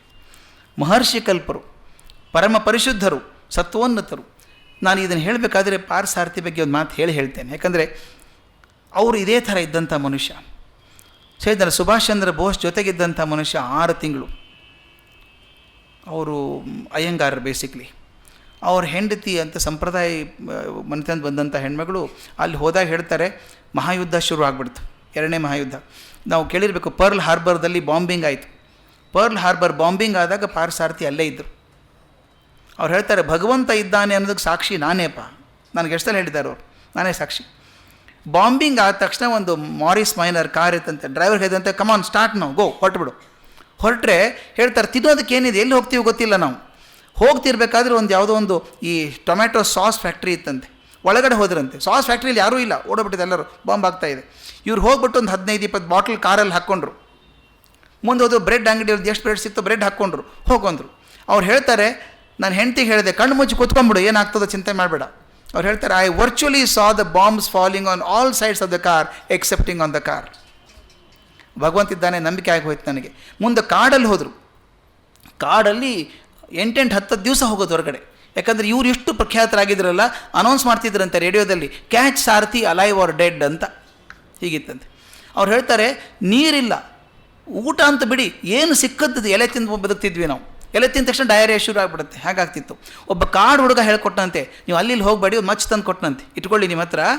ಒಂದು ಗಿಡ ತೋರಿಸಿದಂತೆ, ಆ ಗಿಡಕ್ಕೆ ಹಿಂಗೆ ಕೊಚ್ಚಿದ್ರೆ ನೀರು ಚಿಲ್ಲ ಚೆಮ್ಮತ್ತೆ, ಭಾಳ ಒಳ್ಳೆ ನೀರು ಕುಡೀರಿ ಅದನ್ನು ಅಂತ ಹೇಳಿದಂತೆ. ಅವ್ರು ಹೇಳ್ತಿದ್ರು, ನಾನು ನನ್ನ ಹೆಂಡತಿ ಹುಡ್ಕೊಂಡು ಹೋಗ್ತಿದ್ವಿ, ಗಿಡ ಸಿಗ್ತಾನೆ ಕೂಗಳಂತೆ, ಗಿಡ ಸಿಕ್ತು ಬನ್ನಿ ಬನ್ನಿ ಬನ್ನಿ ಅಂತ. ನೀರು ಸಿಕ್ಕರೆ ಸಂಭ್ರಮ. ಅಂಥ ಮನುಷ್ಯ. ಅವ್ರ ಕರೆಸ್ಪಾಂಡೆನ್ಸ್ ನಾನು ನೋಡಿದ್ದೀನಿ ಕೈಯಲ್ಲಿ. ಈಗ ಡಿ ವಿ ಜಿ ಹೇಗೆ ಅವ್ರ ಬಗ್ಗೆ ಹೇಳ್ತಾರೋ ಹಾಗೆ ನಾನು ನೋಡಿದಂಥ ಮನುಷ್ಯ ಅವ್ರನ್ನ. ಜವಾಹರ್ಲಾಲ್ ನೆಹರು ಪತ್ರ ಬರೆದದ್ದನ್ನು ನೋಡಿದ್ದೇನೆ ಇವರಿಗೆ. Mister Sarathi, you should be the first chief engineer of free India ಅಂತ ಬರೆದಿದ್ದಾರೆ ಅವರು. ಜವಾಹರ್ಲಾಲ್ ಸ್ವಂತ ಸೈನ್ ಮಾಡಿದ್ದಾರೆ ಕೆಳಗಡೆ. ದಾಮೋದರ್ ವ್ಯಾಲಿ ಪ್ರಾಜೆಕ್ಟ್ ಶುರು ಆಯಿತು, ಅದರ ಚೀಫ್ ಇಂಜಿನಿಯರ್ ಆದರು. ಆದಾಗ ಇವರು ಪತ್ರ ಬರೆದದ್ದು ನೋಡಿ ಹೇಗಿದೆ, ಆ ಕರೆಸ್ಪಾಂಡೆನ್ಸ್ ಎಲ್ಲ ನಾನು ನೋಡಿದ್ದೇನೆ ಕೈಯಿಂದ. ಇವರು ನೆಹರು ಪತ್ರ ಬರೆದಿದ್ದಾರೆ. ಆಗಿನ ಕಾಲದ ನೆಹರು ಕಲ್ಪನೆ ಮಾಡ್ಕೊಳ್ಳಿ, ಪ್ರೈಮ್ ಮಿನಿಸ್ಟರ್ ಆಗ ಅಂದರೆ ಅನ್ಕಾಂಕರೇಬಲ್, ಅನ್ಇಮ್ಯಾಜಿನಬಲ್ ಪವರ್ ಅವಾಗ. ಆ ನೆಹರುಗೆ ಪತ್ರ ಬರೀತಾರೆ, dear Pandit ji, the dam is ready and is due for inauguration. ಉದ್ಘಾಟನೆ ಮಾಡಬೇಕಾಗಿದೆ ಅಂದು ಬರೆದು, ಯಾರಿಗೆ ಧೈರ್ಯ ಇದ್ದಿದ್ದು ಸ್ವಾಮಿ ಬರೆಯುವಂಥದ್ದು ಇದನ್ನು ಅದ್ರ ಬರೀತಾರೆ, Pandit ji, you are known for your impunctuality. Prime minister Nehru ಬರೆಯುವಂಥದ್ದು. ಯಾವತ್ತೂ ಸರಿಯಾದ ಟೈಮ್ ಬರೋಲ್ಲ ನೀವು ಫಂಕ್ಷನ್ಗೆ. ನಾನು ಈ ಉದ್ಘಾಟನೆಯನ್ನು ಈ ಟೈಮ್ಗೆ ಇಟ್ಕೊಂಡಿದ್ದೇನೆ, ನೀವು ಅರ್ಧ ಗಂಟೆ ಮೊದಲು ಬರಬೇಕು, ದಯವಿಟ್ಟು ಬರಬೇಕು ಅಂತ ಬರೆದು ಹೇಳಿದ್ರಂತೆ. ನಾನು ನೋಡು ಬೋಟಲ್ಲಿ ಕರ್ಕೊಂಡು ಹೋಗಿ ಅಲ್ಲಿ ಇನಾಗ್ರೇಷನ್ ಇಟ್ಕೊಂಡಿದ್ದೇನೆ, ಮತ್ತು ಹೆದರಿಕೆ ಬೇರೆ ಮುಂದೆ, ನೀವು ಬರದೇ ಹೋದರೆ ಬೇರೆಯವ್ರ ಕಡೆಯಿಂದ ಮಾಡಿಸ್ಬೇಕಾಗತ್ತೆ. ನೆಹರು ಬರೆಯೋದು ತಮಾಷೆನ ಇದು. ಅದಕ್ಕೆ ಅವ್ರ ಉತ್ತರ ತುಂಬ ಚೆನ್ನಾಗಿದೆ ಅವ್ರದ್ದು. ಅವ್ರು ಬರೆದ್ರಂತೆ, I know Sarathi how committed you are as far as punctuality is concerned. ನೀವು ಎಷ್ಟು ಹುಚ್ಚಿದೆ ಪಂಕ್ಚುಯಾಲಿಟಿ ಬಗ್ಗೆ ನನಗೆ ಗೊತ್ತಿದೆ, ನಾನು ಅರ್ಧ ಗಂಟೆ ಮೊದಲೇ ಬರ್ತೀನಿ ಎಂದ್ರಂತೆ. ನೆಹರು ಬಂದರು ಅರ್ಧ ಗಂಟೆ ಮೊದಲು. ಆದರೆ ಹೇಳ್ತಾರೆ ಪಾರ್ಥಸಾರಥಿ, ಎಷ್ಟು ಚೆನ್ನಾಗಿ ಹೇಳೋರು, ಎಷ್ಟು ಒಳ್ಳೆ ಮನಸ್ಸಿದ್ರು ಏನೋ ಒಂದು ತಪ್ಪಾಗಿ ಹೋಗ್ಬಿಡುತ್ತೆ ಅಂತ. ಎಲ್ಲ ಆದ ತಕ್ಷಣ ಒಂದು ಬೋಟಲ್ಲಿ ಕರ್ಕೊಂಡೋಗಿ ನಡುಗಡ್ಡೆಯಲ್ಲಿ ಇನಾಗ್ರೇಷನ್ ಆಗಬೇಕು ಅಂತ ಇತ್ತಂತೆ. ಎಲ್ಲ ಫಲಕ ರೆಡಿ ಮಾಡಿದ್ದಾರೆ, ಇನ್ನು ಅನ್ವೇಲ್ ಮಾಡಬೇಕು ಫಲಕ. ಆಗ ನೆಹರು ಪ್ರಶ್ನೆ ಬಂತು, ಸಾರಥಿ ನನಗೆ ಹೆದರಿಸಿದ್ರಲ್ಲ ನೀವು ಬರದೇ ಹೋದರೆ ಇನ್ನೊಬ್ಬರ ಕಡೆ ಮಾಡಿಸ್ಬಿಡ್ತೀನಿ ಅಂತ, ಯಾರನ್ನ ಇಟ್ಕೊಂಡಿದ್ದೀರಿ ಮನಸ್ಸಲ್ಲಿ ನೀವು ಅಂತ ಕೇಳಿದ್ರಂತೆ. ಇವರು doesn't matter, you have come ನಾವು, ಬಂದುಬಿಟ್ಟಿದ್ರಲ್ಲ ಇನ್ಯಾಕೆ ಚಿಂತೆ ಅಂತ ಇವ್ರು ಹೇಳಿದ್ರಂತೆ. ಇಲ್ಲ ನಾನು ಬರದೇ ಹೋದರೆ ಯಾರ ಕಡೆ ಮಾಡಿಸ್ಬೇಕು ಅಂತ ಅಂದ್ಕೊಂಡಿದ್ರಿ ಮನಸ್ಸಲ್ಲಿ ಅಂತ. ತಕ್ಷಣ ಹೇಳಿದ್ರಂತೆ, ದಿಸ್ ಆದಿವಾಸಿ ಲೇಡಿ. ಪಾರ್ಥಸಾರಥಿ ಹೇಳಿದ್ರಂತೆ, ಡ್ಯಾಮ್ ಶುರು ಆದಾಗ ಮೊದಲೇ ದಿವಸದಿಂದ ಈ ಹೆಣ್ಮಗಳು ಕೆಲಸ ಮಾಡಿದ್ದಾಳೆ, ಆದ್ದರಿಂದ ಆಕೆ ಕಡೆಯಿಂದ ಇನಾಗ್ರೇಷನ್ ಮಾಡಿಸ್ಬೇಕು ಅಂತ ಮನಸ್ಸಲ್ಲಿತ್ತು ಅಂತ ಹೇಳಿದ್ರಂತೆ. No let her do it, Nehru was that kind of a broad minded man. ಅವ್ರ ಕಡೆಯಿಂದ ಮಾಡಿಸ್ಬಿಡಿ, ಹಾಗಾದರೆ ಬಾಮೇಲಿ ಆಕೆನ ಕರೆದ್ರಂತೆ, ನೀನೇ ಇನಾಗ್ರೇಟ್ ಮಾಡು. ಇದು ಇತಿಹಾಸದೊಂದು ಮುಖ್ಯ ಅಧ್ಯಾಯ ಇದು. ಫಸ್ಟ್ ಡ್ಯಾಮ್ ಆಫ್ ಇಂಡಿಯಾ, ದೋ ನೆಹರು ಹೆಸರಿದ್ದರೂ ಕೂಡ ಇನಾಗ್ರೇಟ್ ಮಾಡಿದ್ದು ಒಬ್ಬ ಆದಿವಾಸಿ ಮಹಿಳೆ. ಅದನ್ನು ಇನಾಗ್ರೇಟ್ ಮಾಡಿದ್ದಂತೆ. ನೆಹರು ಸ್ವಲ್ಪ ಬ್ರಾಡ್ ಮೈಂಡೆಡ್ ಮನುಷ್ಯ, ಬೇರೆ ದೇಶದಲ್ಲಿ ಓದಿದಂಥ ಮನುಷ್ಯ, ಖುಷಿ ಆಗಿಬಿಟ್ಟು ಅವ್ರಿಗೋಸ್ಕರ ಒಂದು ಗುಲಾಬಿ ಹೂವನ್ನು ಹಾರ ಮಾಡಿಸಿದ್ರಂತೆ ನೆಹರುಗೆ ಹಾಕೋದಕ್ಕೆ. ಅವ್ರು ಹಾರ ತಾಯಿಲ್ಲಿ ದಿಸ್ಕೊಂಡ್ಬಿಟ್ಟು ತಾನು ಆಕೆಗೆ ಹಾಕ್ಬಿಟ್ಟು ಬೆನ್ ತಟ್ಟಿ, very good, dam is inaugurated by you, ನೀನೇ ಇನಾಗ್ರೇಟ್ ಮಾಡಿದ ಹೋಗು ಅಂತೇಳಿ ಕಳಿಸಿದ್ರಂತೆ. ಪಾರ್ಸಾರಥಿ ಹೇಳಿದರು, ಮರುದಿನ ದೊಡ್ಡ ಅನಾಹುತ ಹಾಗೆ ಹೋಗಿತ್ತು ಅಂತ. ಆಕೆ ಹೆಣ್ಮಗಳು ಬಂದು ಇವ್ರ ಮನೆ ಮುಂದೆ ಅಳೋಕ್ಕೆ ಶುರು ಮಾಡಿದ್ದಂತೆ, ನನ್ನ ಮನೆ ಮುರಿದು ಹೋಯಿತು ಅಂತ. ಆದಿವಾಸಿಗಳ ಕಲ್ಪನೆ ಅಂದರೆ ಬೇರೆ ಗಂಡಸು ನಿನಗೆ ಹಾರ ಹಾಕಿದರೆ ಮೊದಲನೇ ಮ್ಯಾರೇಜ್ ಕ್ಯಾನ್ಸಲ್ ಆಯಿತು, ಅವನೇ ನನ್ನ ಗಂಡ ಈಗ ಅಂತ. ಅವ್ರಿಗೆ ಹೆಂಗೆ ಕೇಳೋಕ್ಕಾಗತ್ತೆ? ಆದ್ದರಿಂದ ಆಕೆ ಮನೆ ಗಂಡ ಒಪ್ಕೊಳ್ಳಿಲ್ಲ. ಅದಕ್ಕೆ ಇವರು ಆಕೆಗೋಸ್ಕರ ಒಂದು ಪೆನ್ಷನ್ ಸ್ಕೀಮ್ ಮಾಡಿ ಆಕೆ ಬದುಕಿರೋವರೆಗೂ ಒಂದು ಮನೆ ಕೊಟ್ಟು ಆಕೆ ಬದುಕಿರೋ ಅಲ್ಲಿ ಇರಬೇಕು ಅಂತ ವ್ಯವಸ್ಥೆ ಮಾಡಿದ್ರಂತೆ. ಹೇಳ್ತಿದ್ರು ಅವರು. ಅಂದರೆ ದೊಡ್ಡವ್ರು ಬಂದಾಗ ನಾವು ಅಂದ್ಕೊಂಡ್ಬಿಡ್ತೀವಿ ಭಾಳ ಸುಲಭ ಅಂತ, ಅವ್ರು ಮ್ಯಾನೇಜ್ ಮಾಡೋದೇ ಕಷ್ಟ ಇರುತ್ತೆ. ಹಾಗೆ ವಿಶ್ವೇಶ್ವರಯ್ಯನವರು ಬಹಳ ಪಂಕ್ಚುವಲ್ ಆಗಿದ್ದರು. ಮಹರ್ಷಿ ಕಲ್ಪರು ಎಲ್ಲ ನಿಜ, ಆದರೆ ಕಾರ್ಯಕ್ಕೆ ನಿಂತ್ಕೊಂಡಾಗ ಅವ್ರು ನಿಭಾಯಿಸೋದು ಕಷ್ಟ ಆಗೋದು ಕೆಲವೊಂದು ಸಲ. ಇಲ್ಲಿ ಬರೀತಾರೆ, ನಿಸ್ವಾರ್ಥ ಜನಪ್ರೀತಿಯ ಮೂರ್ತ ಸ್ವರೂಪರು ಅಂತ ಹೇಳ್ತಾರೆ. ಅವ್ರಿಗೆ ಜನದ ಬಗ್ಗೆ ಏನು ಪ್ರೀತಿ ಇತ್ತು, ಅಸಾಧ್ಯ ಪ್ರೀತಿ ಇತ್ತು ಅಂದರೆ ಒಂದು ಘಟನೆ ಹೇಳ್ತಾರೆ ಅವರು. ಅವ್ರ ಸೋದರ ಮಾವ ರಾಮಯ್ಯ ಅಂತಿದ್ರು. ಅವರು ಒಂದು ರಾಮೇಶ್ವರ ದೇವಸ್ಥಾನ, ಚಾಮರಾಜಪೇಟೆ ರಾಮೇಶ್ವರ ದೇವಸ್ಥಾನದಲ್ಲಿ ಪೂಜೆ ಇಟ್ಕೊಂಡಿದ್ರಂತೆ. ಅವರೇ ಅದಕ್ಕೆ ಧರ್ಮದರ್ಶಿಗಳಾಗಿದ್ದರು. ಒಂದು ಕಾರ್ಯಕ್ರಮ ಇಟ್ಟುಕೊಂಡು ಮಾಧವರಾವ್ ಬರಬೇಕು ಅದಕ್ಕೆ ಅಂತ ಕರೆದ್ರಂತೆ. ಮಾಧವರಾಯರು ಕೂತು ಹರಿಕತೆ ಪ್ರೋಗ್ರಾಮ್ ಇಟ್ಟಿದ್ದರು. ಚೀಫ್ ಇಂಜಿನಿಯರ್ ಆದಂಥ ವಿಶ್ವೇಶ್ವರಯ್ಯನವರು ಬಂದರು. ಬಂದು ಕೂತ್ಕೊಂಡು ಹೊರಗಡೆ ನೋಟಕ್ಕೆ ವಿಶ್ವೇಶ್ವರಯ್ಯನವರಿಗೆ ನಮ್ಮ ಪರಂಪರೆ ಬಗ್ಗೆ ಅಷ್ಟು ಆಸಕ್ತಿ ಇರಲಿಕ್ಕಿಲ್ಲ ಅಂತ ಅನಿಸೋ ಹಾಗೆ ಅನ್ನಿಸ್ತಾ ಇತ್ತು ಅಂತ. ಅವ್ರು ಡ್ರೆಸ್ ಗಿಸ್ ನೋಡಿದ್ರೆ ಬರೀ ಇವ್ರು ಮಾಡರ್ನ್ ಇದ್ದಾರೆ, ವೆಸ್ಟರ್ನ್ ಇದ್ದಾರೆ ಅಂತ ಅನ್ನೋ ಹಂಗಿತ್ತು.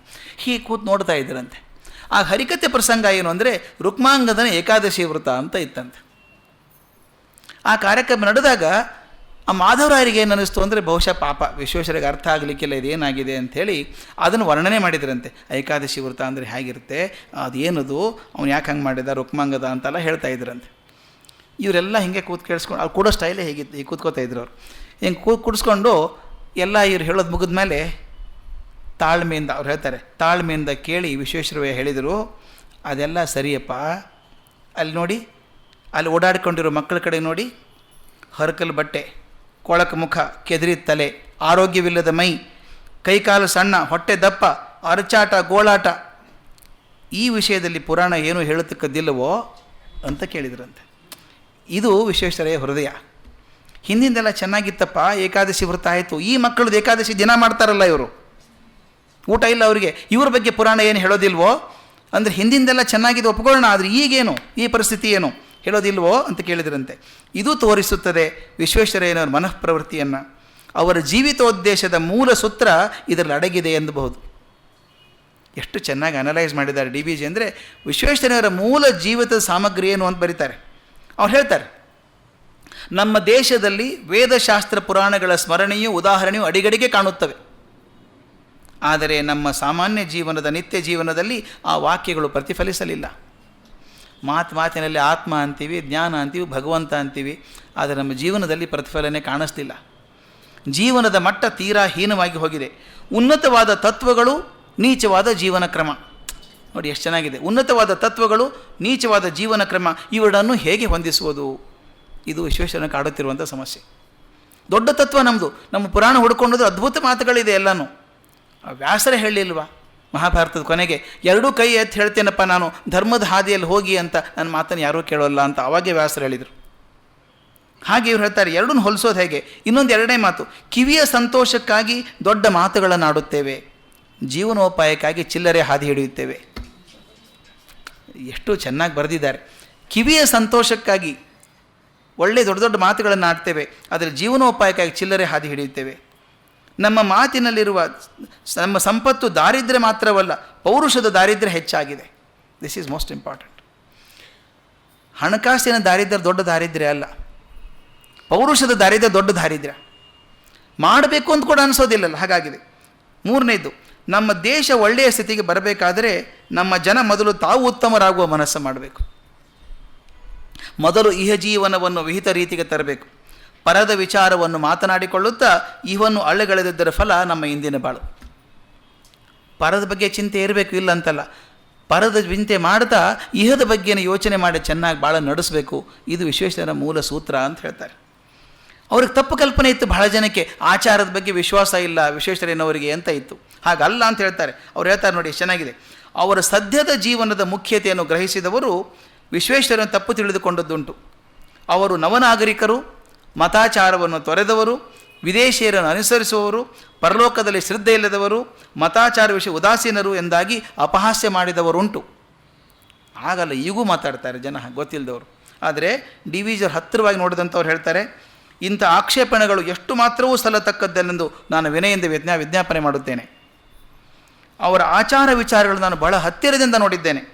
ಅವರಲ್ಲಿ ಅನಾಚಾರವೆಂಬುದು ಸುತರಾಮಿರಲಿಲ್ಲ. ಅನೀತಿಯನ್ನು ಕಂಡರೆ ಅವರಿಗೆ ಅತ್ಯಂತ ಆಗ್ರಹ ಬರುತ್ತಿತ್ತು. ಅಪನೀತಿ ಹೆಸರನ್ನು ಕೂಡ ಸಹಿಸರು. ಮೈಲಿಗೆ ಅವರಿರುವ ಕಡೆ ಸುಳಿಯದು. ಅವ್ರು ಊಟ ಮಾಡಬೇಕಾದ್ರೆ ಹೇಗೆ ಮಾಡ್ತಿದ್ದರು ಅಂತ ಹೇಳ್ತಾರೆ. ಉಪಹಾರ ಮಾಡಬೇಕಾದ್ರೆ ಅವ್ರ ಮಾತು, ಉಪಹಾರ ಮಾಡುತ್ತಿದ್ದಾಗ ಯಾವ ಪದಾರ್ಥವನ್ನು ಎಂಜಲು ಮಾಡರು. ಅವ್ರು ತಿನ್ನೋ ರೀತಿ ಹೇಗಿತ್ತು ಅಂತ. ಬಿಸ್ಕತ್ತನ್ನು ಕಚ್ಚುವುದಿಲ್ಲ, ಬೆರಳಿಂದ ತುಂಡು ಮಾಡಿ ತಿನ್ನುವರು. ಬೋಂಡವನ್ನು ಕಚ್ಚಿಕೊಳ್ಳರು, ಚಮಚದಿಂದ ಚೂರು ಮಾಡಿ ಬಾಯಿಗೆ ಹಾಕಿಕೊಳ್ಳುವರು. ಅವರು ವೈದಿಕ ಮನೆತನದವರಾದ್ದರಿಂದಲೋ ಏನೋ ಕಚ್ಚಬಾರದು, ಎಂಜಲ ಮಾಡಬಾರದು ಎನ್ನುವ ನಿಯಮ ಅವ್ರಿಗೆ ಅಭ್ಯಾಸವಾಗಿ ಹೋಗಿತ್ತು. ಮುಂದೆ ನೋಡಿ, ಅವರು ಮೊದಲನೇ ಸಲ ಡಿ.ವಿ. ಜಿ ಪರಿಚಯ ಆದ ಹೊಸದಾಗಾದಾಗ ಇಬ್ಬರು ಹೋಗಿ ಕೂತ್ಕೊಳ್ಳೋರು. ಸಣ್ಣ ಟೇಬಲ್ ಇರೋದಂತೆ. ಟೇಬಲ್ ಇದ್ದಾಗ ಫಲಹಾರ ಬರೋದು ಊಟಕ್ಕೆ. ಫಲಹಾರ ಟೀ ಎಲ್ಲ ಬಂದ ತಕ್ಷಣ ಟೇಬಲ್ ಮುಡ್ತಿರಲಿಲ್ಲಂತೆ. ವಿಶ್ವೇಶ್ವರಯ್ಯನವರು ಕೂತ್ಕೊಂಡು ತಗೊಳ್ಳಿ ಅನ್ನೋರಂತೆ, ನೀವು ತೆಗೆದುಕೊಳ್ಳಿ ಅನ್ನೋರಂತೆ. ನಾನು ಹಾಗಲ್ಲ, ತಾವು ಪ್ರಾರಂಭಿಸಬೇಕು ಅಂತ ಡಿ.ವಿ. ಜಿ ಹೇಳಿದಾಗ ಅವ್ರು ಏನು ಹೇಳಿದರು ಅಂದರೆ, ಮೊದಲೇ ಸಲ ಇಲ್ಲಿ ನೋಡಿ, ನಾನು ವಿದೇಶ ಪ್ರಯಾಣ ಮಾಡಿತಕ್ಕವನು. ತಾನು ಮೊದಲು ಪದಾರ್ಥ ಮುಟ್ಟಿದರೆ ನಿಮ್ಮ ಮೈಲಿಗೆ ಆದೀತು. ನಿಮಗೆ ಆ ಕಲ್ಪನೆ ಇತ್ತು, ವಿದೇಶಕ್ಕೆ ಹೋಗಿ ಬಂದರೆ ಮುಟ್ಟಿದ್ರೆ ಮೈಲಿಗೆ ಆಗ್ತದೆ ಅಂತ. ದಿವಾನ್ರವರು, ಗುಂಡಪ್ಪ ಸಣ್ಣವರು, ಅವ್ರು ಹೇಳ್ತಾರೆ, ನಾನು ಮುಟ್ಟಿದ್ರೆ ಮೈಲಿಗೆ ಆಗ್ತದೆ, ಮೊದಲು ನೀವು ತೊಗೊಳ್ಳಿ, ಆಮೇಲೆ ನಾನು ತೊಗೋತೀನಿ. ಟೇಬಲ್ ಕೂಡ ಮುಡ್ತಿರ್ಲಿಲ್ಲಂತೆ ಅವರು. ಮುಂದೆ ಹೇಳ್ತಾರೆ, ಪರಿಚಯ ಬೆಳೆದಂತೆ ನನ್ನ ಮಡಿಯ ವಿಷಯದಲ್ಲಿ ಅವರಿಗಿದ್ದ ಅತಿ ಭಾವನೆ ಕಳೆದು ಹೋಯಿತೆಂದು ತೋರುತ್ತದೆ. ಇವ್ರಿಗೂ ಅಷ್ಟಕ್ಕಷ್ಟೇ ಅದು ತಿಳಿದೋಯ್ತು. ಅದು ಹೇಗಾದರಾಗಲಿ ಅವರಿಗೆ ಮಡಿ ಮೈಲಿಗೆಗಳ ವಿವೇಕ ತುಂಬ ಚೆನ್ನಾಗಿತ್ತು. ಅವರು ಮಡಿಗೆ ವಿಘಾತ ತಂದವರಲ್ಲ. ಎಷ್ಟರ ಮಟ್ಟಿಗೆ ಶುದ್ಧರಾಗಿರ್ತಿದ್ರು ವಿಶ್ವೇಶ್ವರಯ್ಯನವರು ಅಂತ ಒಂದು ಮಾತು ಬರೀತಾರೆ ಡಿ.ವಿ. ಜಿ. ಅವರು ಅಶುದ್ಧರಾಗಿರೋದನ್ನು, ಕೊಳಕಾಗಿದ್ದನ್ನು, ಹೇಗೆ ಒಯ್ದದ್ದನ್ನು ಒಂದು ಸಲ ನೋಡಲಿಲ್ಲ ನಾನು ಅಂತ. ಎಷ್ಟು ಸಲ ನೋಡಿದ್ದವರು, ಬಹುಶಃ ವಾರಕ್ಕೆ 3 ಸಲ 4 ಸಲ ನೋಡ್ತಿದ್ರು ಏನೋ ಗೊತ್ತಿಲ್ಲ. ಅವ್ರು ಇನ್ನೂ ಹೆಚ್ಚೇ ನೋಡಿದ್ದಿರಬೇಕು. ಅವ್ರು ಹೇಳ್ತಾರೆ, ಇಷ್ಟು ದಿವಸದಲ್ಲಿ ಒಂದು ಸಲ ಕೊಳಕಾಗಿ, ಒಂದು ಸಲ ಆಗಲ್ವ ನಾವು ಮನೆಯಲ್ಲಿ ಕೂತ್ಕೊಂಡಾಗ ಬನ್ನಿ ಮೇಲೆ ಕೂತಿರ್ತೇವೆ, ಹೇಗೋ ಕೂತಿರ್ತೇವೆ, ಸ್ವಲ್ಪ ಎಲ್ಲೋ ಶರ್ಟ್ ಕೊಳಕಾಗಿರ್ಬೋದು, ಅದು ಆದದ್ದನ್ನು ನೋಡಲೇ ಇಲ್ಲ ನಾನು ಅಂತ ಒಂದು ಉದಾಹರಣೆ ಬರೀತಾರೆ ಅವರು. ಒಂದು ಸಾರಿ ನಾವು ರೈಲು ಪ್ರಯಾಣ ಮಾಡುತ್ತಿದ್ದೆವು. ತಿರುಚನಾಪಳ್ಳಿ ಹತ್ತಿರ ಯಾವುದೋ ಸ್ಟೇಷನ್ನಲ್ಲಿ ಬೆಳಗಿನ ಜಾವ 5:30 ಗಂಟೆಗೆ ನನಗೆ ಕರೆ ಬಂತು ಅವರಿಂದ. ಅವರೊಂದು ಬೇರೆ ಬೋಗಿಯಲ್ಲಿದ್ದಾರೆ, ಇವರು ತಕ್ಷಣ ಹೋದ್ರಂತೆ. ಅವರ ಕಂಪಾರ್ಟ್ಮೆಂಟಿಗೆ ಹೋಗಿ ನೋಡಿದಾಗ ಅವರು ಸ್ನಾನ ಮಾಡಿ ಪರಿಶುದ್ಧರಾಗಿ ಕುಳಿತಿದ್ದರು. ನೀವು ಸ್ನಾನ ಮಾಡಿ ಆಯಿತೇ ಎಂದು ಕೇಳಿದರು. ಇವರು ವಿಚಾರ ಕೂಡ ಮಾಡಿರಲಿಕ್ಕಿಲ್ಲ ಇನ್ನೂ ಸ್ನಾನದ್ದಾವಾಗ. ಅಂದರೆ 5:30 ಕೂಡ ಅವರು ಯಾವ ಹೊತ್ತಿನಲ್ಲಿ ನೋಡಿದರೂ ಶುದ್ಧವಾಗಿ ತೊಳೆದಿಟ್ಟಂಗಿರ್ತಿದ್ರು. ಹಾಗೆ ಅಷ್ಟು ಶುದ್ಧವಾಗಿರುವಂಥ ಮನುಷ್ಯ, ಅಂಥ ಮನುಷ್ಯ ವಿಶ್ವೇಶ್ವರಯ್ಯ. ಊಟದ ವಿಧಾನ ಹೇಗಿತ್ತು ಅಂತ ಬರೀತಾರೆ ಡಿ.ವಿ. ಜಿ. ಅದನ್ನು ಹೇಳಿ ಮಾತು ಮುಗಿಸ್ತೇನೆ. ಭಾಳ ಚೆನ್ನಾಗಿತ್ತು. ಊಟದ ವಿಧಾನ ಹೇಗಿತ್ತು ಅಂತ. ಅವರು ಮನೆಯಲ್ಲಿದ್ದಾಗೆ ಭೋಜನಕ್ಕೆ ಬರುವ ರೀತಿಯನ್ನು ನೋಡಿದರೆ ಮೋಕ್ಷಗುಂಡಂ ಶ್ರೀನಿವಾಸ ಶಾಸ್ತ್ರಿಗಳ ಮೇಲ್ಪಂಕ್ತಿ ಚೆನ್ನಾಗಿ ಉಳಿದುಕೊಂಡಿದೆ ಎಂದು ತಿಳಿಯುತ್ತಿತ್ತು. ಅವರು ಹೊರಗಿನ ಅವತಾರ ನೋಡಿದ್ದೀವಿ ನಾವು, ಕಲ್ಪನೆ ಚಿತ್ರ ಸಿಗೋದು ಯಾವಾಗಲೂ ಅವ್ರು ಆ ಡ್ರೆಸ್ಸಲ್ಲೇ ನೋಡಿದ್ದು ನಾವೆಲ್ಲನೂ. ಆ ಜರಿ ಪೇಟ, ಕೋಟು, ಟೈ, 3 ಪೀಸ್ ಸೂಟ್, ಅದನ್ನು ಬರೀ 2 ಪೀಸ್ ಎಂದೂ ಇಲ್ಲ, 3 ಪೀಸ್ ಸೂಟೇ ಹಾಕ್ಕೋಬೇಕು ಅದನ್ನು. ಆದರೆ ಊಟದ ಅವ್ರು ಹೇಗೆ ಮಾಡ್ತಿದ್ರು ನೋಡಿ. ಭೋಜನದ ವೇಳೆ ಸಾಮಾನ್ಯವಾಗಿ ಮಧ್ಯಾಹ್ನ 12 ಗಂಟೆ. ಸ್ನಾನಾನಂತರ ವೈದಿಕ ಬ್ರಾಹ್ಮಣರಂತೆ ಕಚ್ಚೆ ಹಾಕಿ ಪಂಚೆಯುಟ್ಟು ಉತ್ರೀಯವನ್ನು ಹೊದೆದು ಕೈಯಲ್ಲಿ ಟಾವಲ್ ಹಿಡಿದು ಮಣೆಯ ಮೇಲೆ ಕೂಡುತ್ತಿದ್ದರು. ಭೋಜನದ ಎಲೆ, ದೊನ್ನೆ ಎಲ್ಲ ವೈದಿಕ ಕ್ರಮದಲ್ಲಿ. ಹೊರಗಿನವರಿಗೆ ಬಹಳ ಜನ ಗೊತ್ತೂ ಇಲ್ಲ ಇದು ಹೇಗಿತ್ತು ಅಂತ. ಅಲ್ಲಿ ತಿನ್ನುತ್ತಿದ್ದ ಭೋಜನ ವಿಧಾನವನ್ನು ಕುರಿತು ಒಂದು ಮಾತು ಹೇಳಬಹುದು. ಅವರು ತಿನ್ನುತ್ತಿದ್ದು ತುಂಬ ಸ್ವಲ್ಪ, 2 ಪಲ್ಯ, ಹುಳಿ, ಸಾರು, ಇನ್ನೇನಾದರೂ ಒಂದು ಪದಾರ್ಥ, ಬೋಂಡ ಇತ್ಯಾದಿ ಇರುತ್ತಿದ್ದವು. ಎಲ್ಲ ಪದಾರ್ಥಗಳು ಬಟ್ಟಲಲ್ಲಿ ಇರುತ್ತಿದ್ದವು, ಮಿಕ್ಸ್ ಮಾಡ್ತಿರಲಿಲ್ಲ, ಬಟ್ಟಲಲ್ಲೇ ಇರಬೇಕದು. ಅವರು ಸಾಮಾನ್ಯವಾಗಿ ಬಟ್ಟಲಿನಿಂದ 1-2 ಸ್ಪೂನ್ಗಳಷ್ಟು ಮಾತ್ರ ತಿನ್ನುತ್ತಿದ್ದರು. ಮ್ಯಾಕ್ಸಿಮಮ್ 2 ಸ್ಪೂನ್ ಅಂತೆ. ಒಂದು ಪದಾರ್ಥವನ್ನು 3 ಚಮಚದಷ್ಟು ತಿಂದರೆಂದರೆ ಆ ಪದಾರ್ಥ ಬಹು ರುಚಿಯಾಗಿದೆ ಎಂದರ್ಥ. 2 ಸ್ಪೂನ್, 3 ತಿನ್ನೋದಿಲ್ಲ. ವಿಶ್ವೇಶ್ವರಯ್ಯನವರ ತಾಯಿ ಒಂದೊಂದು ದಿನ ಅವರಿಗೆ ಊಟ ಬಡಿಸುತ್ತಿದ್ದರು. ವಿಶ್ವೇಶ್ವರಯ್ಯನವರು ಅದು ಬೇಡ, ಇದು ಬೇಡ, ಅದು ಹೆಚ್ಚಾಯಿತು ಎಂದು ಸಾಕಾಗಿ ತಕರಾರು ಮಾಡುವವರು. ಆಕೆ ಬಿಡದೆ ಒಂದು ಪದಾರ್ಥವನ್ನು ತೋರಿಸಿ, ಇದನ್ನು ತೆಗೆದುಕೋ, ಇದೆಲ್ಲ ನಿನ್ನ ಹೊಟ್ಟೆ ಸೇರುವವರೆಗೆ ನಾನು ಈ ಜಾಗದಿಂದ ಕದಲೋಳಲ್ಲ ಎಂದು ತಿನ್ನಿಸುತ್ತಿದ್ದರು. ಊಟ ಜಾಸ್ತಿ ಮಾಡ್ತಾನೆ ಇರಲಿಲ್ಲಂತೆ, 2 ತುತ್ತು 3 ತುತ್ತು ಅಷ್ಟೇ, ಜಾಸ್ತಿ ಇಲ್ಲ. ಇದು ನೆನೆದಾಗ ಒಂದು ನೆನಪಾಗುತ್ತೆ. ನಮ್ಮ ಶಿವರಾಮ್ ಇದ್ದರು, ಡಾಕ್ಟರ್ ಶಿವರಾಮ್, ಕೊರವಂಜಿ ಶಿವರಾಮ್. ನಾನು ಅವ್ರು ನೋಡಿದಾಗ ಆಗಲೇ ಅವ್ರು 78-80 ವರ್ಷ ಆಗಿರಬೇಕು. ರಾಜರತ್ನಂ ಅವ್ರ ಜೊತೆಗೆ ಅವ್ರ ಮನೆಗೆ ಹೋಗಿದ್ವಿ ನಾವು. ಅವ್ರ ಹಾಸ್ಯ ಸ್ವಭಾವ ತಮಗೆ ಗೊತ್ತಲ್ಲ, ಅಸಾಧ್ಯ ಹಾಸ್ಯ. ಅದು ಏನು ಮಾಡಿದ್ರು ಹಾಸ್ಯದಲ್ಲೇ ಪರಿವರ್ತನೆ ಆಗೋದು ಕೊನೆಗೆ. ಅದು ಹೋಗಿ ಕೂತ್ಕೊಂಡಾಗ ನಾನು ರಾಜರತ್ನಂ ಕೂತ, ಯಾರೋ ತುಂಬ ಜನ ಬರೋರು, ಡಾಕ್ಟರ್ ಬೇರೆ ಅವರು. ಹೊಸದಾಗಿ ಮದುವೆ ಆದ ಗಂಡ ಹೆಂಡತಿ ಬಂದಿದ್ದರು, ದಂಪತಿಗಳು ಬಂದಿದ್ದರು. ಬಂದು ನಮಸ್ಕಾರ ಮಾಡಿದ್ರು, ಹಿರಿಯರು ಅಂತ ನಮಸ್ಕಾರ ಮಾಡಿದರು. ಅವ್ರ ಆಶೀರ್ವಾದ ಎಷ್ಟು ಚೆನ್ನಾಗಿತ್ತು ಅಂದರೆ, ಚೆನ್ನಾಗಿ 100 ವರ್ಷ ಹೊಡೆದಾಡ್ಕೊಂಡು ಚೆನ್ನಾಗಿ ಬದುಕಿ, ಚೆನ್ನಾಗಿ ಹೊಡೆದಾಡ್ಕೊಂಡು 100 ವರ್ಷ ಬದುಕಿ ಅಂತ ಹೇಳೋರು. ಆಮೇಲೆ ಮನುಷ್ಯ ಬಂದ, ಮಧ್ಯವಯಸ್ಕ. ಅವನಿಗೆ ಸ್ವಲ್ಪ ಅಜೀರ್ಣ ಆಗಿತ್ತೋ ಏನೋ ತೊಂದರೆ ಆಗಿತ್ತು. ಅವನಿಗೇನು ಔಷಧಿ ಕೊಟ್ಟರು, ಜೋರಾಗಿ ಮಾತಾಡೋರು. ಮುಗಿದ ಮೇಲೆ ಬಂದು ಕೂತು ಹೇಳಿದವ್ರು ಹೇಳಿದ ಮಾತು ಭಾಳ ಫಿಲಾಸಾಫಿಕಲ್ ಅಂದ್ಕೊಂಡಿದ್ದೀನಿ, ನನಗಂತೂ ಭಾಳ ಪ್ರಯೋಜನ ಆಯಿತು. ಇದನ್ನು ಓದ್ದಾಗ ಅದೇ ತಲೆಗೆ ಬಂತು ನನಗೆ. ಅವನಿಗೆ ಹೇಳಿದ್ರು, ನೋಡಯ್ಯ ನಿನಗೇನೂ ರೋಗ ಇಲ್ಲ, ಇನ್ನು ಡಾಕ್ಟರ್ ಬೋರ್ಡ್ ನೋಡಿದ ತಕ್ಷಣ ಮನೆಗೆ ಬರಬೇಡ, ನಿನಗಾದ ತೊಂದರೆ ಒಂದೇ, ಅರ್ಥ ಮಾಡ್ಕೊಂಬಿಡು ಅಂತ ಹೇಳಿದರು. ಏನು ಸಾರ್ ಅಂತ ಕೇಳಿದವನು. ನಿನ್ನ ಭೂಮಿಗೆ ಬರಬೇಕಾದ್ರೆ, ನೀನು ಭೂಮಿಗೆ ಬಂದಿಯಲ್ಲ, ಭೂಮಿಗೆ ಬಂದಾಗ ಬ್ರಹ್ಮ ನಿನ್ನ ಹಣೆಯಲ್ಲಿ ಇಷ್ಟು ಅನ್ನ ಅಂತ ಬರೆದು ಕಳಿಸಿದ್ದಾನೆ. ನಿನ್ನ ಹಣೆಯಲ್ಲಿ ಇಷ್ಟು ಅನ್ನ ಅಂತ ಬರೆದು ಕಳಿಸಿದ್ದಾನೆ. ನೀನು ಬೇಗ ಬೇಗ ತಿಂದ್ಯೋ ಬೇಗ ಖಾಲಿಯಾಗಿ ಮೇಲೆ ಹೋಗ್ತಿ, ನಿಧಾನಕ್ಕೆ ಸ್ವಲ್ಪ ತಿಂದ್ಯೋ ಭಾಳ ದಿವಸ ಇರ್ತಿ. ಒಟ್ಟು ಅನ್ನ ಅಷ್ಟೇ ಇರೋದು, ಸ್ವಲ್ಪ ತಿಂದರೆ ಭಾಳ ದಿವಸ ಬದುಕ್ತೀಯ ಅನ್ನಿಸ್ತು ನನಗೆ. ಎಂಥ ಬ್ಯೂಟಿಫುಲ್ ಅಲ್ಲ, ಮಿತಾಹಾರ ದೀರ್ಘಾಯುಷ್ಯನ ಗುಟ್ಟು ಅಂತ ಹೇಳ್ತಾರೆ. ಅದನ್ನು ಶಿವರಾಮ್ ಹೇಳೋ ರೀತಿ ಹೇಗಂದರೆ, ಬ್ರಹ್ಮ ಇಷ್ಟು ಅನ್ನ ನೀನು ಹಣೆ ಬಾರದಲ್ಲಿ ಬರೆದಿದ್ದಾನೆ, ಜಾಸ್ತಿ ತಿಂದರೆ ಬೇಗ ಹೋಗ್ತೀಯ ಮೇಲೆ, ಸ್ವಲ್ಪ ತಿಂದರೆ ಜಾಸ್ತಿ ದಿವಸ ಇರ್ತೀಯ ಅಂತ. ನನಗನ್ಸುತ್ತೆ ವಿಶ್ವೇಶ್ವರ ಬದುಕಿದ್ದು 101 ವರ್ಷ. ಈ ದೀರ್ಘಾಯುಷ್ಯನ ಗುಟ್ಟು ಬಹುಶಃ ಇದೇ ಇರಬೇಕು. ಯಾವತ್ತೂ ಬಾಯಿ ಚಪ್ಪಲಕ್ಕೆ ಮಣದವರಲ್ಲ, ನಿಧಾನಾಗಿ ಮಾಡುವಂಥವ್ರು. ಅವರು ನ್ಯಾಷನಲ್ ಡೆಲಿಕಸಿ ಅಂತ ಒಂದು ಪದಾರ್ಥ ಅವ್ರದ್ದು, ಅದೊಂದು ಹೇಳೋರು. ನ್ಯಾಷನಲ್ ಡೆಲಿಕಸಿ ಅಂದರೆ ಒಂದು ಏನದಕ್ಕೆ ರಾಷ್ಟ್ರೀಯ ಭಕ್ಷ್ಯ ಅಂತ. DVG ಕರಿತಿದ್ರಂತೆ, ಇವತ್ತು ಬನ್ನಿ ನಮ್ಮ ಮನೆಗೆ ಊಟಕ್ಕೆ ಬನ್ನಿ ಅನ್ನೋರಂತೆ. ಇವ್ರು ಬೊಂಬಾಯಿ ಎಲ್ಲೋ ಡೆಲ್ಲಿಯಲ್ಲೋ ಸಿಕ್ಕಾಗ, ಬಂದುಬಿಟ್ಟು ನಮ್ಮ ಕಡೆ ಇರೋಲ್ಲಿ ಬನ್ನಿ, ವಿಲ್ ಹ್ಯಾವ್ ಗುಡ್ ಫುಡ್ ಅನ್ನೋರಂತೆ. ಇವರು ಸ್ವಲ್ಪ ಕಷ್ಟ ಇದೆ, ಬರೋಕ್ಕಾಗಲಿಕ್ಕಿಲ್ಲ ಅಂತ ಏನಾದ್ರು ಕೊಂಡ್ಕೊಂಡ್ರೆ, don't worry, we have national delicacy today ಅನ್ನೋರಂತೆ. ಇವ್ರು 2-3 ಸಲ ಆಕರ್ಷಣೆ ಆದಮೇಲೆ ಅದು ಏನಿದ್ದಿತ್ತು ನ್ಯಾಷನಲ್ ಡೆಲಿಕಸಿ ಅಂದರೆ ಅಂತ ಒಂದು ಸಲ ಹೋಗಿ ನೋಡಿದಾಗ ಬರೀತಾರೆ. ಅದು ಆಕರ್ಷಣೆ ಮಾತು ನೋಡಿ ಹೋದರೆ, ಕುತೂಹಲದಿಂದ ಹೋಗಿ ನಿಜವನ್ನು ಕಂಡುಕೊಂಡೆ, ನಮ್ಮ ಹಳೆಯ ಒಬ್ಬಟ್ಟು ಅವ್ರ ನ್ಯಾಷನಲ್ ಡೆಲಿಕಸಿ. ಅವ್ರು ಹೇಗೆ ತಿಂತಿದ್ರು ಒಬ್ಬಟ್ಟನ್ನು ಅಂತ ಹೇಳ್ತಾರೆ. ಅವರು ತಿನ್ನುತ್ತಿದ್ದುದು ಒಂದು ಒಬ್ಬಟ್ಟಿನ ಮಧ್ಯಭಾಗದ ಅಂಗೈಯಷ್ಟು ಮೃದುವಾದ ಭಾಗವನ್ನು ಮಾತ್ರ, ಉಳುಕಿದೆಲ್ಲ ಬಿಟ್ಟು ಇಷ್ಟೇ ತೊಗೋಬೇಕು ಅದನ್ನು. ಆ ಚೂರು ಒಬ್ಬಟ್ಟಿಗೆ ಅಷ್ಟು ದೊಡ್ಡ ಗೌರವವನ್ನು ಕೊಡುತ್ತಿದ್ದರು, ನ್ಯಾಷನಲ್ ಡೆಲಿಕಸಿ ಅಂತ. ಅವರು ಬೆಳಗ್ಗೆ ವಾಕಿಂಗ್ ಹೋಗೋದು. ಈಗಾದರೂ ತಾವು ನೋಡಿರಬೇಕು, ಸೋಪ್ ಫ್ಯಾಕ್ಟ್ರಿ ಇದೆ ನಮ್ಮ ಕಾರ್ಡ್ ರೋಡ್ ಮೇಲೆ ಹೋದರೆ, ಆ ಸೋಪ್ ಫ್ಯಾಕ್ಟ್ರಿ ಮುಂದೆ ಒಂದು ಕಂಬ ಇದೆ, ಅಲ್ಲಿವರೆಗೂ ವಾಕಿಂಗ್ ಹೋಗ್ತಿದ್ರು ದಿನಾಲು ಅಂತ ಕೇಳಿದ್ದಿದ್ದು. ಬೆಳಗಿನ ಹೊತ್ತು ಹೊರಗೆ ಸಂಚಾರ ಮಾಡ್ಕೊಂಡು ಬಂದಮೇಲೆ ಬೆಳಗ್ಗೆ ಒಂದು ಸಣ್ಣ ಬಟ್ಟಲು ಬೇಯಿಸಿದ ಸೇಬಿನ ನೀರನ್ನು ಕುಡಿತಿದ್ರು. ಅದು ಹಾಗೆ ಆಗಬೇಕದು, ಮತ್ತು ಬೇರೆ ಹಾದಿ ಇಲ್ಲ ಅದಕ್ಕೆ. ಹೀಗೆ ಅನ್ನಪಾನಗಳ ವಿಷಯದಲ್ಲಿ ಅವರು ಯತಿಗಳಷ್ಟು ಮಿತಾಶಿಯಾಗಿ ನಿಯಮವಂತರಾಗಿದ್ದರು ಅಂತ, ಯತಿಗಳು ಹಾಗಿದ್ದರು ಅಂತ. ಹಾಗೆ ಆ ಗುಟ್ಟಿನಿಂದ ಬಹುಶಃ ದೀರ್ಘಾಯು ಆಗಿದ್ದರು ಅನಿಸುತ್ತೆ. ಅವರ ದೇಹ ದಪ್ಪವಾಗಿದ್ದನ್ನು ಯಾವ ಪಿಕ್ಚರ್ದಲ್ಲೂ ಕಾಣಿಸೋದಿಲ್ಲ. ಅವರು 100 ವರ್ಷಕ್ಕಲ್ಲ, ಮೊದಲಿನ ಫೋಟೋ ನೋಡ್ತಾ ಬಂದೆ, ಆಲ್ಬಮ್ ನೋಡ್ತಾ ಇದ್ದೆ ಒಂದು ಸಲ ನಾನು. ನನ್ನ ಕಡೆ ಪುಸ್ತಕ ಇದೆ ಅವ್ರದ್ದು, ಅಪರೂಪವಾದಂಥ ಪುಸ್ತಕ ನನಗಿದೆ, ಸಾಕಷ್ಟು ಮಾಹಿತಿ ನನಗೆ ಅದರಲ್ಲಿ ಸಿಕ್ಕಿದ್ದು. ಲೆಕ್ಚರ್ಸ್ ಆಫ್ ದಿವಾನ್ ಅಂತ ಒಂದಿದೆ, ಸುಮಾರು ಒಂದು 500 ಪುಟದ ಪುಸ್ತಕ ಇರಬೇಕು. ವಿಶ್ವೇಶ್ವರಯ್ಯನವರು ಎಲ್ಲೆಲ್ಲಿ ಏನೇನು ಭಾಷಣ ಮಾಡಿದ್ರೋ ಅದೆಲ್ಲವನ್ನು ಸಂಗ್ರಹ ಮಾಡಿ ಹಾಕಿದ್ದಾರೆ ಅದರೊಳಗೆ. ಆ ಭಾಷೆಯನ್ನು ನೋಡಬೇಕು. ಅವ್ರು ಬರೀತಾರೆ, ಮೀಟಿಂಗ್ ಹೋಗಬೇಕಾದ್ರೆ ಯಾವ ಟೈಮಿಗೆ ಹೋಗ್ಬೇಕು ಆ ಟೈಮಿಗೆ ಹೋಗಬೇಕು, ಆ ಟೈಮ್ ಮೀಟಿಂಗ್ ಆಗದೆ ಹೋದರೆ ಎದ್ದು ಹೋಗ್ಬಿಡೋರು, ಮೀಟಿಂಗ್ ಆಗಬೇಕು ಅಂತ. ಮೊದಲು ತುಂಬ ಕಷ್ಟ ಆಯ್ತಂತೆ ಅವರಿಗೆ ಜನನ ಒಪ್ಪಿಸೋದು. ಅವ್ರು ಹೇಳ್ತಾರೆ, ಐ ಆಮ್ ವೆರಿ ಏನಂತಾರೆ, I become A object of ridicule because I go on time ಅಂತ. ಜನ ಬೈತಿದ್ರಂತೆ, ಈ ಪೀಡೆ ಬೇಗ ಬಂದುಬಿಡ್ತಾನೆ ಇವನು ಅಂತ. ಅಷ್ಟರ ಮಟ್ಟಿಗಿದ್ದಂಥವ್ರು. ಆಹಾರದಲ್ಲಾಗಲಿ ಸಮಯದಲ್ಲಾಗಲಿ ಎಲ್ಲವನ್ನು ಸರಿಯಾಗಿ ಪಾಲಿಸುವಂಥ ವಿಶ್ವೇಶ್ವರಯ್ಯನವರು ನಮ್ಮೊಂದಿಗಿದ್ದರು ಅನ್ನೋದೊಂದು ಭಾಗ್ಯ. ಅದರ ಮುಂದಿನ ಭಾಗವನ್ನು ನಾಳೆ ದಿವಸ ನೋಡೋಣ. ನಮಸ್ಕಾರ.